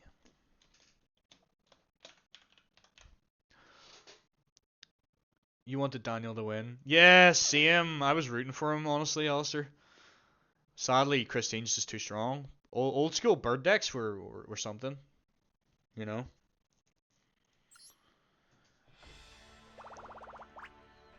Alright. I'll get these characters selected. We're getting through these rightly. I hope the wait time between duels isn't too bad and you just don't mind this. Okay, I don't know of any way I can do this any faster. Other than just being better. Which I'm working on. Yeah, I'm sad to see Daniel go. I liked his deck. Another one I liked was I think it was Andrew, wasn't it? The guy with the... Hold on, I'm gonna very quickly put this on the screen for a sec. Yeah, I liked him. Oh goodness. Where was he? Seen him in here. Is that him there? Yeah, I liked Andrew because he's a mythological deck. I liked him as well. Like I liked those were two of my like more fun characters to make. Like I had a lot of fun making them. So it's sad to see them gone. But lo and behold, the tournament must go on, and it looks like Scud's doing really well, which I'm surprised. I did not think Scud was going to do this well. Like he has some good cards, but like his deck's not great. So I honestly think we could be seeing Mr. Tato Scud, honestly.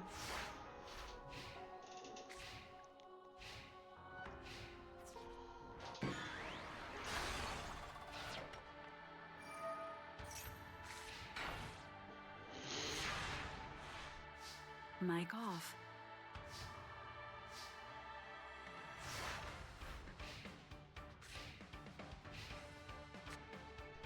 Mic on. Alright.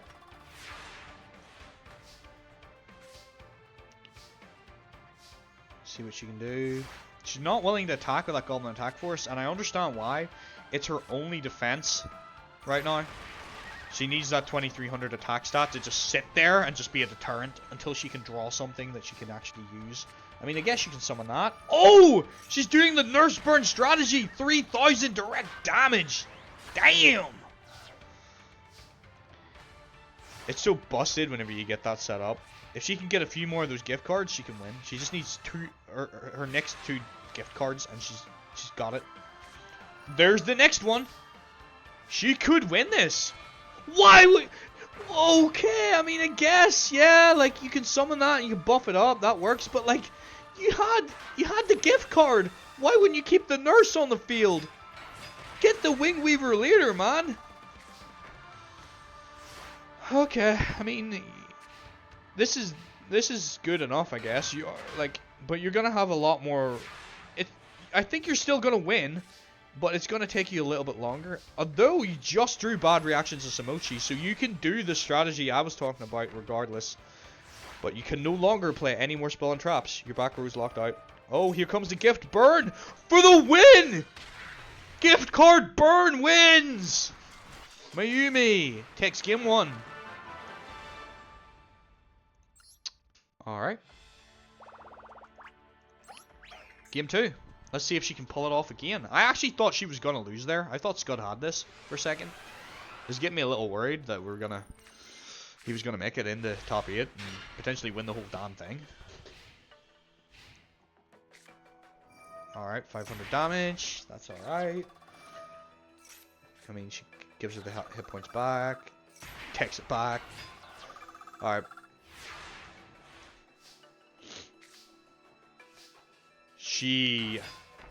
Why would you put both down? You can use both.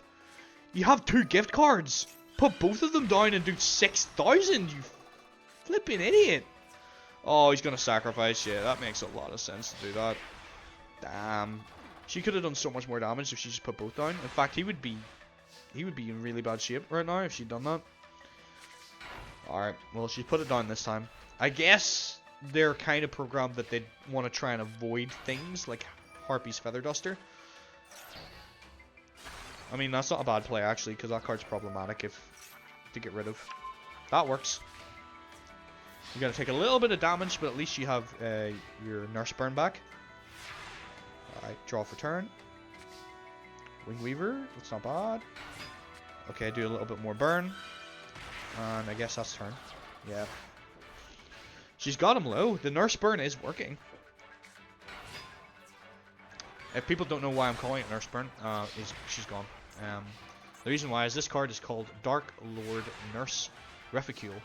It used to just be, I think it used to just be called Nurse Reficule, but they added it to the Dark Lord archetype, which came much later in Yu-Gi-Oh's history. A little bit of trivia for you. Alright, she's still very much in this, and it seems like he's struggling a little bit now.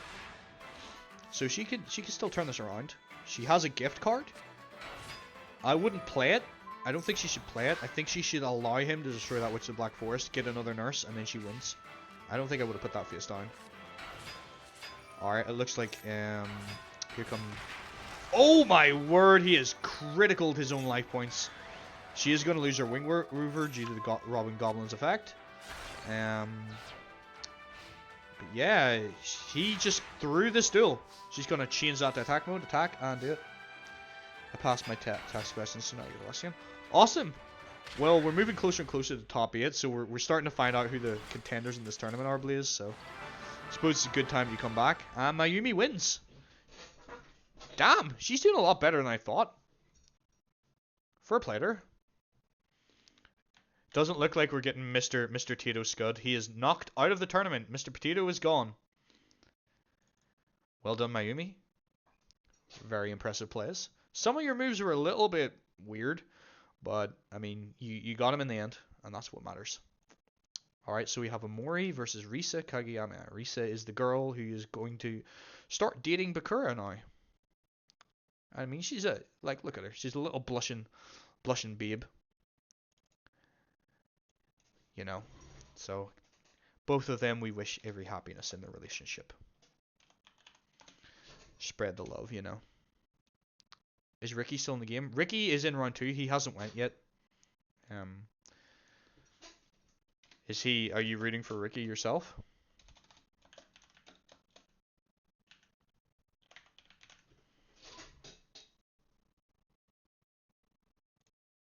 All right. That should be both the faces correct. Yep. Now I just need to find their decks and get it. Stop. Never gonna give you up. Should I, if Ricky wins, should I replace his face with a picture of Rick Astley? Is that, like, are we just gonna turn this tournament into a series of memes? Is that the way we're going?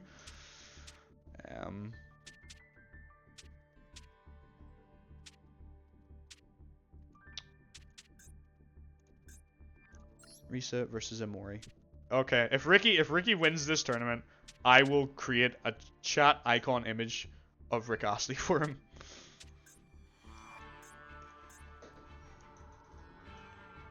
I might regret saying that, because he could very well win this, given how he turned that around on Georgie. That was a good game, though. Like, that's definitely a highlight of this tournament. That's my favorite moment so far, is that game. That's the thing that could be kind of like meh about these tournaments, is a lot of the time you can get a lot of like games that are just very mediocre and just normal Yu-Gi-Oh, but every now and then you get a golden nugget like that, and that's what it's all for. You know, that's what we're doing it for, you know. We want those more of those golden nugget moments.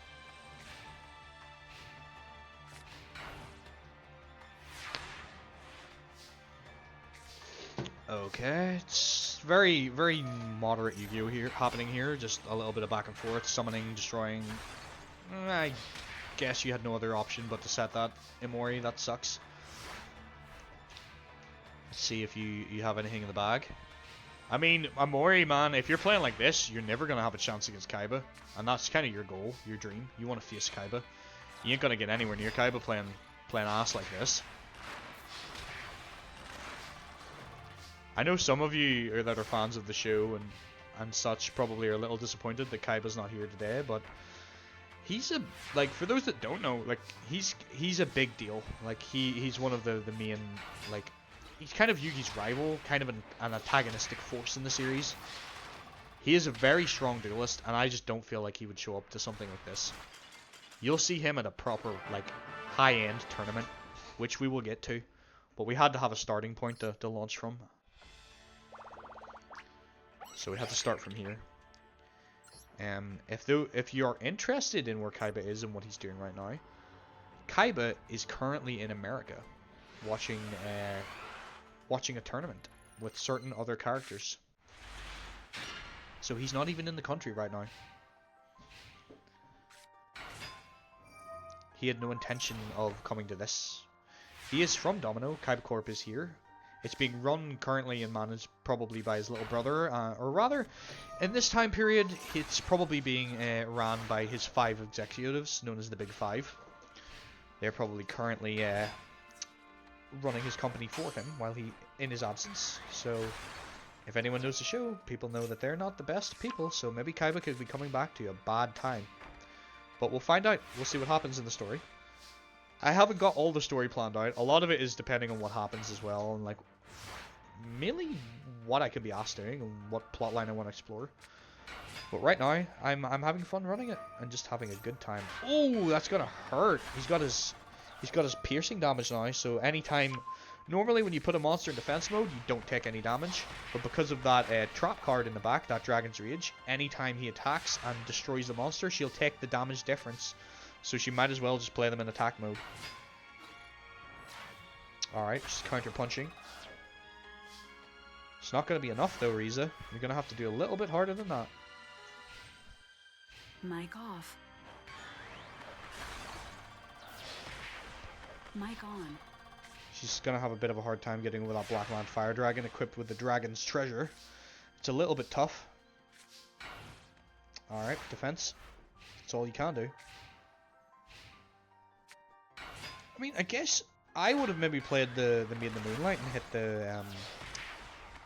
the Petite Dragon. At least do a little bit of damage. And you're going to have... He's doing piercing, so there's no point playing defensively. Yeah, that's the move. I think you've lost anyway, though. Right? If he summons another monster, you've lost this round.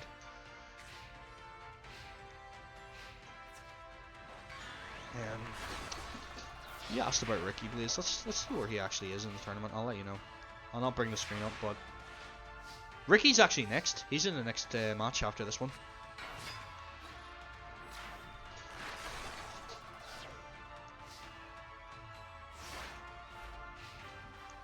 I suppose that's the sucky part of these tournaments, is if you have a character that you're rooting for, like, you lose a lot of incentive to actually watch when the character loses. Because I know Alistair really wanted Daniel to lose, and I don't think he's particularly invested in the tournament now that his guy lost.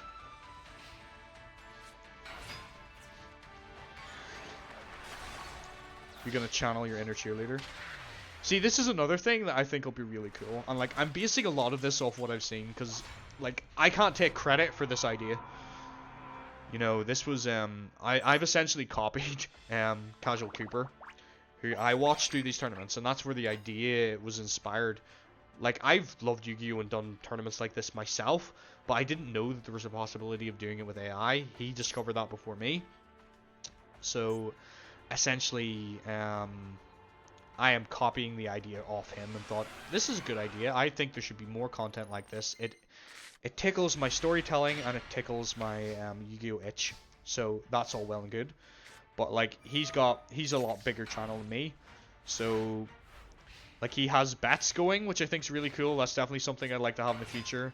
And also like you can have custom emotes for different characters. So like if you're cheering for Ricky, we could have like a Ricky like face emote that you could start spamming in the chat.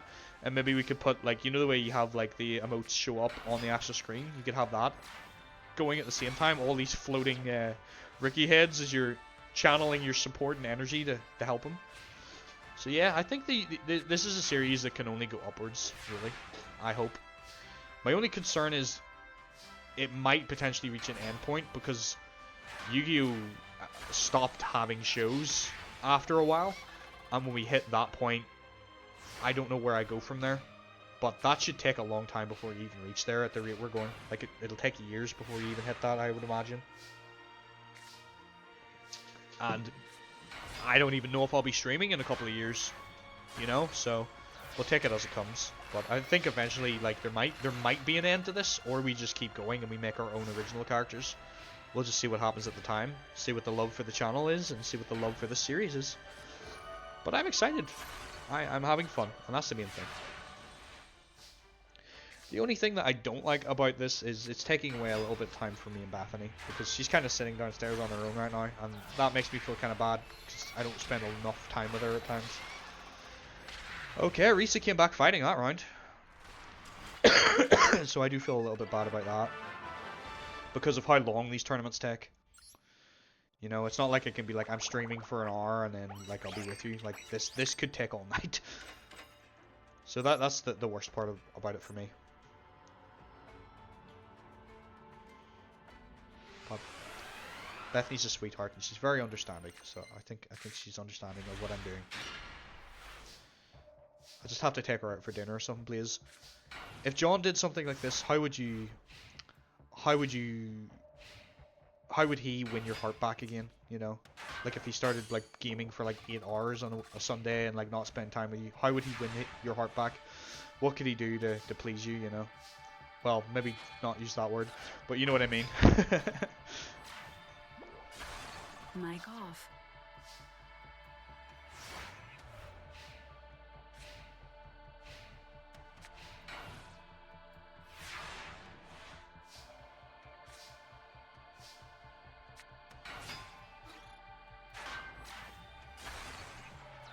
Mic I have to say though, we both game separately all day long, all the time.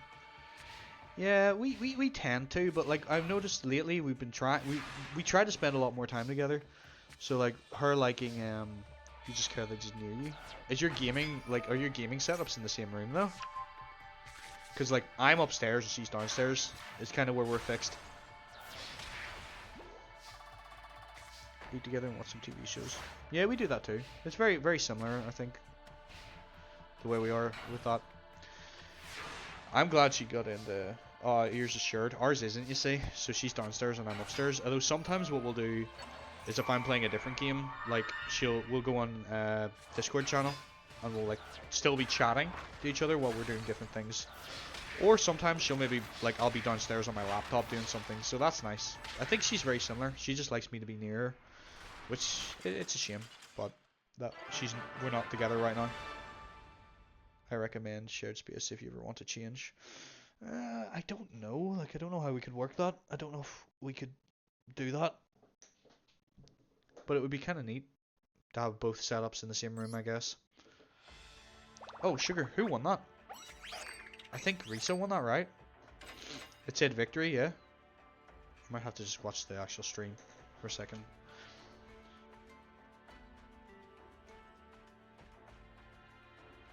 Actually won. Oh, it's taking ages to load. Oh, it's too late, I missed it.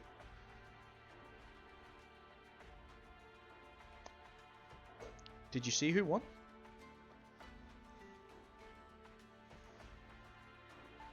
So, the biggest bedroom has a game room, so plenty of room for listeners. You see, You didn't? Okay, I'm gonna have to see if I can go back.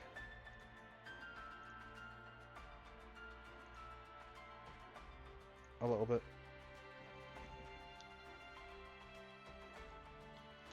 I'm pretty sure she won. Overall. Or am I wrong?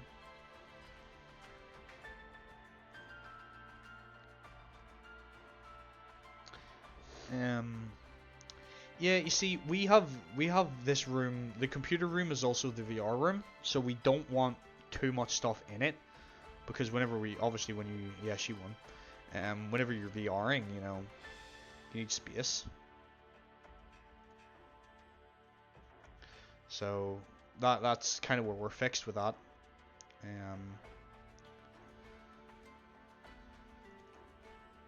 But it would be nice to have a shared space. I think that's a lovely idea.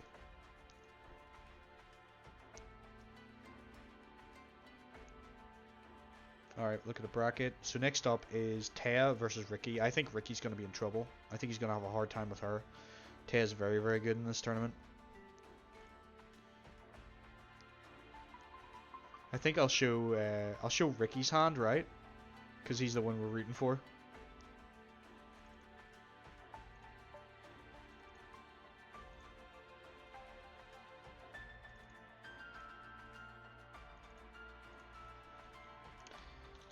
Yeah, I feel a bit bad that she's sitting down there on her own, you know. But it's just one of them things, you know. Can't do a lot about it right now. I just have to make it up there somehow. Alright.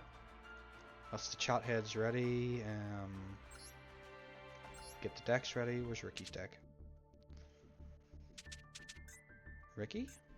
Versus... Where is she? Taya. I will start the duel. I will be right back. I need to go to the toilet again. BRB. Mic off.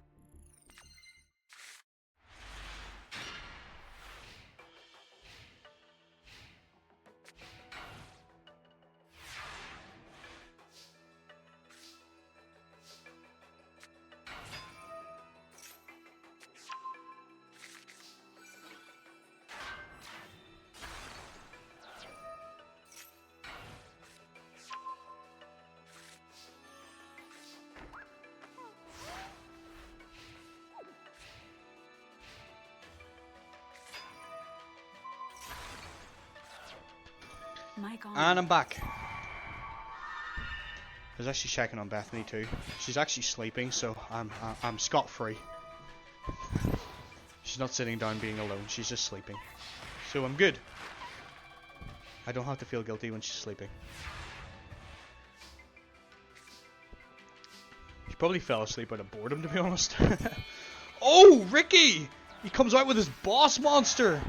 Is he going to turn this around like he did all his other games? Oh, and he has the insect armor and the forest. That is the strongest his card's been. Yeah, she's having a little nap.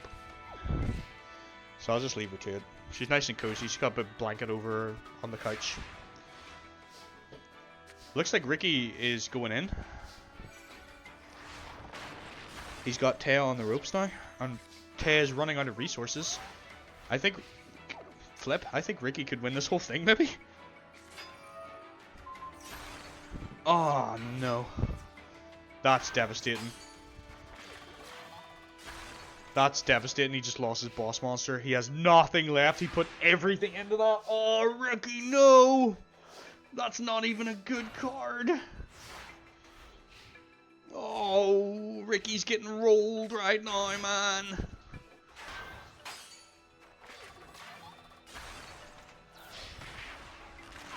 Come on, Ricky. We need you to pull something.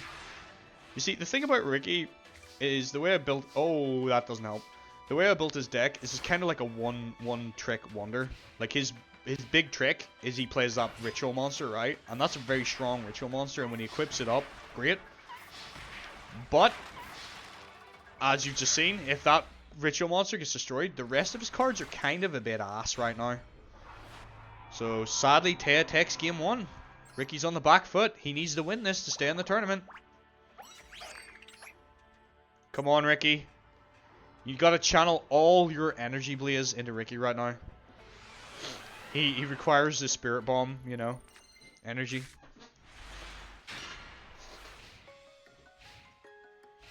That's kind of an ass hand, I'm not gonna lie, although the dark hole's nice.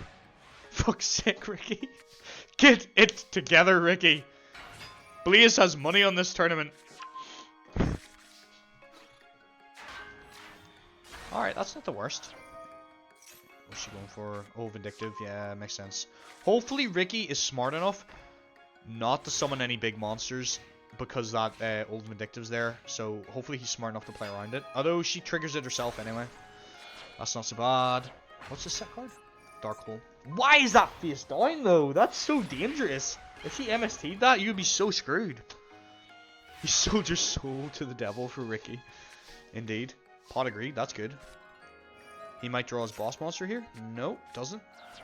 It's kind of forced to use the Dark Hole, honestly, which is a shame. But at least he has, like, that's not a bad attack stat line for this level of Yu-Gi-Oh. 1800 isn't bad. It'll do something. All right, she gets she gets one of her equipped cards back, rather. That doesn't take two. Defensive. That could be dangerous because she's got all the Vindictives in here, so he needs to be careful of those. Apprentice Magician, which will get her Magician of Faith or another Apprentice Magician. Went for Magician of Faith, so she's going to get a spell back. Wonder what she's going to take. Another equip card. Alright, she wants all her equips back, I guess. She's planning something. She's building. Ricky hasn't drawn his boss monster, which is a little bit concerning. Oh no, that's gonna be bad. That's not good, Ricky. You lost the strongest card in your field, and that is one very powerful friendship. Like, Yu-Gi-Oh is all about the power of friendship, but goodness, that's pretty strong friendship right there. Now the question is, can Ricky defeat the power of friendship? I don't know that he can. I mean, that's gonna help. That's gonna weaken it. But I think the power of friendship will triumph this day. I think Ricky's in trouble. Because, yeah, she just plays that and she gets it right back. He destroyed it for nothing.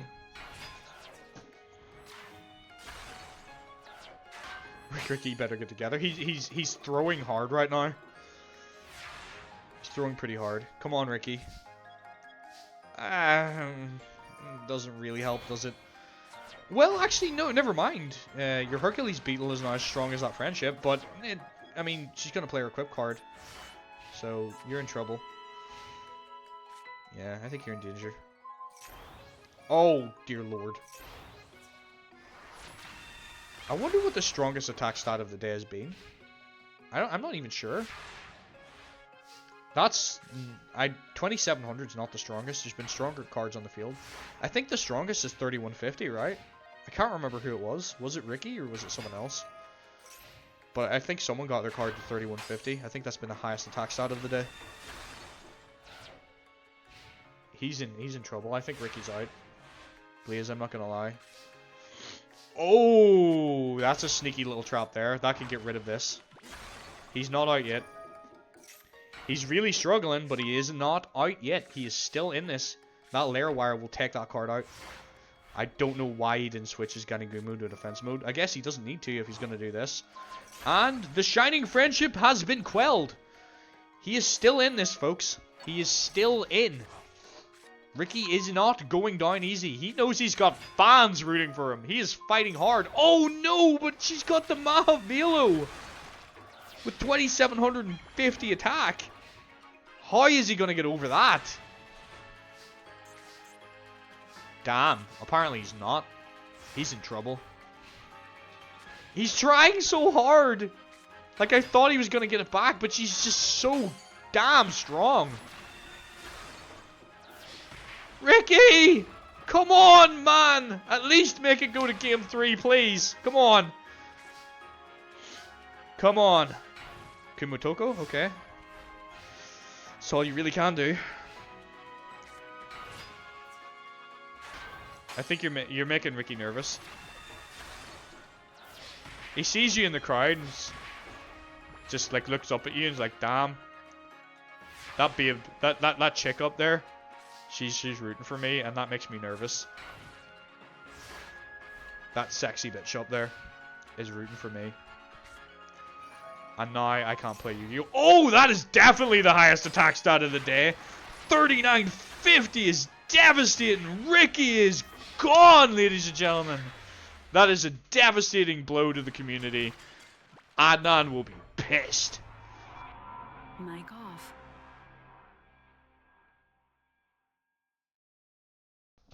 Mic on. Ricky has lost. Gets 2-0'd by Taya, who will move on to the next round. It's sad to see it. Ricky certainly had the most exciting games in the tournament so far. I think his duel with Georgie was definitely a highlight. Now we have Beluga versus Gorgon. Let's get to it. Gorgon, Snake Guy. I'm surprised Gorgon made it as far as he did. Like, I don't think his cards are very good. Beluga. Alright. We actually have quite a lot of, like, not so good people in this tournament who have made it quite far. Well, Ricky, we're not getting married. No, we're not getting the marriage plotline. At all with Ricky there, are we? I mean, Ricky did okay. Like, he had a great game against Georgie. But Taya is just too good. Again, she was taught by Yugi. And you seen how quickly Yugi won his match, right? Like, it was pretty damn quick. Probably the quickest match of the day, I would say. Right. Now I just need to get stacks. And I think I'm gonna start this, and I'm gonna go get some. Oh, I don't even have any. I was gonna say I was gonna get more cough medicine, but I'm friggin' out of it, man. Oh, damn it! All that shouting's hurting my throat. But I will suffer for this tournament. And I'm in before someone says, "Oh my God, we get it. You're sick. Get over yourself." Mic off.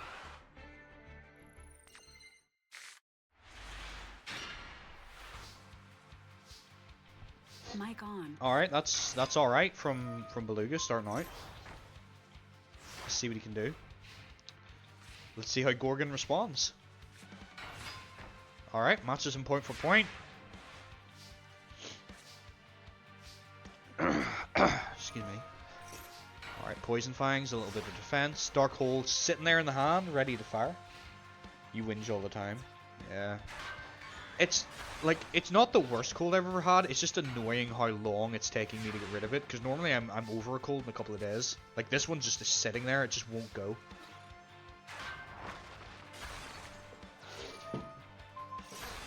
Oh, Michizuri! That's very punishing for Beluga.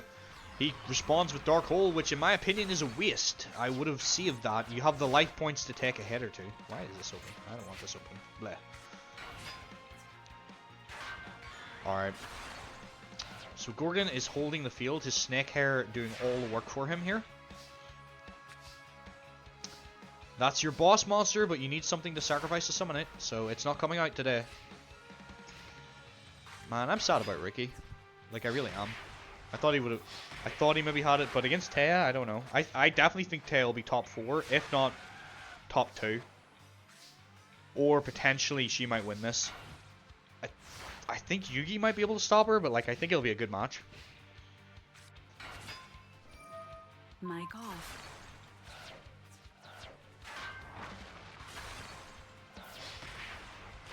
Mic on. Beluga's getting his ass beat by Gorgon. The snake guy is proving his worth. Yeah, Beluga, you're cooked. You're cooked. You're losing game 1.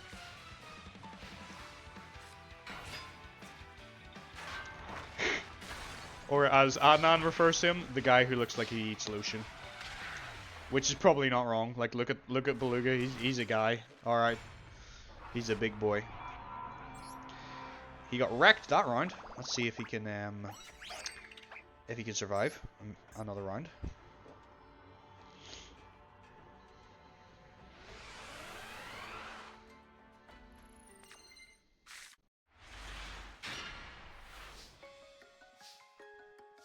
Okay, that's not a terrible hand. You can do things with that. You're starving. Yeah, it's getting near dinner time, like, isn't it? Get a wee feed, are you? Get a wee cheeky chinkies or something? I might eat lotion at this rate. Fair. Fair. Trap hole takes away his boss monster from him. Damn! Gorgon just has all the answers right now. It doesn't seem to matter what Beluga does. Like, I think that's why Gorgon's winning. Like, his tactics are just too good. He's quite a tactical duelist. He doesn't have the strongest monsters, but they're supported with his spells and traps, and he's just destroying anything Beluga throws at him. The prevent rat, that's not a bad plan. 2000 defense, should hold.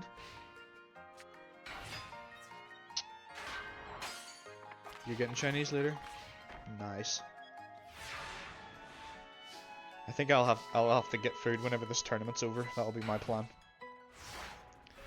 This is a good tester as well, because it's going to let me know roughly how long these tournaments take. I think they might get faster as time goes on, because, like, the matches will be faster. Like, this is, like I said earlier, this is old Yu-Gi-Oh, so it's quite slow-paced. But I kind of anticipated this taking maybe about 6 hours, and we're not far off. It's a long-ass stream, guys. I appreciate those of you that have bared with me through it. And it's really nice of all the people that did show up, even if they're not here right now. I think a lot of people have, like, signed off, which I don't blame them, because this is long, you know? So, people have busy lives. But it's cool of all those people to show up and say hello. Even if it only was for, like, 5 minutes or something, you know?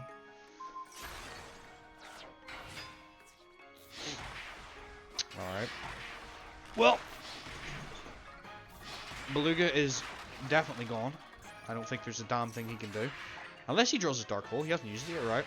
If he draws Dark Hole, he needs Dark Hole or die. Yep, no, doesn't drop. He is cooked. Well, without further ado, I'll move Gorgon along in the bracket, and I'll start getting myself geared up for the next match, which will be Yugi once again against Karuko Himikoji. That will be the next match. Beluga is out. So this is how our bracket's shaping up right now. So we have Yugi versus Karuko. Yep. Let's see who will make it to top 8. If Yugi does not make it to top 8, I'll be really friggin' surprised. There is something that is difficult though in these tournaments. Is it's hard not to be biased, because there's certain characters that I obviously like from the show and I want to win. So it's really hard not to be biased. But like if he doesn't at least get into the finals, I'll be very, very surprised. His deck's very strong. And I think it's because I am a little bit biased and I made his deck that little bit better than other people's maybe. I'll just start this and then I'll put the faces on as we go. Just trying to find ways of doing things a little bit quicker. Can do it live. We'll do it live. Where is Yugi? Look at that cute little guy. That's a cute little photo of him when he's very young, you know.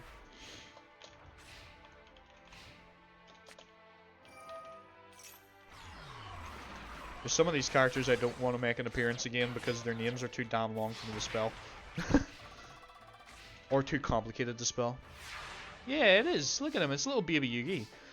And for fans of the show, like, this is... In my world, Yugi does not have the Millennium Puzzle right now. So, we don't have Yami Yugi. This is little Yugi fighting all on his own. Showing how good he is at the card game, without the help of the Pharaoh. There'll be a way to well, it's not necessarily that he doesn't have it. I haven't quite decided, but he hasn't completed the puzzle right now. I was thinking that if Yugi wins this tournament, maybe something will happen. You know? Without giving too much away.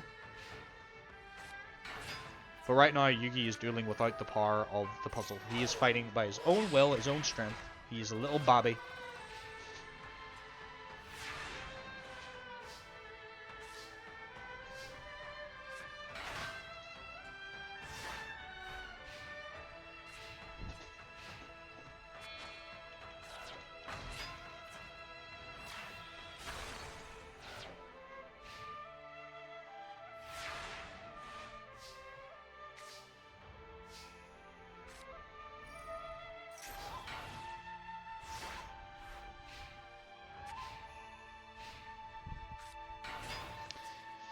He's actually not doing as good in this particular match as I thought he might. He's holding his own, but like he's kind of getting pushed back a lot.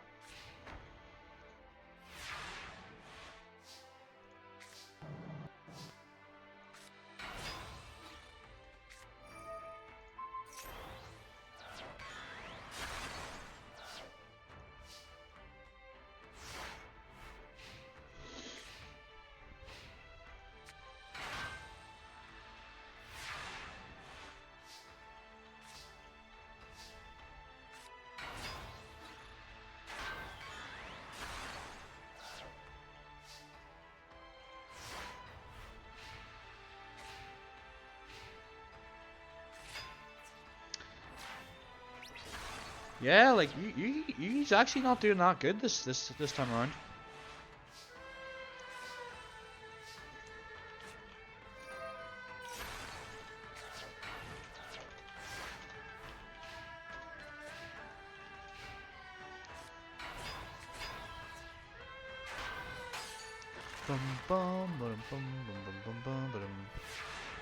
Sorry, I'm not paying much attention to the duel because I'm actually searching for something right now.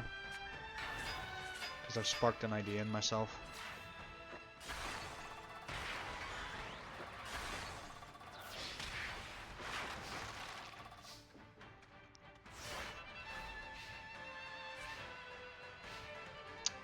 Okay. Yugi, if you win, we're getting married? I mean... Fair play to you. Look at him though. Like, isn't he adorable? And he's doing so well. I'm so proud of him. Yep, Yugi takes game 1. He had a little bit of a rough time getting into that game. Or maybe he was just being nice. Maybe he was intimidated by the pretty young woman sitting across from him, Kuroko, although maybe pretty in the face, but ugly in personality. I'm gonna move her name over slightly because it's covering her face. Yeah, let's see if he can take it in game 2. I definitely think he's gonna win this game. Whether or not he's going to beat Taya is the big question. I think Taya is the next closest person to winning this. And maybe Trudge. Trudge is pretty like good as well. I think they're definitely going to be people in top 4. I think. And maybe that girl, Christine. I think that could be our top 4. What? Who knows? We'll find out. Oh, Yugi summons a sandwich! Look at that! Look at that monster. Isn't that adorable? I love that monster. He's so derpy. Look at him, just chilling. Leaning against a rock. I didn't think he was ever going to summon that today, so it's nice to see it. Oh, but he gets punished by the ego boost. Oh, poor Yugi. I don't know if I would have swords there. I don't think you need to. Just let her destroy your witch and get another card. But okay, if you think that's necessary, Yugi, you do it. If you feel a little intimidated by her. Alright, polymerization in the hand. Can't fuse anything with it. Takes a little bit of deflected defense. Yeah, that's all you can really do, Yugi. Maybe if you draw the Sangan, you can get your sandwich back. Nope, spell shattering arrow. Alright, you're clearing some of these monsters out. That's all you can do. Yeah, Yugi's a little bit disappointing in this match. Like his first game he absolutely dominated, but he's not playing bad, but like he's not really drawing what he needs. Oh, but he draws the Sangan! Proving me wrong. He polymerizations, fusion, summon, sandwich! I think that's the second strongest card he has right now. Oh, and he uses the effect of his witch to get Summon Skull, his boss monster, onto the field. Yugi is coming for this. Too focused on the sandwich to pay attention to magic. Fair enough. Look at Sandwich. Look at that guy. What a little dude. He's vibing. The Summon Skull's on the field as well. Oh, and MST takes out the back row. She uses it, which is it doesn't really actually help her. But I mean, I guess you might as well activate it. You've nothing to lose. Alright, Sandwich takes out the Fairy's Gift. Summon Skull takes out whatever that card's called. Lunar Queen El Zayam. And Kuriko is on the back fence, but Yugi is showing everything right now. He has no surprises in his hand. If she wipes him, he's going to be in trouble. Who's winning, Magic? If it's not Sam, I'll be very disappointed in him.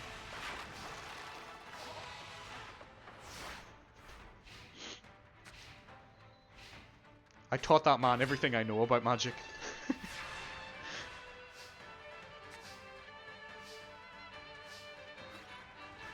And Yugi goes for the kill. Oh, but he gets ego boosted, but it doesn't matter. It only buys her an extra attack. Summon Skull for the win! Yugi advances to top 8.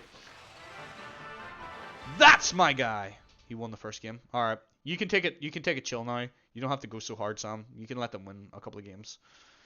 As long as you don't let Steph win, that's the rule. Steph is not allowed to win Magic. And the reason we make that joke is our buddy Steph has never won like a full game of Magic. Unless that's changed from when I stopped playing. But like, whenever I was playing, he'd never won a game of Magic. So we made it a point to make sure that he never does. Anytime we play, he's not allowed to win. Alright. Next we have Miss Chono versus Tetsuro Trudge. This next game will be another kind of plot point game. So if Miss Chono wins this, she will take Trudge's card from him, the Red Eyes Black Dragon, keep it for herself, and he will be expelled from Domino High. Because she will use any excuse she can to get students out of the school. She has that level of power and authority. Without further ado, I'll get these characters set up. So we got Trudge. We have Miss Chono. Where are you? You're there. Alright. Then we have Miss Chono.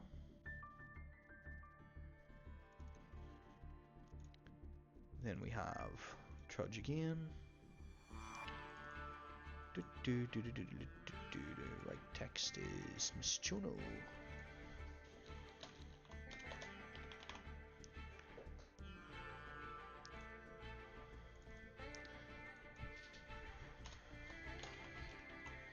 I appreciate that you guys just have me on in the background while you're playing your game of Magic. That's kind of neat. So you just hear my occasional screaming.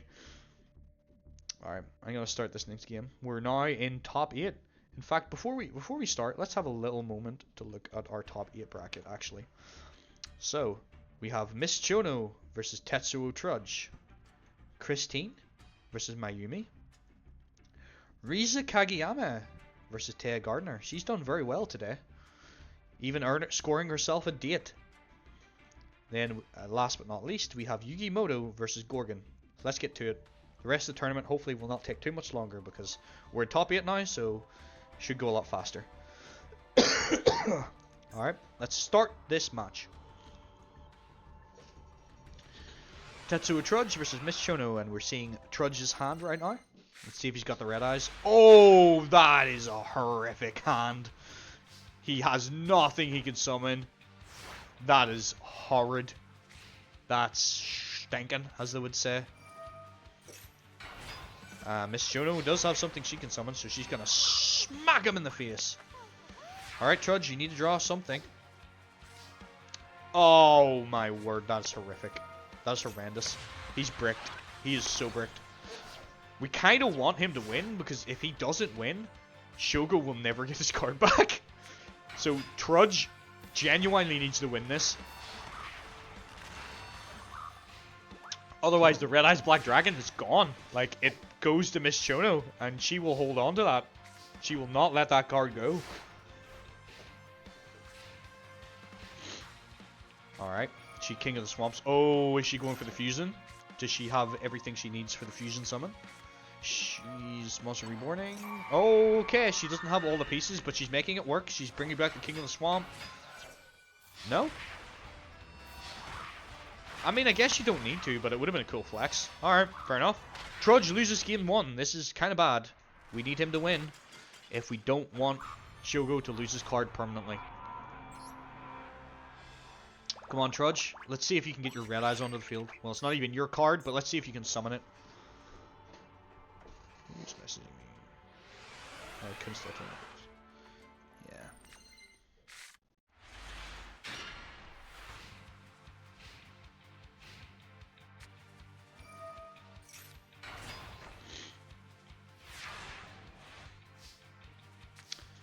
Alright, so he has red eyes in hand. He has a slightly better start.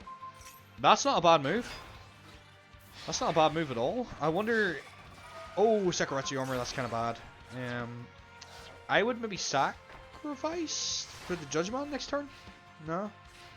That's maybe what I would do, but I think I would have just sacrificed for the Judgment straight out, but I think he's planning on getting that Red Eyes out, and that's why he didn't sacrifice. Oh, okay, this is gone wrong. Rush recklessly though, that turns it back for him.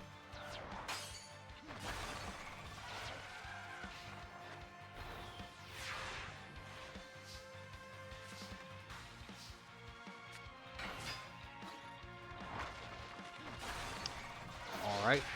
So he's still in this game. Is he going to get his Red Eyes next turn? So she gains 1,000 from the Snatch still. It's kind of keeping her in this game. T-set. Nothing wrong with that. Wonder what that set card is. If it's a trap hole, you're in big trouble. Oh, clever boy. He fears the trap hole or the potential thing that could destroy his Red Eyes, so he plays something else, triggers the trap hole. Now she's wide open. So he is free to play that Red Eyes if he wants to. Oh, you're back. Trudge lost game 1, so he kind of needs to pull this back. Otherwise, Shogo, the guy who had his card stolen, will never get it back because Miss Chono will confiscate it, and Trudge will get expelled, which he kind of deserves, honestly, because he's a bit of a bully. But it seems like he's doing not too bad right now in this game. I think we could have a game 3 here. Alright, summons the grappler, goes in for the damage, set the Sakaratsu armor in phase 2, I'd imagine, and end turn. Yep, that makes sense. I don't think there's any point in sacrificing these monsters for Red Eyes, because that would be stupid, because his Red Eyes is just going to be as strong as what he already has. I wouldn't put that sack down either, I would just go for it. Yeah, you won. Well done, Trudge, you pulled it back in game 2. We're on to game 3. So, hopefully, he can win game 3 and go on to top 4. As otherwise, no nice card for Shogo. Alright, Trudge, let's see what you've got.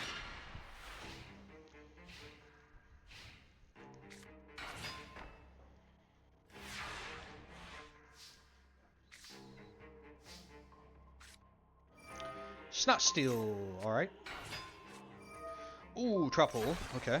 At least you have her monster, so it's not a complete waste. Sakaratsu armor, face down, and turn. Yep. She might Harpies if she has it, which would completely turn this around. Nope, she doesn't have it. She's bricking. She's not getting her combos this time. I think the duel fatigue starting to set into everybody. We played too many games of Yu-Gi-Oh today. Everyone's getting a little fatigued. The game's slowing down now. Alright, she gains her 1,000 back. Although, here, maybe she's going for the poly play. Polymerization! She's fusion summoning! Queen's double and Hibikimi, what does that make? Empress Judge, her boss monster! Little does she know the little trap lying in wait. The Sakaratsu armor says, "Get fucked, bitch!" And the Empress Judge is gone, and once again, Miss Chono is left with nothing. Trudge has it, I think, folks. I think he's going to win this one. Goes in for the damage. Good stuff. Main phase 2, Red Eyes? No, okay. I don't know why he doesn't want to play that Red Eyes. I mean, I guess he does theoretically have more damage on board if he doesn't summon it, but like, I would have summoned it to get rid of the Snatch Steel. Because she's getting 1,000 life points from it, although he's out damaging what he's healing. But even still. Do it for the flex. Yes! The Red Eyes Black Dragon hits the field! Is he going to go? He is. Inferno Fire Blast! Trudge wins with the Red Eyes Black Dragon. Miss Chono is not confiscating that card. Mic off. Alright, let's set up our next duel. Trudge 2-0'd Miss Chono. Who is next? Christine versus Mayumi. Okay. I will get the everything ready here for you. So, Mayumi, she's done very well for herself. I'm surprised she's made it this far, honestly. So good on her. I didn't think I'd give her a particularly strong deck, but her burn strategy really seems to be working for her. So this is the other thing that's part of this tournament, which I may have mentioned. I don't know. I've talked a lot of crap throughout this tournament. Based on how people perform, will also determine like who we're going to see more of. Like if the people who aren't winning these tournaments and aren't doing very well, you're probably not going to see, you know, maybe in the next tournament. Like they might come back way later, but like people who get it further along in these tournaments, there's more chance of you seeing them in a future tournament, which I think makes sense to everybody, right? You know, you're not going to show up to tournaments much if you keep getting your ass beat.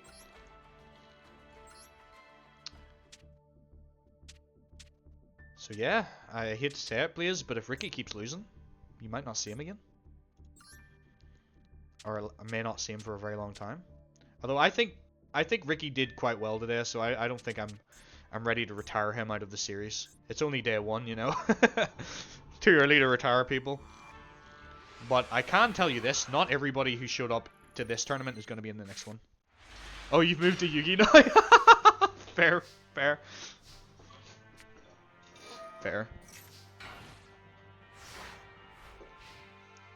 This is making me want to watch the show. Oh, really? That's cool. Both you and Anna, like, it's inspired you to watch it. That's kind of cool. I'm glad I could facilitate that for you both and introduce you to Yu-Gi-Oh more. Oh, she's got the combo. So if Christine flips the right coin, she takes damage regardless because of the nurse. And that is part of the strategy. Mayumi's deck is pretty damn lit, I'm not gonna lie. I used to love it as a kid. Yeah, obviously me too. Oh, she's got her Punished Eagle though. Bad roof. That's not gonna help you, unfortunately, Mayumi. That's a shame. I thought you were doing quite well, but Christine's just very fast. Wing Beast players are notoriously quite quick. That's why my Valentine is one of the strongest duelists in our series. She hasn't obviously been seen yet. She hasn't dueled yet, but like she's gonna be appearing and she'll be pretty strong. I hope. I hope I'm not saying this and it turns out she like gets absolutely destroyed in her first game. But I intend to make certain characters as powerful as I feel like they should be when they start. And she's definitely one of the characters I think should be quite powerful. Alright, Mayumi is on the defensive. I think she might be toast. Alright, well at least she does a little bit of damage. She got her down to less than half. That's not nothing. But I think this is the end for Mayumi. I think she might have met her match with Christine. I think Christine could be a top 4 player, alright.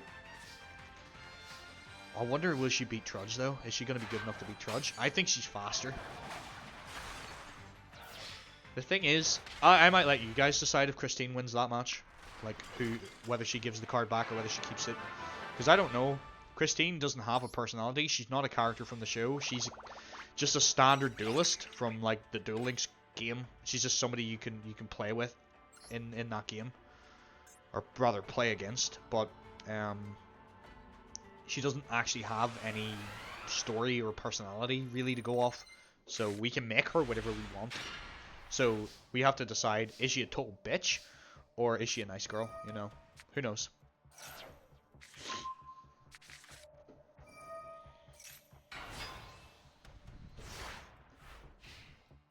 Mic off.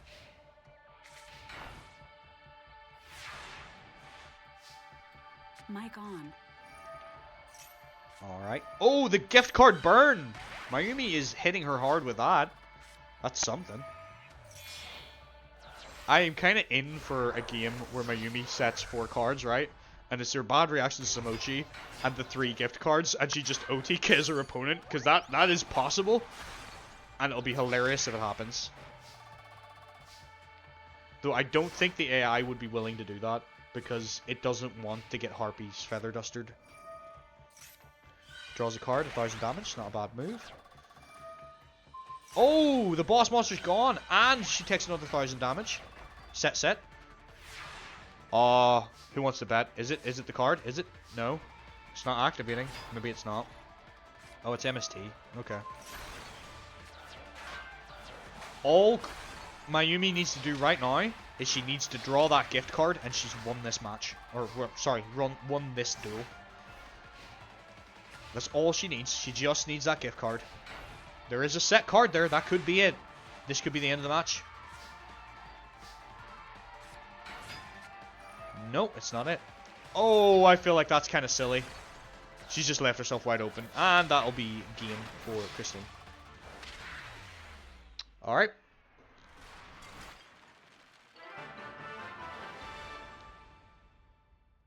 Christine's not even bothered. That was easy. For Christine. Yep. Sadly, it seems Mayumi met her match. That was both games, right? I'm pretty sure that was both games. Yeah, I think Christine won both games very, very quickly. That's why it's a bit shocking.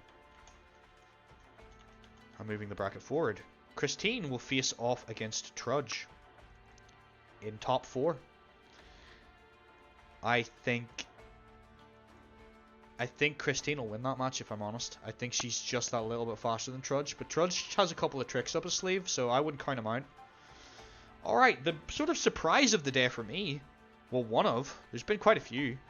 Risa Kageyame versus Taya Gardner. Will she be able to beat Taya, who took out Ricky, or is this where her journey stops? Okay, I will get these decks ready. Where are you, Risa Kageyame? You've really surprised me today. I didn't think you would make it this far. Who are you against? Taya? Where's Taya's deck? Alright. Let's just get the duel started, and I'll do everything else live. Right head will be Taya. Left head will be Risa. I'm rooting for Risa. I am quite impressed with her. I think it's great. It'd be amazing if she won this whole thing, especially now that she's earned herself a boyfriend, you know, out of this tournament. Well, at least a date, anyway. So, good for her. You go get your man. I mean, if you lose this game, you can go hang out with your man even faster, so maybe you'll start throwing. Who knows? Not a bad start. Not a bad start at all from Risa Kageyame.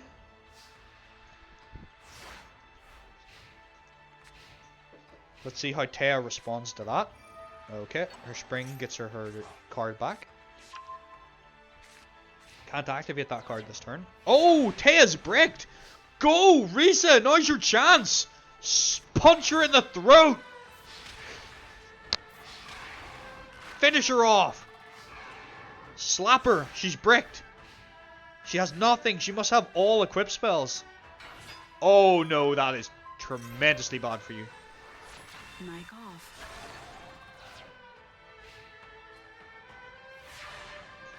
Mic on. Taya must have just drawn that. Okay, we've got Risa on the defensive now. This isn't good. I don't think she can beat a 2750. She might have something in her deck to get rid of it, but it's going to be hard. And it's a question of whether or not she can do it quickly enough. Witch of the Black Forest. What's that going to get you? Maiden in the Moonlight. Not a bad card. Okay. Let's see. Ancient Elf. Maiden in the Moonlight. Okay, I guess you can attack. But I don't know how she's going to deal with that Mahavelo. That's going to be a big problem. That's definitely going to be troublesome. Dex 1250. Come on, let's see what you have. I think she's going to have to go in the defensive. I don't think she's got a lot of other options. Yep. She's on the back foot now. Okay. I don't know what I give her in her deck that she can actually use to deal with this. She definitely has a, like, she definitely can wipe the spells and traps. That's one way. There's definitely an MST or a Heavy Storm or something in there that she could use. That's one option. I don't know what monster removal she has. But she should have a way of dealing with it. But it's whether or not she's going to get it before she loses. Oh, that's brutal. Taya stealing her opponent's monster. Oh, dear lord. That Mahavila is stacked right now. That can nearly fight an Egyptian god card. It's so powerful, and she slaps her in the face with it. Taya Gardner takes game 1. Her Mahavila proving its strength today. Alright. Game 2. Let's see if Riza can take it back. I actually thought she had a chance there for a minute whenever Taya was bricked. If Taya can brick again, that would be really nice. Riza can win, but I think if Taya plays the way that she has been all day, I think Taya's good. Oh, okay. That's not a good start from her. Maybe she's toying with her, you know. Maybe she's just being a nasty little bitch. Oh, vindictive. Yeah, that was nasty. I mean, I don't know if I would have reborned it back. But you do you. What's this card even actually do? What's its effect? Flip effect. Target one monster your opponent controls. Switch control of it with this card. Okay. There you go. The more you know. She's got her Mahavila and no equip cards, but you need to get rid of that, Christine. Or, not Christine, Risa. That's silly. Why did you put your Mahavila in defense mode and then attack with your Magician? Now's your chance, Risa. She's playing like ass. She's being stupid. Alright, yes, thank you. Destroy that. Go for the Magician of Faith. Go for the face. She's turning it around on her. She's taking it back.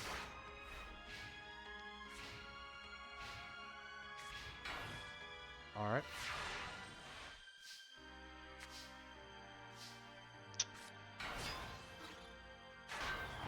Okay.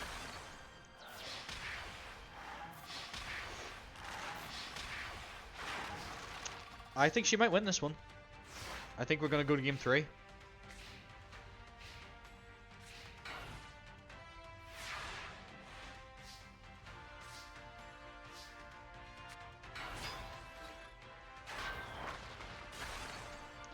And just like that, folks, Risa Kageyama takes it in game 2.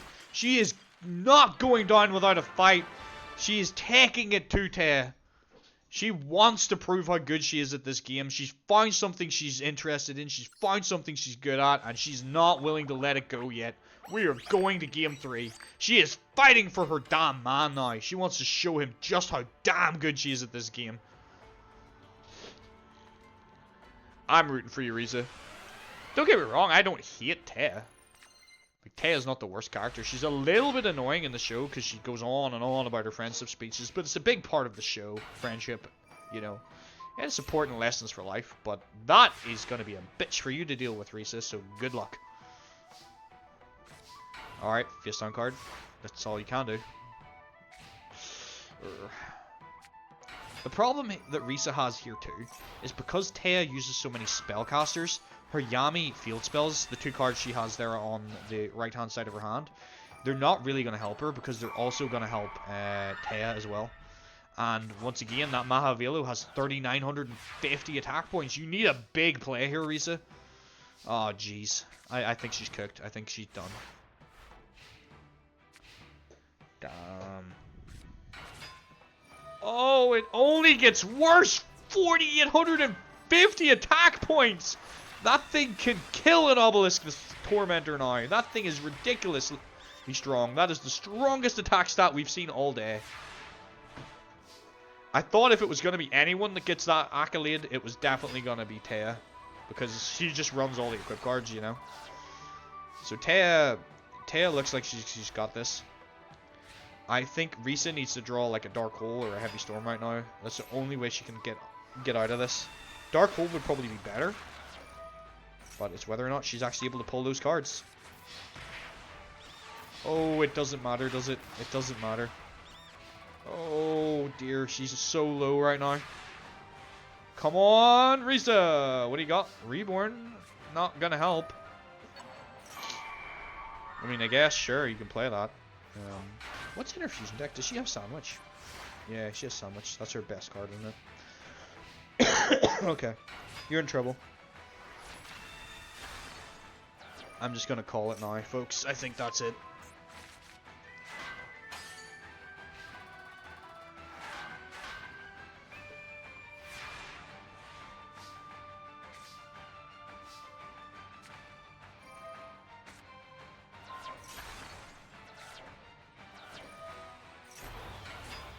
I mean, she's turned it around.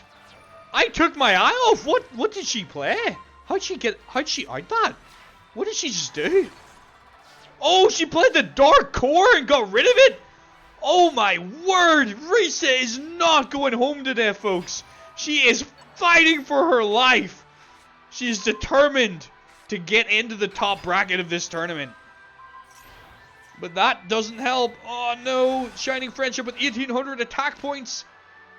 It's not the end of the world. You can summon your Dark Witch. You can overpower it.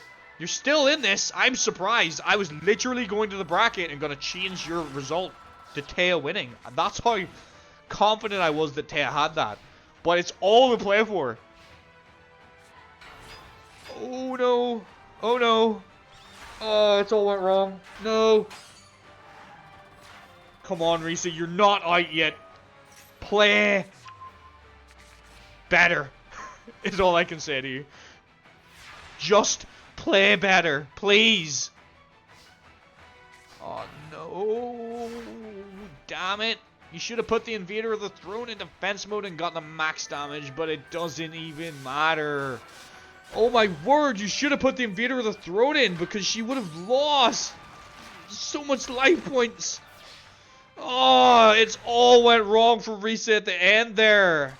I thought she was going to come back after she played that Dark Core. Damn. Taya Gardner proving why she's one of the better duelists here today and why she's proving that being tutored by Yugi can be quite effective. Unless you're Joey Wheeler and you just can't afford good cards, then I guess, you know, sucks to be you. But what a match, right? Like, that was very back and forth. I honestly thought Risa was going to have that for a second there. Risa, very impressive. I definitely think we'll be seeing Yugi, and you're an exciting duelist. I want to see more of what she can do. And the other thing is, as well, folks, is like, people's decks aren't going to stay the same as we progress. People are going to get upgrades and, you know, improve their decks as tournaments go on. So Risa can only go up from here, and who knows what she's going to be using in the future. But she's done very well for herself. Now we're on to the protagonist of the show. Blaze, time for you to wake up, my dear. It is Yugimoto versus Gorgon. So I will get the setup here for you. So on the right head we will have I find Yugi first so he can go on the right head this time. And we can have Gorgon.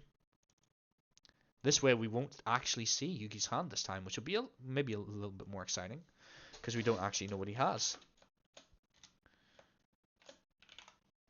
So we're going to have Yugi versus Gorgon right now. I'm just getting the chat heads ready. Where are we here? Window capture gone. Go back on, get my decks ready. You're rooting for Yugi. Alright. Where is he? We're looking for Gorgon. Gorgon. Gorgon's done surprisingly well. Like, he has a couple of decent monsters, but I didn't think he would make it maybe as far as this. Because I put a lot of monsters in there that have like less than 1,000 attack points, and I thought that's gonna be quite bad for him. You know? But he's holding his own. So kudos to Gorgon for getting as far as he has. Whether he wins this or not, he has impressed me. Okay. Yugi goes for the T set. Nothing wrong with that. Heavy Storm? I guess so. Yugi's a good person to use that on because you never know what Yugi has face down. He put a poly face down? Why, Yugi? Why would you do that? You just lost your fusion card. Oh, and you fall right into a trap hole. But Yugi was flexing. He has a skilled red magician face down. So that's going to be... Excuse me. That's probably going to be kind of difficult for Gorgon to deal with. But he does have the Dragon Zombie, which matches it point for point. Alright, Yugi, let's see how you get out of this one. Oh, he's got it! His boss monster, the summoned skull! Gorgon's in danger now. Gorgon is in so much danger. That's going to be so hard to out for him. Trap hole ain't going to save you from that now, fam. You needed that before you summoned it. Yugi was toying with you. You do trap hole his horn, imp. That's fine. Doesn't matter. Summoned skull is still there on the field. It's still going to keep slamming into you. Premature burial. I don't think that's going to help you. Defense, yeah, it's the best thing you can do, Gorgon, honestly. Yugi plays his Yami, which only makes his monsters even more potent.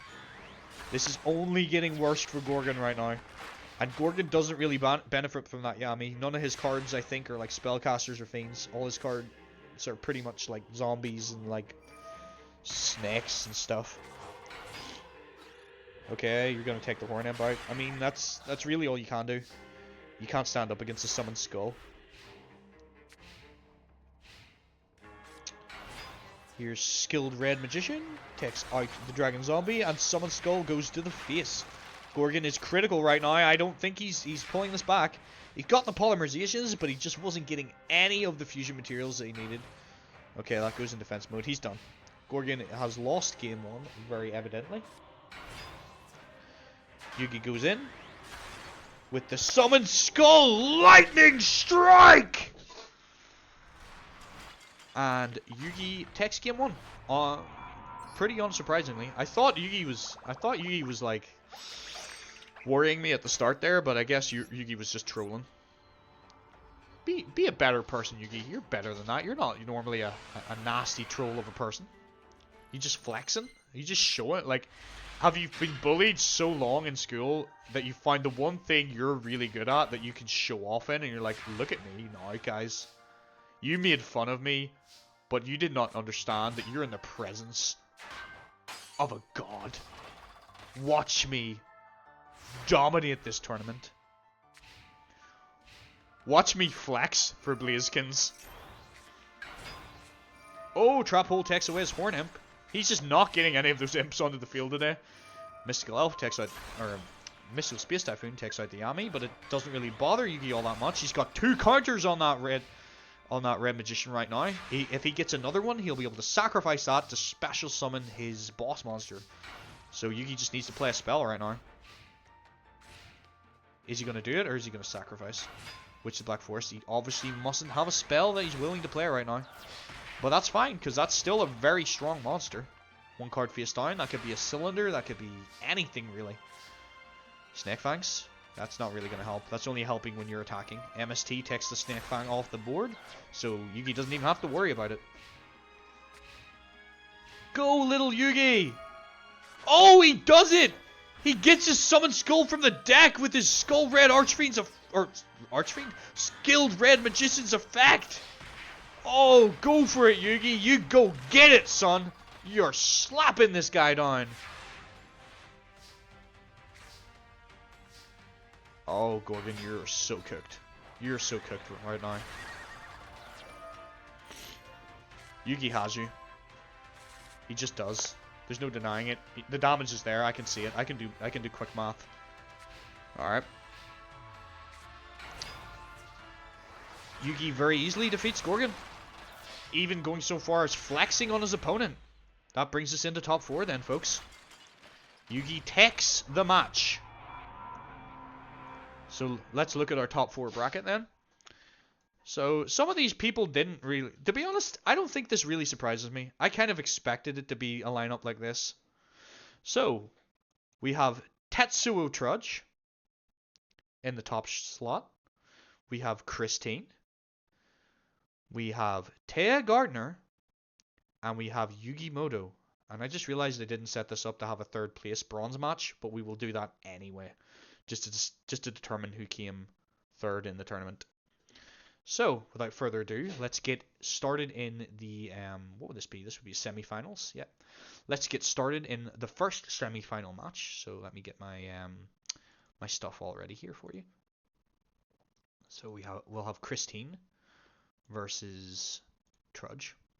And I said earlier, if you don't still remember, that I will let you decide. If Christine wins this match, I'll let you decide what happens to the Red Eyes. Does she hold on to it and keep it for herself, or does she return it to Shogo? What kind of person is Christine? That's what we're looking to find out in this duel.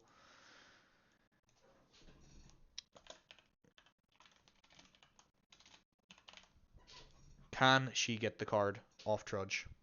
Or will Trudge proceed to dominate the tournament as he has been so far against all the opponents he's been against? He's had a couple of matches that have been a bit shaky, right? But like for the most part, he's been a real contender in this tournament.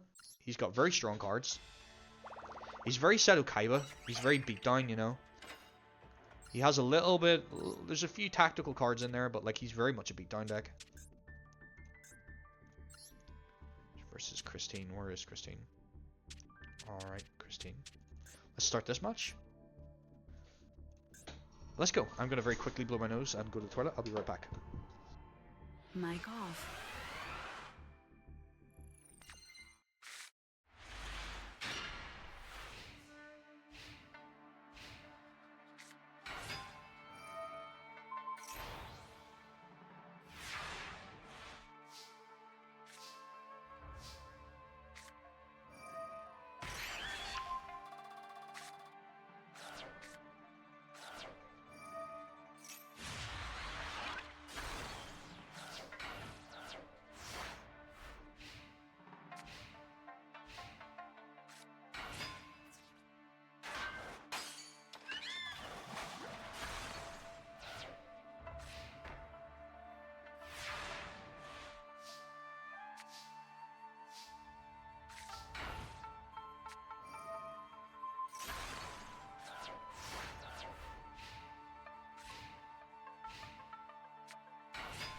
Mic on. Alright, let's have a look at what's happening. It looks currently like Christine is putting the stomp down on Trudge. I kind of thought this might happen because I think she's just that little bit faster than him. He has the power cards in his hand.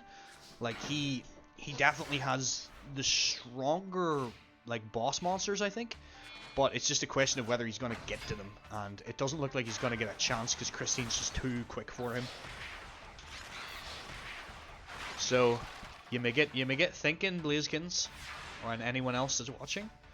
What do you think should happen if Christine wins this whole match? Do you think she gives the card, the Red Eyes Black Dragon, back to Shogo, or do you think she holds on to it? I'll let you guys decide. Okay. Premature Burial brings back the monstrous bird. And that's game. Game 1 goes to Christine. Let's see if Trudge can make a comeback here, or if he is going to get stomped out of this tournament and his card taken from him. I don't know who I'm rooting for, if I'm honest. I'm kind of rooting for Trudge because he has the Red Eyes, and like I kind of want him to win because of it. But I kind of want someone to get the Red Eyes back, you know, potentially. I think Shogo deserves to get it back. Although, does he? How did he even do in my tournament? Did he get stomped? I think he got stomped, didn't he? Yeah, he got absolutely slapped by Beluga. He doesn't deserve anything. Hell with that guy. Coming to my tournament and losing both matches. Not even making a good showing of himself. To his credit, he was fighting without his boss monster, so it made it a lot harder for him, but, you know. Screw that guy. He doesn't deserve that card. If he can't win without it, he doesn't deserve to have it. Give it to Joey. Joey deserves it. He needs the Red Eyes Black Dragon. This is a much stronger start from Trudge this time around. Much weaker start from... Oh, that's devastating. He's got Dark Hole ready, primed in hand, if things go wrong. Oh, the Icarus attack! Damn! He loses both his monsters, and now he's kind of bricked. But he's got life points, and if he waits patiently with that Dark Hole, he could really capitalize on that. I hope he doesn't activate it for an 800 attack point monster. That would be kind of dumb.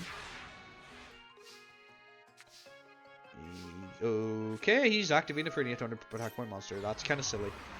That's not killing you fast enough for you to worry about. Just take the damage, hold off and activate it. But a lot of the times, these AI, if they get the chance to activate the card, they'll activate it. Okay, that's weird play on her part as well, summoning King of the Swamp. Like, there's certain cards, like, that's a monster, yeah, you can summon it, but, like, that's a card that, like, in regular Yu-Gi-Oh, you don't ever want to be in a position where you're summoning that. That thing's purpose is to either be a fusion substitute, or you discard it to get your polymerization. Oh, the ego boost comes in clutch, saves him from the attack, keeps his grappler on the field. And it's his turn now? Will he draw his Judgment? No, Blackland Fire Dragon, that's not a bad card either. He goes for face, 2800 points straight to the face. She's down to critical, 500 life points.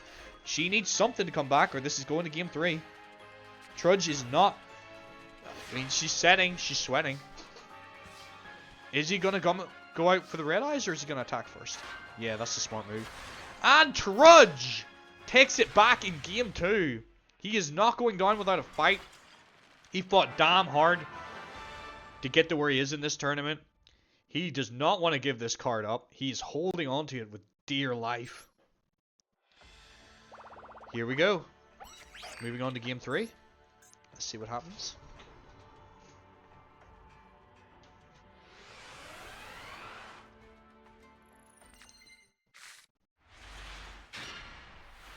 So this will decide the fate of the Red Eyes Black Dragon.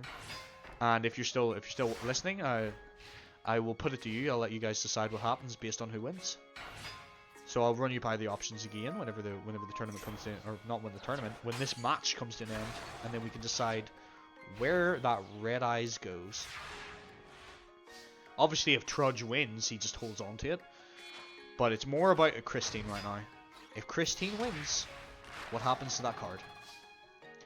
Although right now, she's going to have to do quite a lot more work than what she's doing if she wants to win this. That's not good, Christine. She's slowed way down, and he's overpowering her. That sucks. She's fatigued. She's run out of momentum in this tournament. I think this could be where her tournament ends.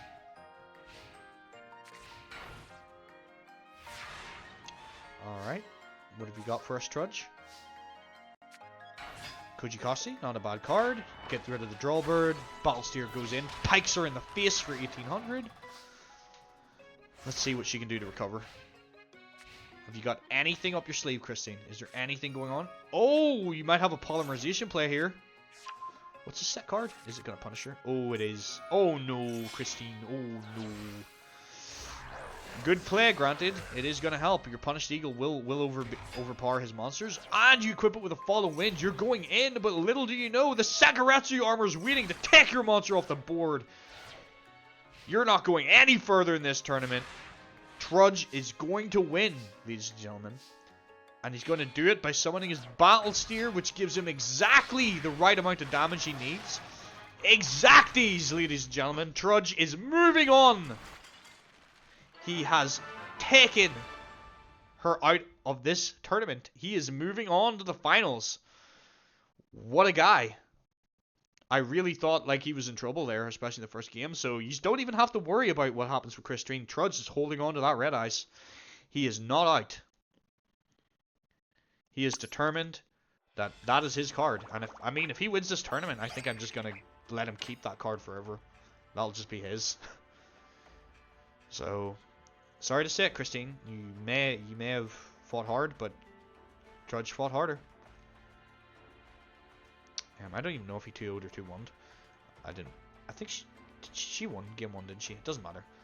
Point is, she lost. Come on, Taya, don't let Yugi win. He's too full of himself. He was flexing, to be fair.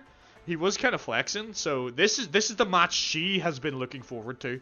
Taya has been looking forward to this. She has wanted to duel Yugi and beat him in this tournament. Like, she has never beaten Yugi off screen. So, is she going to do it right now, on screen? Let's find out. So, let me get my my heads ready.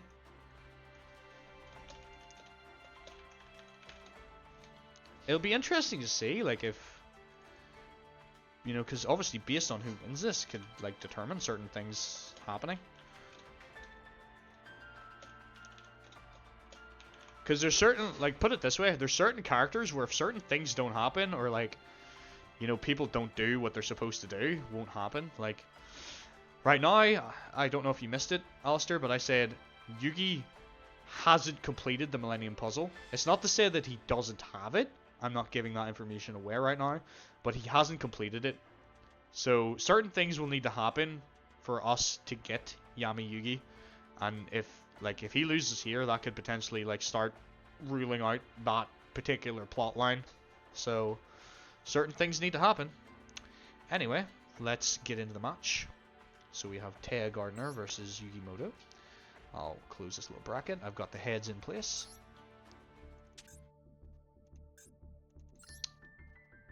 This should be a good match. Like, I thought these two were going to meet in the finals. They met a little bit earlier than I thought they would.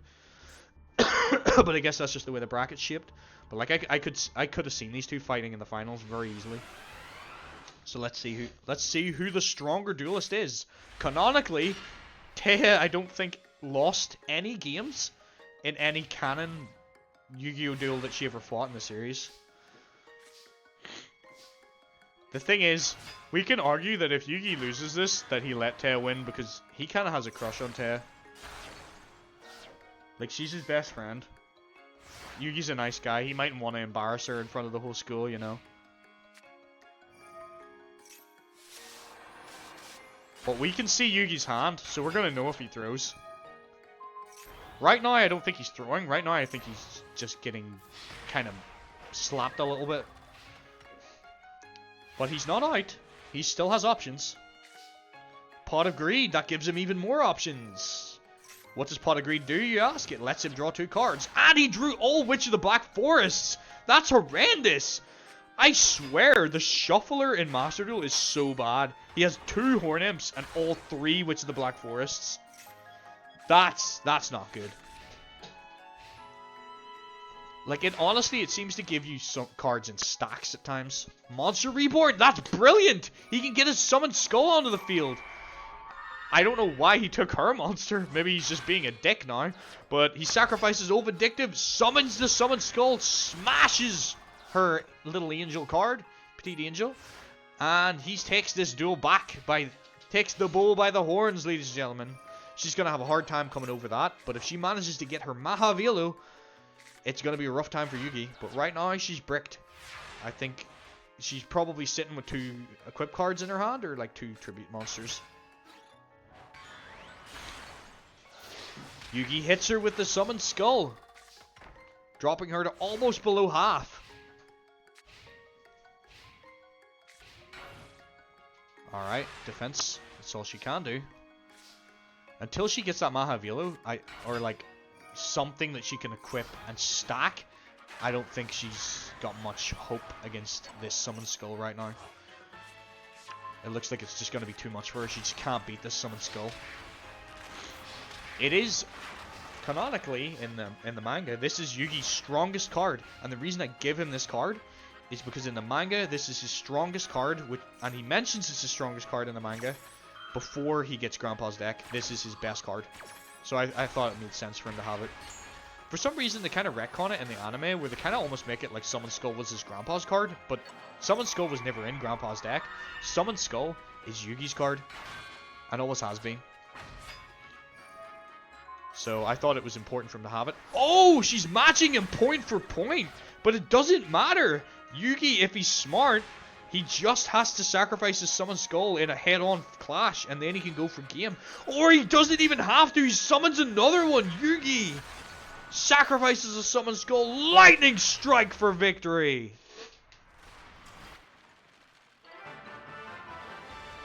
And that takes us to game 2.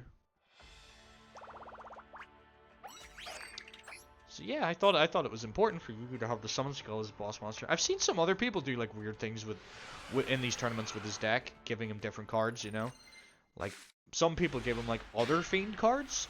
You know, somebody else give him like a Dragon card in a tournament I've seen. But I just thought, why not give him the Summoned Skull? That's the obvious choice, right? But I think a lot of people think the Summoned Skull is Grandpa's card, but it's not. Just gotta read your manga and you know it's not. Alright, I don't know why he didn't summon Summoned Skull. I guess that was the right move, though, because went right into her Vindictive. I guess the advantage Yugi has here, we'll say, is that Yugi probably helped Taya build her deck, so he probably knows every strategy and every card that she has, and that is why he has the advantage in this match. He knows how she plays. He played against her before. That's why he's baiting out all those old Vindictives. He doesn't want anything to get rid of his Summon Skull. He wants, whenever he plays that, it to go on the field without incident. And so far, he's cleared 2 of them. Will he summon the Summon Skull this time? Or do you think he's going to summon something else and maybe wipe it? Oh, he's going for it. He's confident that she could possibly have a 3rd one. But this is Master Duel, so that's probably a 3rd one. No, it's not. Magician of Faith. I don't think she has any spells, so that does nothing for her. She's in trouble. She's on the back foot. She's not performing against Yugi at all. I think she's just cracking under the pressure. Yep, she's 100% cracking. Because she was doing really well earlier in the tournament, but now that she's against Yugi, she's just not getting any of her card combos. Summon Skull slaps her in the face. One more strike like that, and she is done. Oh, Taya, this is painful to watch, honestly.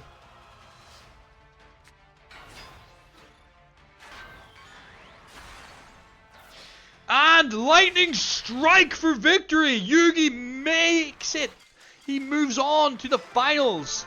He is going to face against Trudge in the finals. But before that, stick around, because Taya is going to go for her 3rd place match. Okay. So Yugi will get rid of your head. Oh, whoops, wrong one. Wrong person. You will show up in a little second. Let me get my what am I doing? Who is Taya fighting? I'm stupid.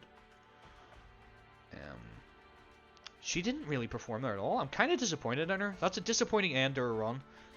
But I couldn't think of like another person who would probably beat her, or like she would rather lose to. You know, it just stays the way it is. She never beat Yugi.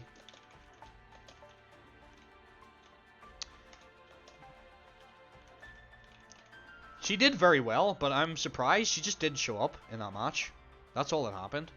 So now we have the 2 girls fighting for 3rd place. Christine versus Taya. I mean, that's impressive for Taya, no? Like, considering she's not really a duelist in any of the mangas or animes or any of that. Like, she kind of plays occasionally. Like, that's kind of an impressive result for her. Alright. I will get Christine's deck ready, and we'll see if Taya performs now. If she kicks Christine's ass the way she has everyone else in this tournament, then we know that she was holding back and she was throwing because it's Yugi.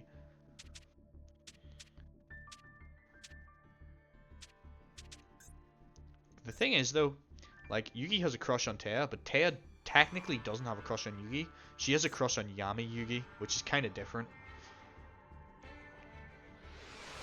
Because she doesn't really care much. Like, she sees little Yugi as a friend, but it's whenever he gets this, like, persona of Dark Yugi that she starts liking him. So really, she's more attracted to the, like, assertive Yugi. You know, Yami Yugi, the Pharaoh. I know you're disappointed, Alistair. But, you know, that's what happens. Unfortunately, she just didn't perform. Alright.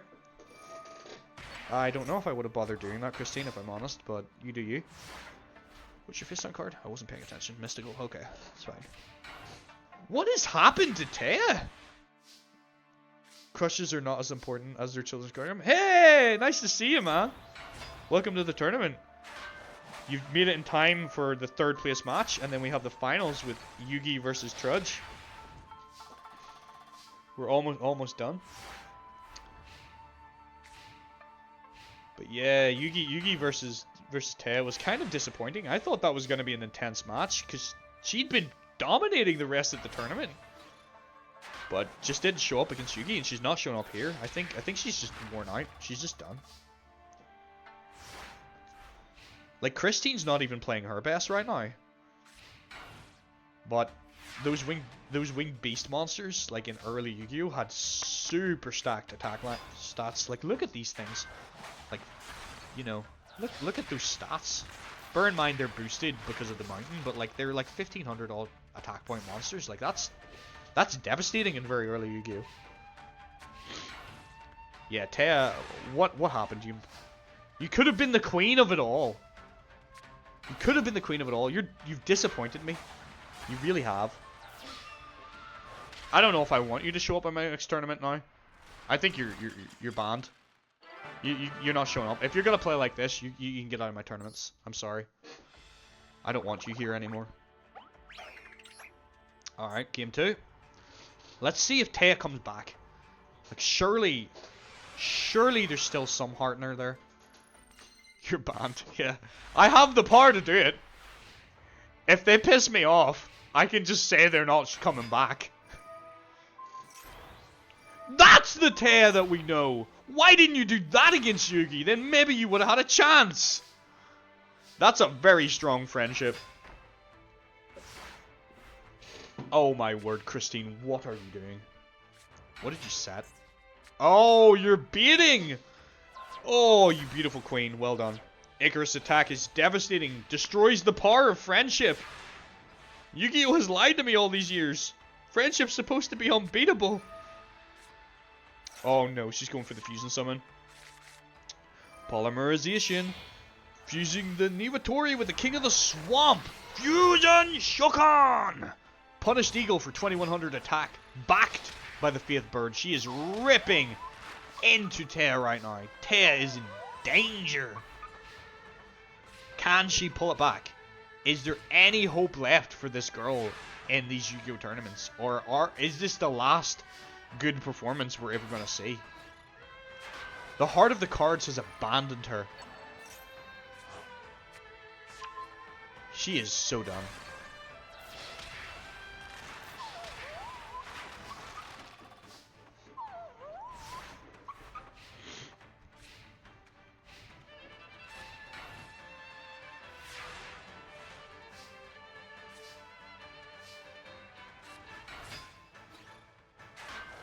Oh, Vindictive Magician! Okay, it's still not going to save you. You're done.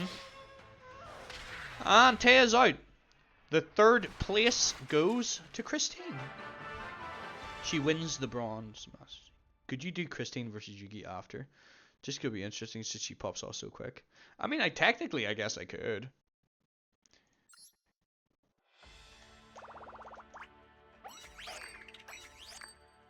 Yep, so that's 3rd place. I didn't actually put it in the bracket. I don't know why I didn't put the 3rd place match. But anyway, let's move on then. For the final match of the day. Thank you for all of those who have joined the tournament this day. And, yeah, thanks for coming.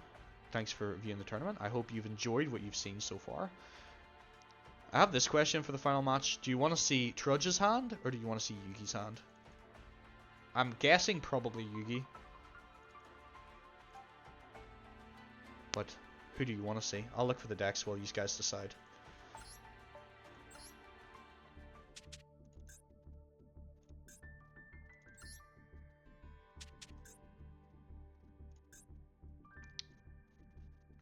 Give you a few moments to respond.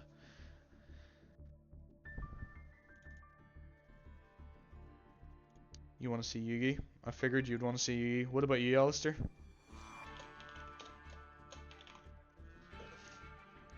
What about you, James? Who would you rather see? Do you want to see Yugi and see what he's running? Cause you missed all the character intros, so you don't even know what deck Yugi has right now, do you? Although you maybe caught the end of his duel, did you? I'm not exactly sure when you joined. Unless you've just been lurking this whole time, like a big lurking thing.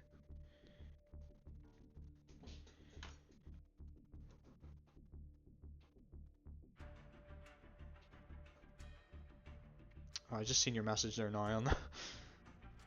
Alright, I think I'm gonna go with Yugi then. I just seen your message on Facebook there now. Yeah. The stream is still going. This is the last match of the day. And I will make this stipulation. So those of you who've been following the tournament know that Trudge currently has the Red Eyes Black Dragon, which he took off Shogo Ayama. If Trudge wins this, he is holding on to that card, and Shogo will never get it back.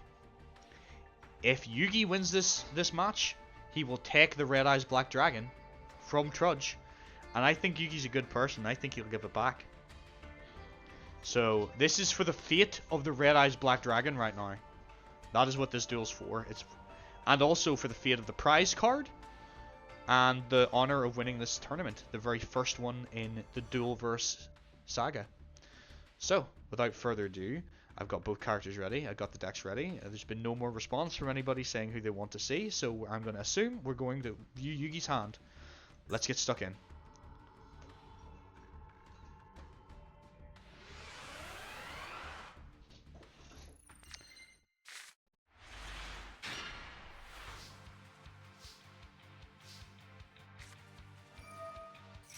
Alright, Yugi's got not a bad hand. The Dark Elf with the Yami is a pretty strong combo.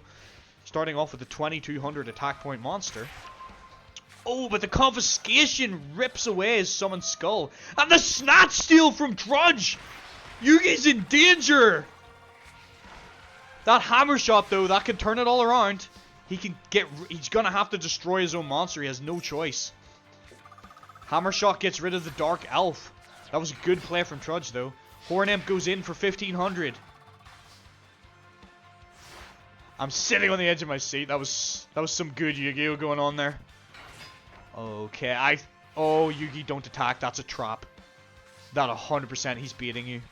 He is beating you. Why would you summon that in attack mode, you fool?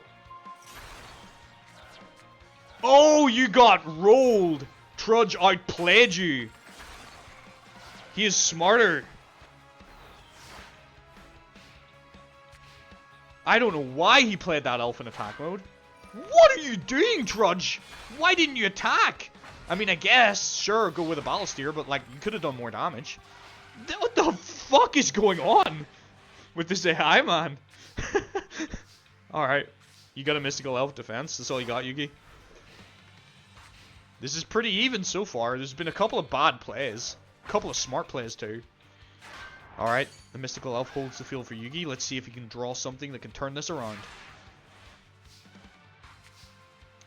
He draws his Horn Imp. That's not going to help. I wouldn't have even bothered summoning that. That's a waste.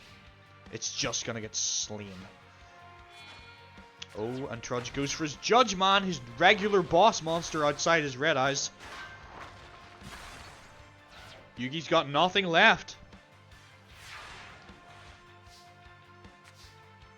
Oh, but the Magic Cylinder hiding in Surprise. That's going to help, but it's not going to win him this game. He's going to need more than that. He takes the 1800. Oh, an Ego boosted. He was going for the win, but Yugi reflects it right back with the Magic Cylinder. Trudge is on critical life points. If Yugi can just pull something from his deck right now, if the heart of the cards are with him, he can turn this around. Come on, Yugi. That doesn't help. You've lost. Oh, man. I'm so sorry, Blaze. Yugi is going to lose to Trudge. Oh! But why? Why would you do that? No! Oh, he's got the Rush Recklessly! Holy shit! What is happening? Inferno Fire Blast for the win! I thought Trudge had thrown it. I thought he threw it when he summoned it, but he was just teasing me. Oh, Yugi. I'm sorry, buddy. Trudge wins game 1. It's still all to play for. Yugi could still win. Here comes game 3. Or game 2, sorry. Let's see if Yugi can take it to game 3 is what I should say. That is a very stacked hand for Yugi. I would have played the Skilled Red first. That was foolish. Should have played Skilled Red in attack mode first. Pot of Greed. Get your counter. You're slipping up. Oh, he loses the Summoned Skull again. This is the same thing that happened to him last game. However, the black... Oh, the Rush Legacy allows him to power over the Skulled Red Magician. Any sets from Trudge? Okay, this could be interesting. Let's see what he has face down. I think you go defensive, Yugi, honestly, with those face downs. Yep, that's why he just lured you into a trap. Yugi's not smart enough to know how to play around these cards. He's just attacking. He hasn't figured out that Trudge is not like the rest of the opponents in this tournament. Trudge will trick you and trap you. Oh no, Yugi's almost at less than half life points. But he draws his Dark Elf. Will it be enough? No, there's another rush recklessly. Yugi, no! Yugi's thrown. Yugi's gone. It's game over, folks.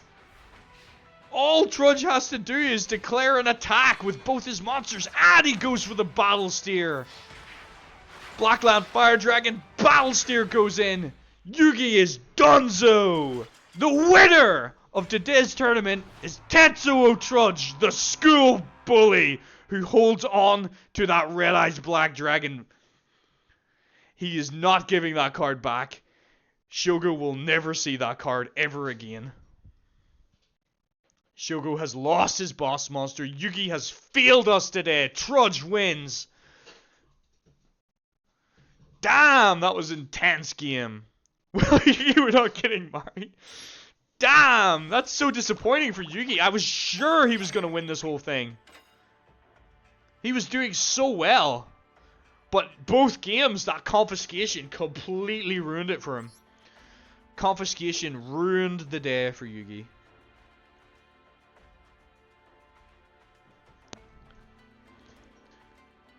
Serves him right. Alright, so let me return to our bracket. Take a moment to analyze the data. Yugi got 2-0. That's so tragic. I thought he could at least take a game. Trudge just dominated this tournament, man. I don't think Trudge really struggled at all. So, let's have a look at our bracket here. So, in first place, we have Tetsuo Trudge. Round of applause. Did very well today. That Red Eyes Black Dragon really pulled him up to the top. We have Yugi Moto. Went 4-1. Very, very strong, solid duelist. Good start from Yugi in this series. I hope to see what he's going to do in the future. In third place, of course, we have Christine. Fourth place being Taya Gardner. I'll make sure next time I do a tournament I actually set up a third place match. That might be smart. Then other honorable mentions. Miss Chono did okay. Risa Kageyama, a very big surprise today. She really shocked me. I didn't think she was gonna go as far as she did. She did manage to beat Bakura in her match and having her crush on him. So she has asked him out on a date, which they will get to in the interim between tournaments. And next time we play, maybe you'll find out how that went for them. Gorgon, he did okay with his deck. Mayumi was really good. She was surprising. Daniel was fun. I like Daniel. Ricky was amazing in his first game. His first game was amazing. He was the comeback king. Unfortunately, he just couldn't clutch it for the rest of the tournament. And yeah, everybody else done not too bad. So that was a fantastic tournament. Yeah, I think Yugi done well enough for a certain thing to happen. So let me just do this real quick. Let me just turn this stuff off right now. Take this stuff off the screen. Thank you all for who have joined today. I really appreciate you all showing up. I hope you enjoyed this tournament. There will be more of them in the future. I'm planning on doing this bi-weekly. So I really appreciate you all swinging by and joining the tournament. For those of you who missed parts of it, there will be a video. There will be a VOD up on Twitch. I will be also uploading the full video to YouTube as well. So if you want to catch up and see what highlights you missed, it'll be on there. I'll maybe go through this at some point and get some clips if other people haven't done that. But without further ado, here's a little insight of something that I think is important. Since Yugi made it to the finals, we get to see this. Mic off.